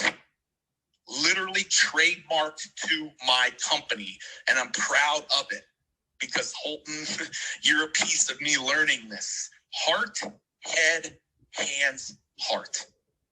We have literally built, for the biggest names in the world, their presentations using this 4-part framework. How does it go? The opening heart. The mistake people make is they don't connect with the person on the other end and walk in their shoes. The person that you are communicating to on the other end wants you to walk in their shoes, not your shoes. How do you walk in their shoes? Simple. You help them understand that you have been ordinary and been in their shoes before. But then you help them understand that you've been extraordinary and you've gone somewhere that they desire to go. The place where people miss it is they don't start with the ordinary. Too many times they start with the extraordinary. So start with the ordinary in that opening heart and then move to the extraordinary. Because what happens is the ordinary and the extraordinary, the gap, that's the gap. You've now created the gap that they want to learn from you. The second thing you want to let people know in your opening heart, and Holton Buggs does this as great as anybody in the world, is what is your why? What's your big, hairy, audacious goal? And here's the thing. Here's when you know you got a big, hairy, audacious goal, is when they can find themselves in it. It's not about you. It's about them. If you can grasp those couple of things in the opening heart, I'm telling you, people's walls will go down and connection will be made. Then you go to the mind. Once the heart is down, the guard is down. Listen, when people's hearts are opened up, their guard is down. When people's hearts are closed off, their guard is up. So we got to get the guard down before we can open the mind. So once their guard is down, now their mind is open for you to teach them your genius, or the path that's going to help them move from ordinary to extraordinary. That's all that is. When Holton Buggs came into Texas A&M and I had a freaking room full of people, Dante Hall, former Kansas City Chiefs NFL player, my boy Tyler Merrick, like the room was full. You know why Holton got him? Is because he didn't just connect with their heart. He showed them how to move from where they're at to where they want to go. He showed them that. That's what you do in the head part. The reason that you've got their minds opened up is because they want to move from ordinary to extraordinary. And now you go and teach it. That's all you go. You go and show them how to do that. That's the second part. And I know that's a quick step to that, but I want to be respectful of the time because this room's been jamming forever. The third part, the hands. The hands. The call to action. And what I'm telling you, when I'm being an effective parent and knocking it out of the park with my kids, this is what I'm doing. I mean, this framework can be done for my kids. It can be done for my business. When I'm communicating powerfully, this is what's happening. The third part is the call to action. Now they're a believer in what you had to say because you can hear one of my kids in the background, but you got their heart. They've heard you in their minds now because you captured their heart. Now it's time for the call to action. Is it whatever the call to action is for you? Is it the next step? Is it a sale? Is it a vote? Is it a donation? What is it? Like now the call to action becomes important. And here's where everybody in this world missed it. Like a lot of people in my industry and communications missed it. Is a lot of people say you close with the close call to action. And I say, no, you don't close with the call to action. You close with how you started. You close with the heart. You close with something, a story or something that reinforces everything that you've taught them. Everything that you've taught them. You close with the heart. And so, Holton, here's what I would say to people, whether they're using this in a one-on-one sales conversation, they're using it in a three-way conversation, they're using it on a Facebook Live, they're using it on Clubhouse, or they're using it on your stage. Like, that is the way that you communicate to bring people into your world. When I'm telling you, how did I go from the youth pastor or the guy just sitting in the audience watching everybody? Well, I wasn't just watching. I was paying attention to when they leaned in and were engaged and when they disengaged. I was paying attention for a decade, learning from the greats, being the guy behind the scenes so that when I got those people on the stage, I wanted to make sure that they were powerhouses in their communication. And so, Holton, I fast forward to the girl 3 hours later, and all of a sudden she's sharing her story for how 2 decades she had been struggling with her weight and how she had been bullied in school and how she could never figure out a solution to this weight problem. And then one day she stepped into this arena and one of her friends became the hero and introduced her to something that was a way for her to never be able to lose weight. And now all of a sudden, she takes us through that journey. She takes us through that weight loss journey. We're connected with her. Our hearts are opened up, and now our minds want to learn how she did it. And now she's got the opportunity to talk about her product. And now she's got the opportunity to talk about her opportunity. And now everybody in the room's listening. The first time she goes around, guards go up. The second time she goes around, not a dry eye in the audience, and people engaging with her in the hallway during the breaks. Holton, I believe that the marketing secret, the number one marketing, everybody talks about all these things you can do with marketing. I'm going to tell you the greatest marketing tool you have is being a powerful communicator who knows how to authentically connect with people. If that is a skill that you will master, like Holton, like Johnny, like Mrs. Buggs, who's up in here too, she can communicate too. She's powerful. Like if you will master that, watch what begins to happen. That's what begins to happen. And Holton, the last thing I would say is Grant Cardone called me.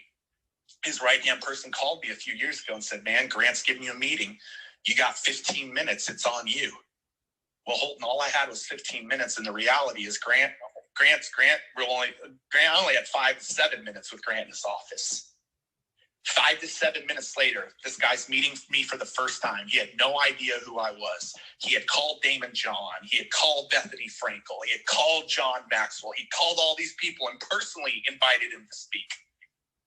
Well, you know how you move from being a best kept secret to no longer being that best kept secret? You know how to communicate. Because 5 minutes after communicating in his office with him, he looks over to his right-hand guy and says, why haven't we known this guy? I've left $100 million on the table for not knowing him. He needs to be speaking at our conference. And shortly after speaking at that conference, Holton, which I ended up getting 60 or 70 minutes because your house was one of the first places I walked in after that conference. 1,000 customers later and $2 million in revenues. That 5 minutes served me pretty powerfully but I had to make sure that when I got the shot, I was ready. And so, man, Holton, that's what I would share today, bro. I mean, I know folks have been in here, man, but I'm telling you, like, there's a reason why everybody who works with us, like everybody is converting higher in anything they do. Like I was on the phone last night with my boy, King Graziosi, like they're converting higher because of the fact that they're communicating more powerfully and connecting more powerfully. So, man, that's what I got, Bugs. Man, listen, I can tell you this, guys. I'm sure many of you who are on this call right now in this clubhouse feel like there's been multiple points in this call where you felt like the call was just starting and that you've hit another gear. And I can say, Pete, as much as we were looking forward, myself, not looking forward to closing it down, but I knew that I had some other obligations. You coming on and sharing what you just shared, it felt like I needed another 4 hours of this call.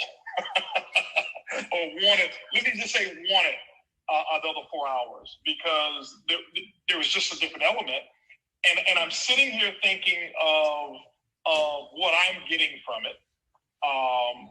And then I'm thinking of the number of people who are being blessed right now with this message. And I'm sitting here hoping that they understand what they just heard, that they understand that you don't get in this room and hear this message from these people. This is not a everyday thing. And, but it's been just immensely impactful. I really appreciate you for coming on and sharing and being a part of my first clubhouse. And man, any way that I can serve you, you already know it. You let me know. It's always going to be a done deal. It definitely is. I've probably got 2 or 3 people, Pete, that I've got left for questions. If you don't mind staying on, just in case. Yeah, man, for sure. For sure.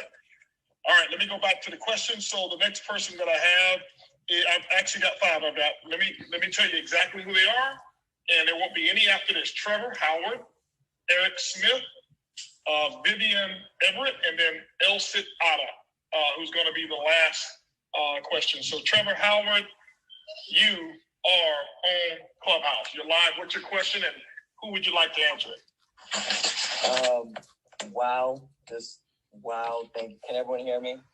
Loud and clear. Okay, great. This goes out to Pete. What you said has hit me greatly. So my first question is, when is your next event? What books have you released? And my second one that someone asked earlier is the books that you read. So what is a book that you would recommend to read? Yeah, man. I mean, listen, instead of anything with an event, just like one of the things we're doing for everybody on Clubhouse is just giving away free stuff. Just like Holton today. I haven't seen many people, by the way, that start on Clubhouse. Like, I know a lot of the speakers, they're clients of mine. And those are starting with 100 or 200, and then they're bringing in dozens and dozens of moderators, and they're getting 500, 700. Like, there's something about the fact today that this guy can get, 500. I saw 500-600 people here, and that's only what I saw. So, like, really pay attention to that. There's something about that, guys. And then if you just hit my profile up, man, we have an incredible resource that we used to charge for. It's called Communicate to Convert. Just grab it. It's free. I think it's the code is like Clubhouse. It's in my profile, man. So either hit me up on IG or take advantage of that. The book I'm reading right now, I'm looking at it right here. It's right by my nightstand. It's called The Magic of Thinking Big. I know a lot of people have read it, but I haven't. And Andy Frisella, who is a powerhouse 9-figure business owner, recommended me to read it, by David Schwartz. So that's what I'm reading right now, The Magic of Thinking Big. I know one of the first books I read was Think and Grow Rich.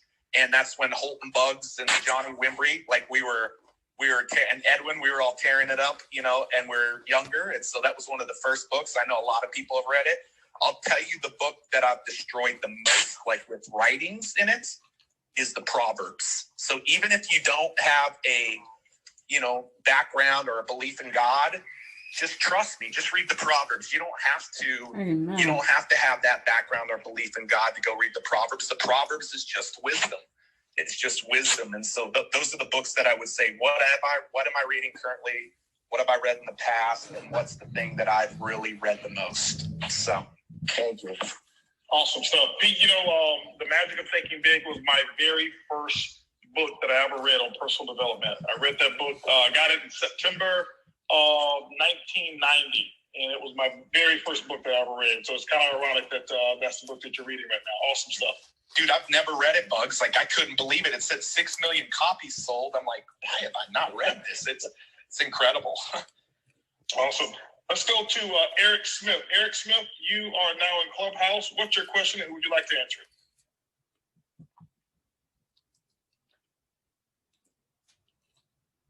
Eric, hopefully we have you. Are you on mute on your own phone? You should be in the Clubhouse, unmuted. Eric, going once. Eric, going twice. Eric, we now have to move on. Vivian Everett. Vivian Everett, you are now officially in the Clubhouse. Vivian, what's your question, and who would you like to answer it? Hi, Mr. Buggs. So I just hearing Pete talk just now is really kind of almost answered the question that I was going to ask, but I wanted to direct this question to both you and Pete because, I've literally talked to hundreds of people, and I seem to have this mother hen kind of thing where when people say, I really want to do this, but I can't afford it or I just don't have time or something like that. Can you come back to me later?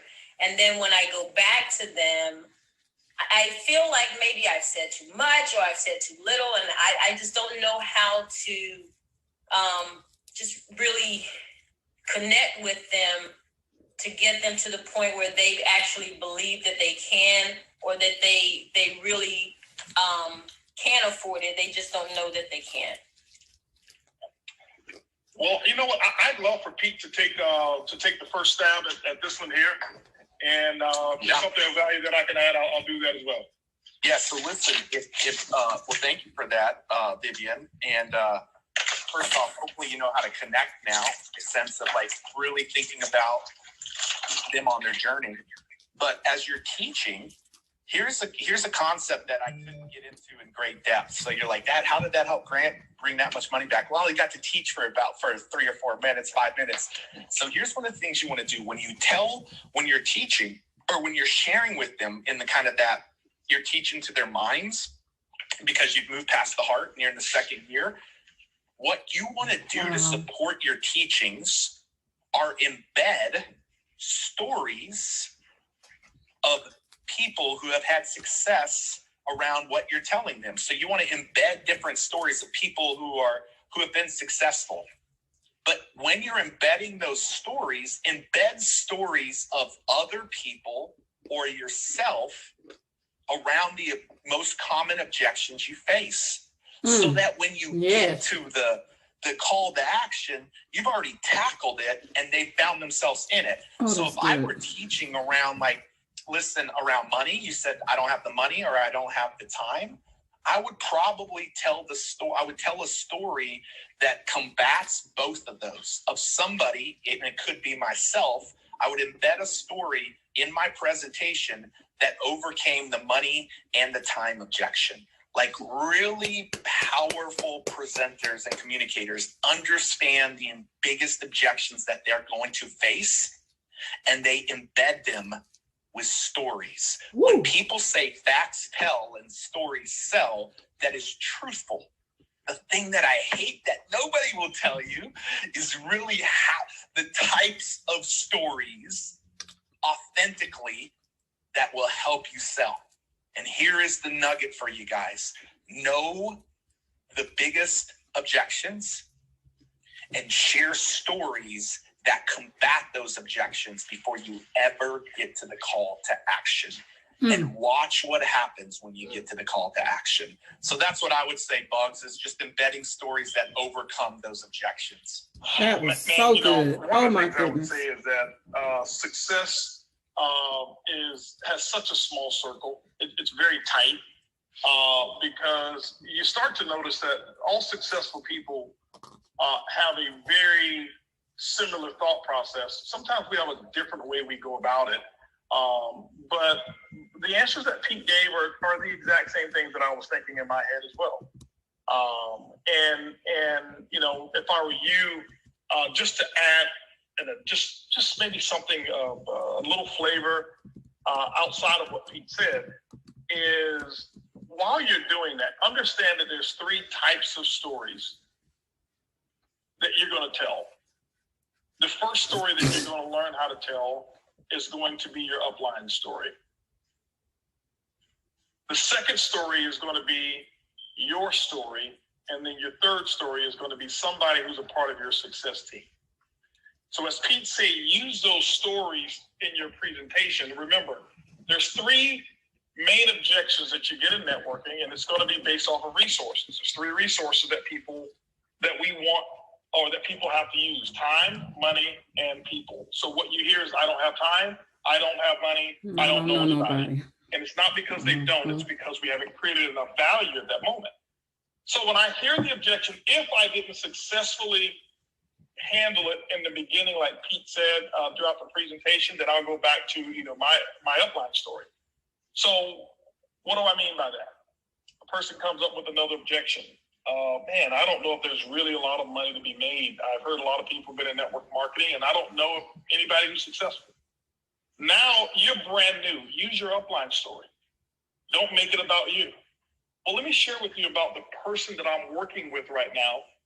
And should we actually forge a relationship together, I'll make sure that should you qualify, I'll make sure to get a 5-minute phone call so that you can actually meet him or her, blah, blah, blah, and let them share with you how they were actually able to make 6 figures, 5 figures, whatever that number is. Yeah, it's your upline story. You're validating that it can be done. Second story is going to be your story. Well, hey, listen, have you made any money? You know what? Actually, I have. I got started in the business last month. And with what I started with, you know what? I've actually tripled my initial investment. The third story, and the most powerful story, is going to be somebody on your team. Well, I don't have any time. You know what? I've got a young lady in my organization. She's actually a physician. She also runs a church group. She also is in the PTA, the head of the PTA. She's so busy. And one of the biggest reasons she came to me was because she said, if I'm this busy and I'm 30, how much busier am I going to be at 40? She got started in this business, and we've been able to utilize this system and not as much of her time. And she's actually grown her business 400% over the last 6 weeks, or the last 2 weeks, or whatever that percentage is. And so now what you're doing is you're not trying to convince them that they have it. You're using stories to combat it. And so Pete giving you how to do it throughout. I'm sharing with you afterwards, if you still have them, the 3 stories that you use in network marketing, and both methods. Pete's method is the best method because you handle it during the middle or during your presentation. And if you handle it well, you'll start to notice less and less people will come up to you with excuses as to why they can't get started. So hopefully this helped you out. Pete, awesome stuff. We're going to go to our next question here. Wow. Mr. Buggs? Yes. Hi, is Diamond Ellen Smith here.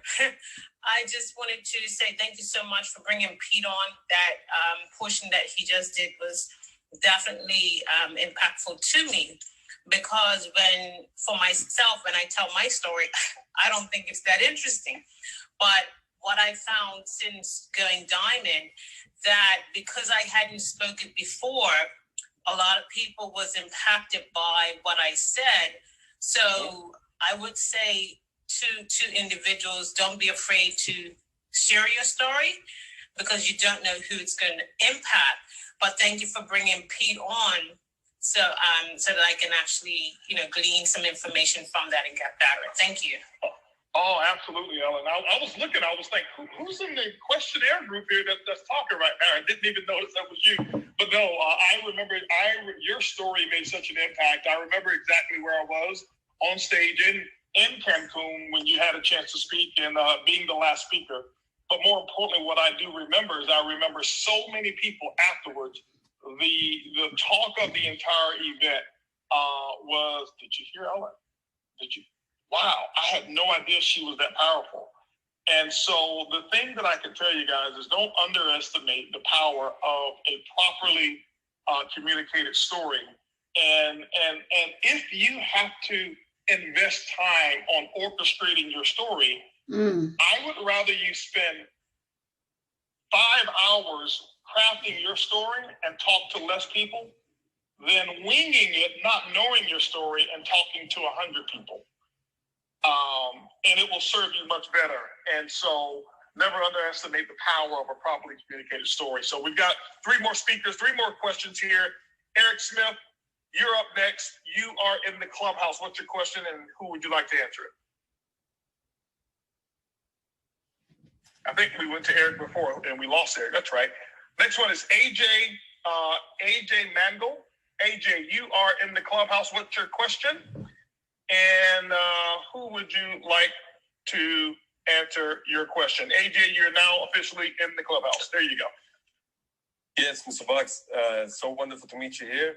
I'm from Netherlands, and I've been enjoying your talk so many times with your powerful energy and your inspiration. So wonderful to have this opportunity through Clubhouse to get to meet you and to get to speak to you.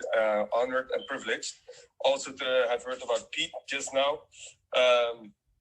Yeah, my question, actually, I had a question, but because of all the things that all the knowledge that came around, that it changed it all, and I got a lot of answers. But to give it a little bit of structure, I'm at a point in my life that I built a network marketing organization for 8 years. In the first years, I did it very, very rapidly. I built up to 6 figures. I still am at that point after 8 years.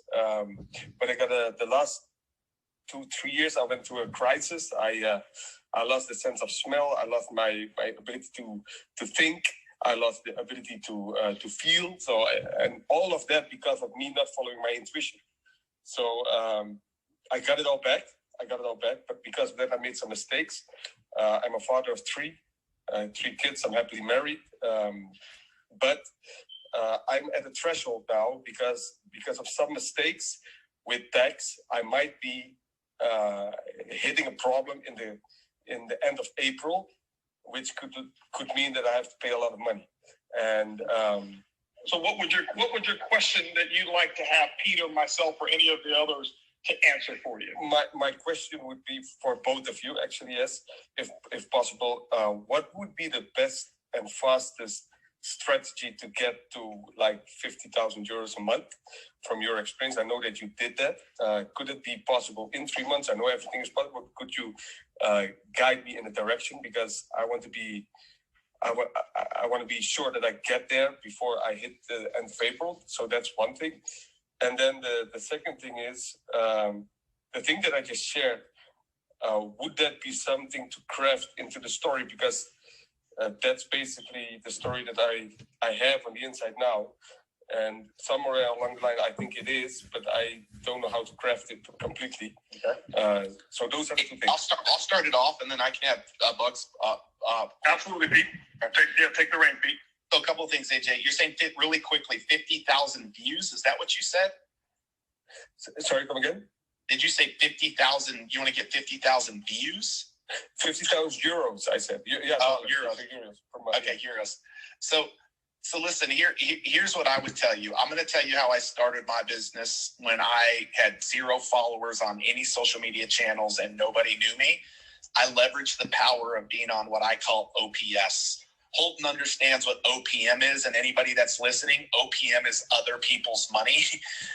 They teach it in real estate, like leverage OPM. Well, here's the power.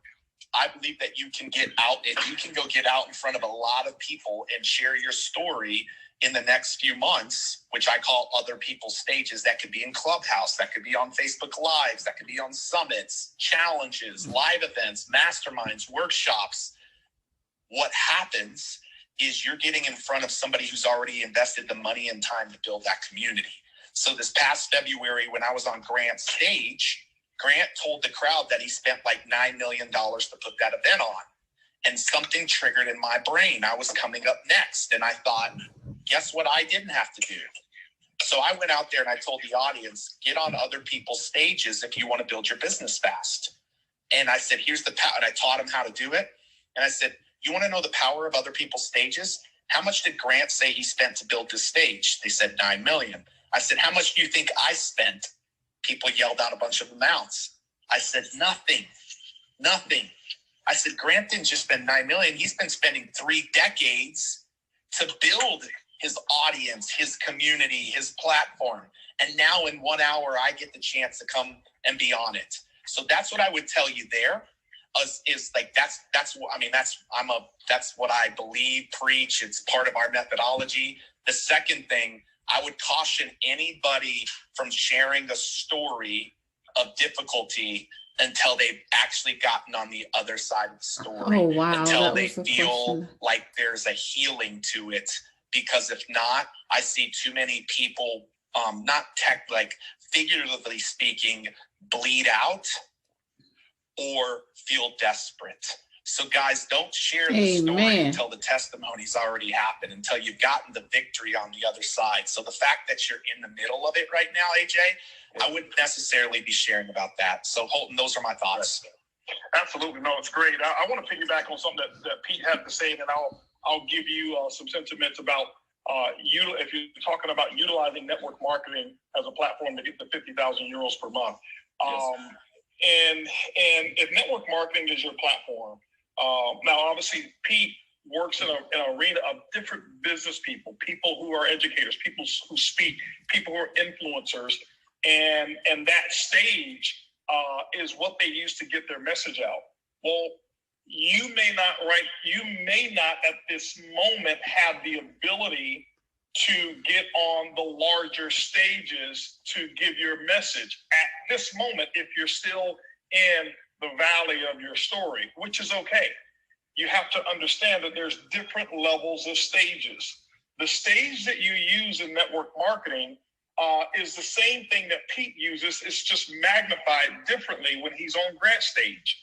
So what I use as somebody else's stage is if I'm going, let's just say, for example, it's Pete, and Pete joins my business.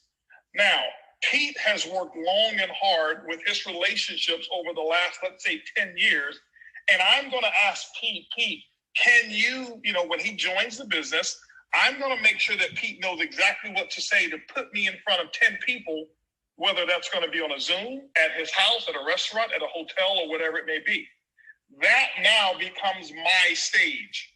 You take the 10 people that Pete put me in front of, it's the same question. Grant spent $9 million in investment for that event. Pete spent 20 years building trust with those 10 people. How much did I have to spend? How many years of trust did I have to spend? None. And so now, because of my preparation, I'm now able to be in Pete's environment, his stage, and I'm able to share my story starting from scratch. Maybe it's only 5 people. Maybe it's 1. But I'm able to share my story right from scratch. And then when I get that person started, I'm asking them to do the exact same thing, to create that list of prospects. Why? Because my goal is to get on their stage or in their influence. My purpose, just like Pete's is, Pete's purpose wasn't to get on Grant's stage to make money necessarily. Pete's purpose was to get on stage to serve Grant's purpose. And if he serves Grant's purpose for that event, he's going to make money as a result. But if Pete got onto that stage for Pete to make money, he would never have been invited back to Grant's stage. So when you get on a person's stage, whether it's 5 people, 2 people, 3 or 10 or 20, you make sure that you're getting on their stage to serve them, not because you're in a financial situation. The more problems you solve for more people, that's when the money comes in. The next question that I would say to you is this, is that if you've got a goal to make 50,000 euros in the next 90 days per month, what I would do is be very mindful of why 50,000 euros is so important. Because if you start working the business, starting a project out of desperation, people will feel it. Because you're desperate to get to an amount so quick. My question to you is this: have you made 50,000 euros per month before? No, I haven't. I did 25. Okay. And you've been doing this 8 years, correct? Yes, correct. Yes. So what you're asking the universe to do is to supply you with a solution in 90 days for something you haven't done in eight years. Now, is it possible? Yes, it is possible. Is it probable? No, because now what you're saying is, I'm going to take a quantum leap in results, whereas you don't even have 90 days to develop a skill set to permanently absorb a skill set that's going to attract that type of income with that many people. And so give yourself a little bit more time. Why does it have to be in 90 days? I'm not trying to talk you out of your goal, but in 8 years, if you haven't done that, and right now you find yourself in the valley of your opportunity, find another goal that's a little bit more measurable of something that you have accomplished, and maybe put 20% on top of that, of what you've done in a 90-day period of time. That's so good. I'm not talking you out of going for 50,000 euros per month, but the other thing is this: you want to be able to use that story. That's not the story that's going to relate to everyone. Remember, Pete said, you want to make sure you reach them at their heart. Right now, during these times, I can tell you what the most impactful story is going to be. How you made enough money, or you helped someone make enough money that they didn't lose their house.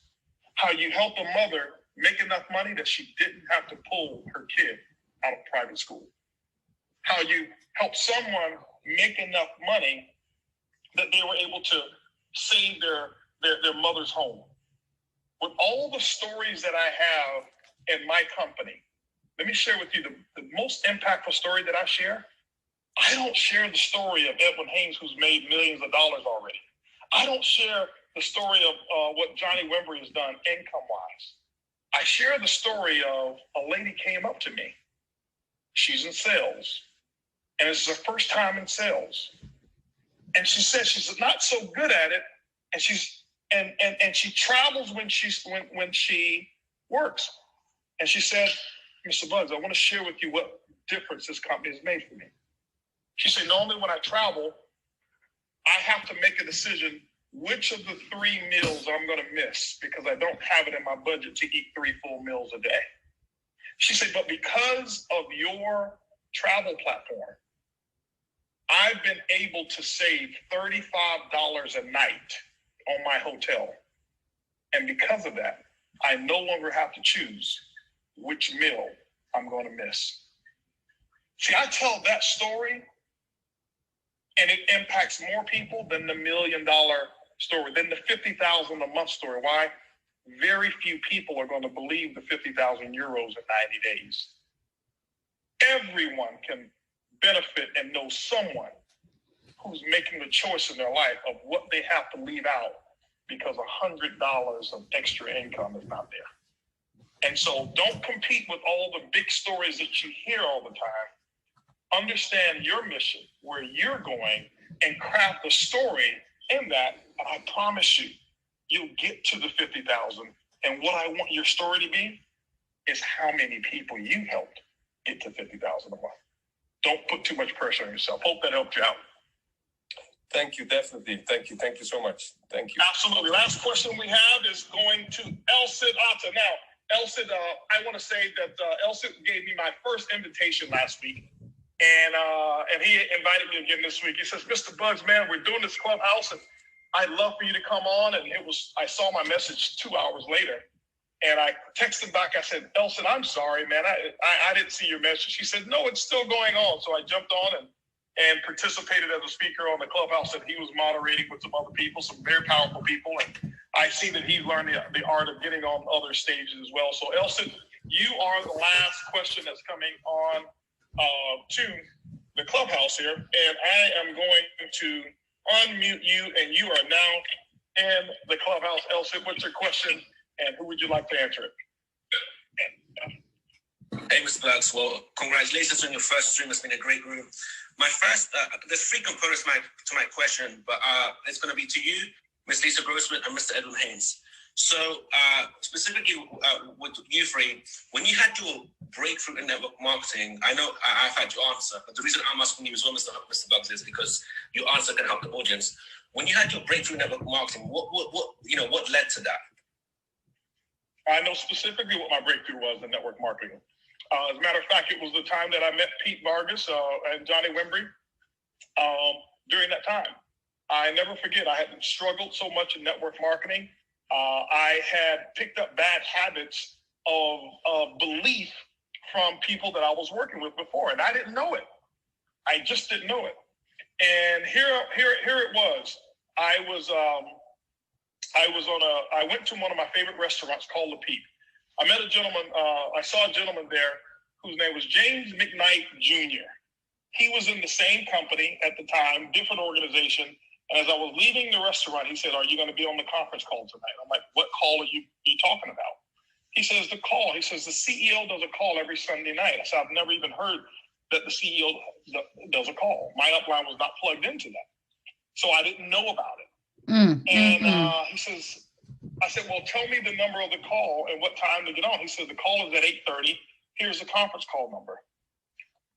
8:30, I'm so excited. I couldn't wait because I was a person who just loved information. I'm jumping on the call. I get on the call at 8:29. Why? I'm not going to miss it and miss out, because back then we had conference call bridges and they only had a certain number of lines. And if you don't get on time, you don't make the call. I jump on the call and I hear the CEO speaking as he was wrapping up. And he says, thank you guys for an incredible presentation. And now I want to introduce you to some people who are really making things happen. And I'm sitting there thinking I missed the entire presentation because the call actually started at 8, not 8:30. It was the best misinformation that I could have ever received. Because when I got on, I got exactly what I needed. And here's where the difference of HB that you know now and HB before happened. I jump on this call, and this is all that I hear. I never hear a presentation. I never hear anything about the company updates. I never heard about the compensation plan or anything that all of us think that we have to become experts at. what I heard was about 12 stories. I never forget how those stories went. I can hear them in my mind right now. Hello, and Pete can probably remember this as well. Hello, my name is Joe Reed, and by profession I'm a pastor. And my first 30 days I made in excess of $30,000. Hello, my name is Gwen Winters. I'm a stay-at-home mother of 5 out of Utah. I made over $50,000 my first month in the business. Hello, my name is Jay. I'm a professional baseball player. I made over $30,000 my first month. Hello, my name is Paul Gravitt. I'm a professional network. I made $75,000 my first 30 days in the business. And then the big one hit me. Hello, my name's Troy Mott. I've been in the business 5 weeks, and I made in excess of $112,000 my first 5 weeks. That's all I needed to hear. And why? For me, it gave me permission that I could unshackle myself from that $500 mentality that I had. And Elsa, here's what happened. This was a new company I was in. I had been in that company for 3 weeks. I had made it somewhere around about $1,500 the first 3 weeks because of fast starts and stuff like that, which was more money I'd ever made before. Elsa, guess how much money I made my first month in that company? 3 weeks, $1,500. I ended the month with $13,000 in income, which means I made over $10,000 within the next week. It had nothing to do with me getting a new skill set. It had nothing to do with me knowing the compensation plan better. It had nothing with me knowing the product better. It had everything to do with my belief going to the next level and knowing it's permissible to go out and make this type of money. My actions and activities became incredible.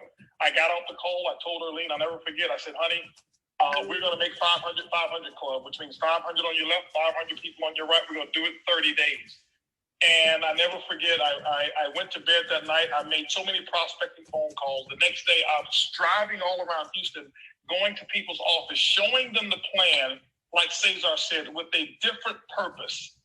I was on a mission. They believed me. They saw the sincerity and my mission, because what I had heard opened the floodgates up for me, and my career started in terms of making money in network marketing at that time. That was in 2000, the year 2000, and I'll never forget those testimonials that were given, and when that impactful moment happened for me. And I don't want everybody to think that, oh, it's only one thing.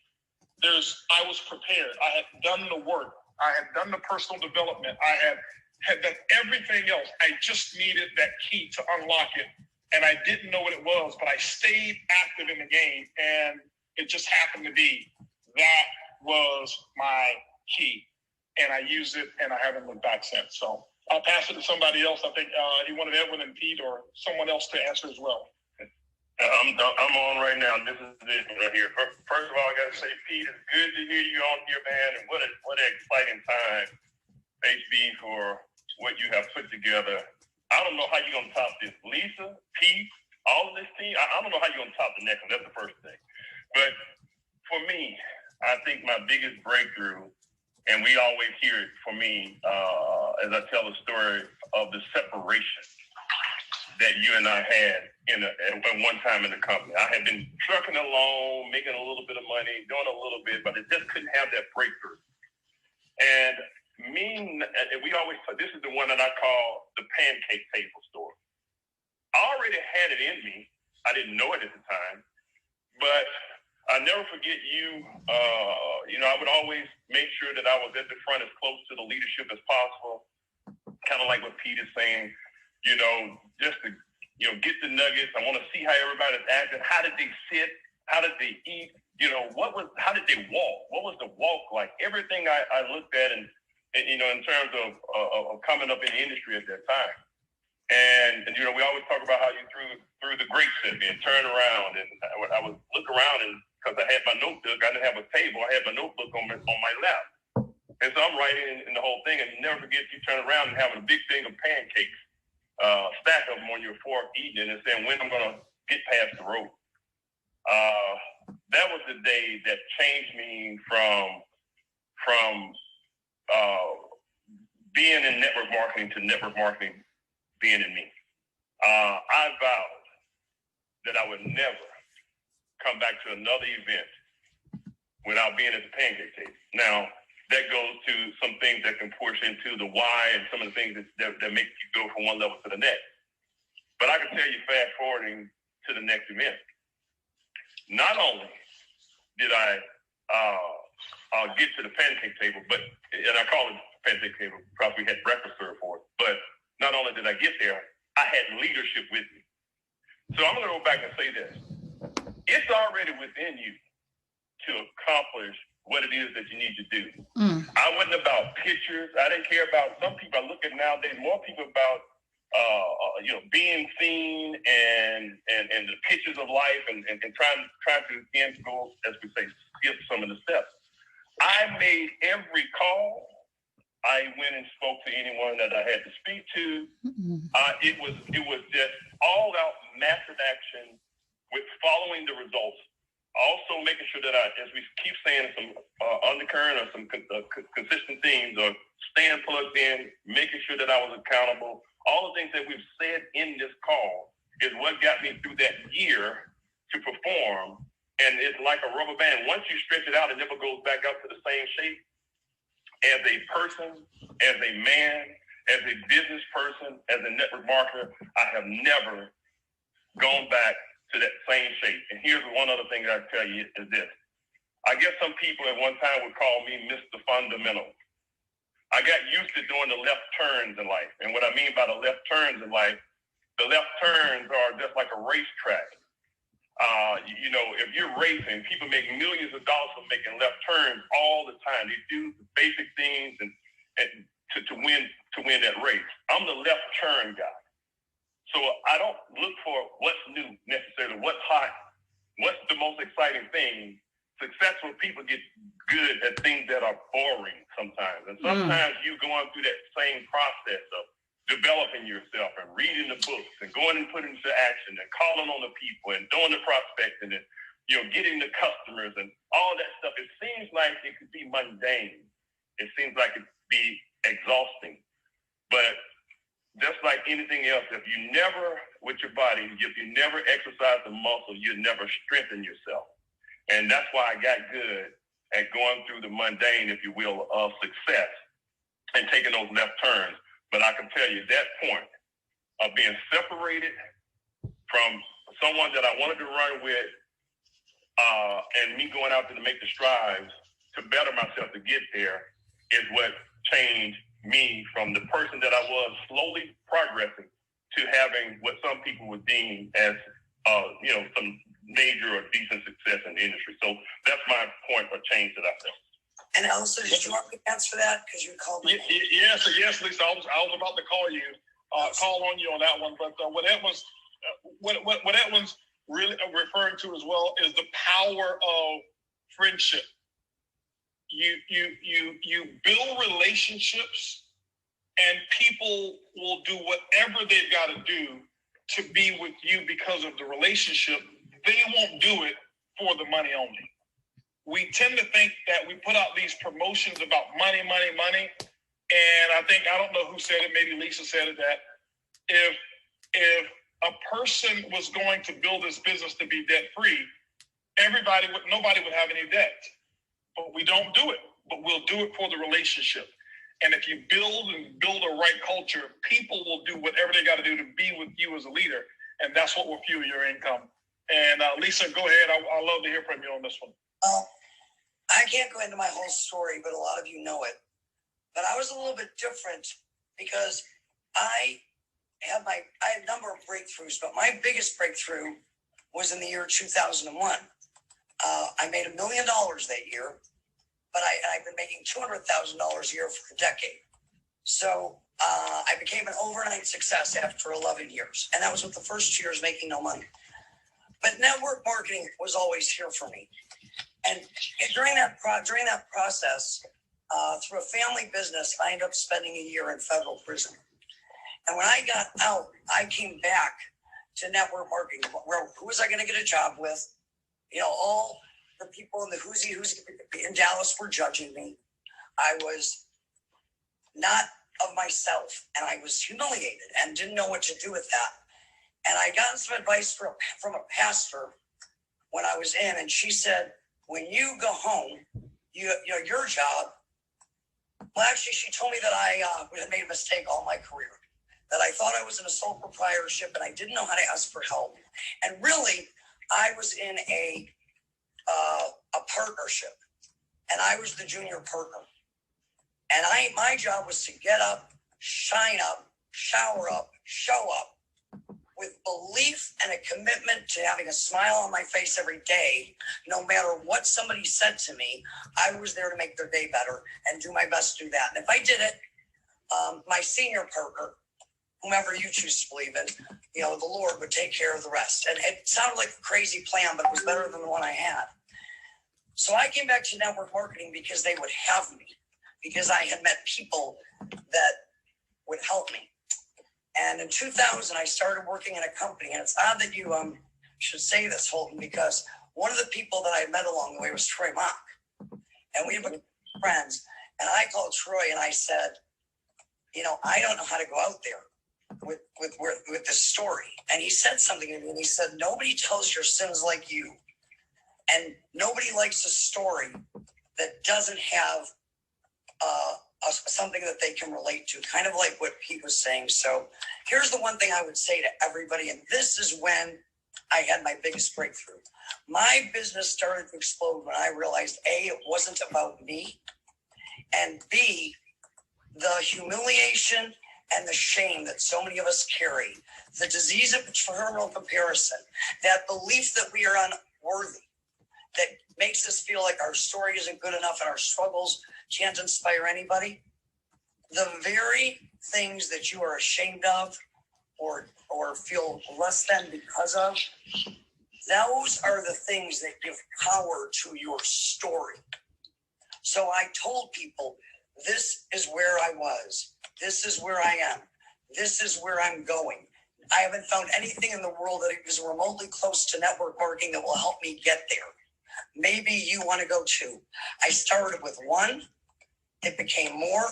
And I've told that story now all over the world on thousands and thousands and thousands of stages. So here's the next piece of advice that I will give you. Don't ever let anybody get you to turn down the volume of your desire to create impact simply because they're uncomfortable with it. Don't turn down the volume of what you can accomplish because it makes other people uncomfortable. They can leave the room. Show up for those that show up. Because if you can't help one person change their life, starting with yourself, and then the first person you encounter, you can't help 10. But if you can help 10, if you can help one, you can help 10. And if you can help 10, you can help 1,000. It's just a matter of how much willing you are and how often you tell the story, you get someone else's story, and how consistent you are, how many lives you want to impact. The rest is just the recipe, and y'all have the recipe already. It's the system, your upline, your support, and the infrastructure that allows us to go out and spend so much time telling the story. And that's what I've got. Wow. Awesome stuff there. Pete, any last words that you want to give on this as well? Not necessarily about network marketing, but maybe your breakthrough. Yeah, man. I mean, I think my breakthrough, I'll be really, man, this was so good. I'll be kind of short and sweet, but my breakthrough it has a lot to do with mindset, man. And just like Holton's story, like he saw himself in that. Like my thing is always just like, what's the next, like I listen to a T.D. Jakes, instrumental every day, like take the next step. And TD says, you don't have to figure out the solution, change your problems. You gotta change your mindset by midnight tonight. And something like that. I'm kind of beating it up there, but like I have that mentality. Like I'm like, if I can change my mind before I lay down to go to bed, if I will fix what's going on in my head, that is a huge thing for me, is to like fix that reoccurring theme that I keep kind of telling myself in my mind. Fix that by midnight, man, and the solution comes out. And I'll tell you the other big thing, the other big breakthrough for me was dude, I was always scarce to invest in myself and invest in mentors. And Holton, I mean, this year alone, like in 2020, you know, one of the toughest years in our world, I think I invested $3 or maybe probably close to $400,000 in myself, in mentors, coaches, masterminds. And I think that's been a huge breakthrough for me, man, is that I am my greatest asset. Like, I am the greatest asset. I'm the one who can, you know, be the one inside, you know, for all these people listening, like, invest in the mentors, invest into yourself, like, but invest in yourself through investing into mentors. So I think that's all I would say to that, Holton. I think Lisa, Edwin, and you nailed it on it, man. Well, first of all, I want to say thank you to Lisa for coming on here. And Lisa's just always been a huge support, and I can always count on it, even when I don't even know she's looking. She's always looking, and so I appreciate you, Pete. I appreciate you for coming on and sharing. I can tell you made an imprint. Both of you have made an imprint on all of the listeners and participants that are here. All of our moderators are diamonds who are here. Many of you who just because your name is up there, you actually made an imprint and showed people the power of listening. It wasn't about what you had to say, but your contribution was being a listener, teaching people that it's okay not to have the microphone. And for those of you who chimed in, obviously you made just as much of an impact as well. And so I am grateful to have the people that's on here to have participated through your questions, through your what I know is going to take place from the information that was spread and how it's going to impact people in your lives. I just ask that you find an opportunity that you can implement, something that you learn here immediately. Don't wait so long. Don't wait until next week. Don't wait until you go to your next event. Find a way. There's enough nuggets here to do it. And as we said, we didn't know where this was going to go. We didn't know how long it was going to be. Well, I knew how long it was supposed to be, but we didn't know how long it was actually going to be. And I'm grateful for this one here. I think Anna recorded it on her iPad. I hope she did. This being my first moderated hosting of a Clubhouse, and many, many, many more to come. So, guys, make sure you follow Pete on Clubhouse. Make sure you follow Lisa on Clubhouse. They're in here often. Follow every one of the diamonds that's in here on Clubhouse. I'm sure that they'll be doing some of their own Clubhouses coming up here soon. I think it's an incredible tool, and I want to say thank you for everybody who's in here who made this so special, and can't wait to see you on the next one. Love you guys. Bye-bye.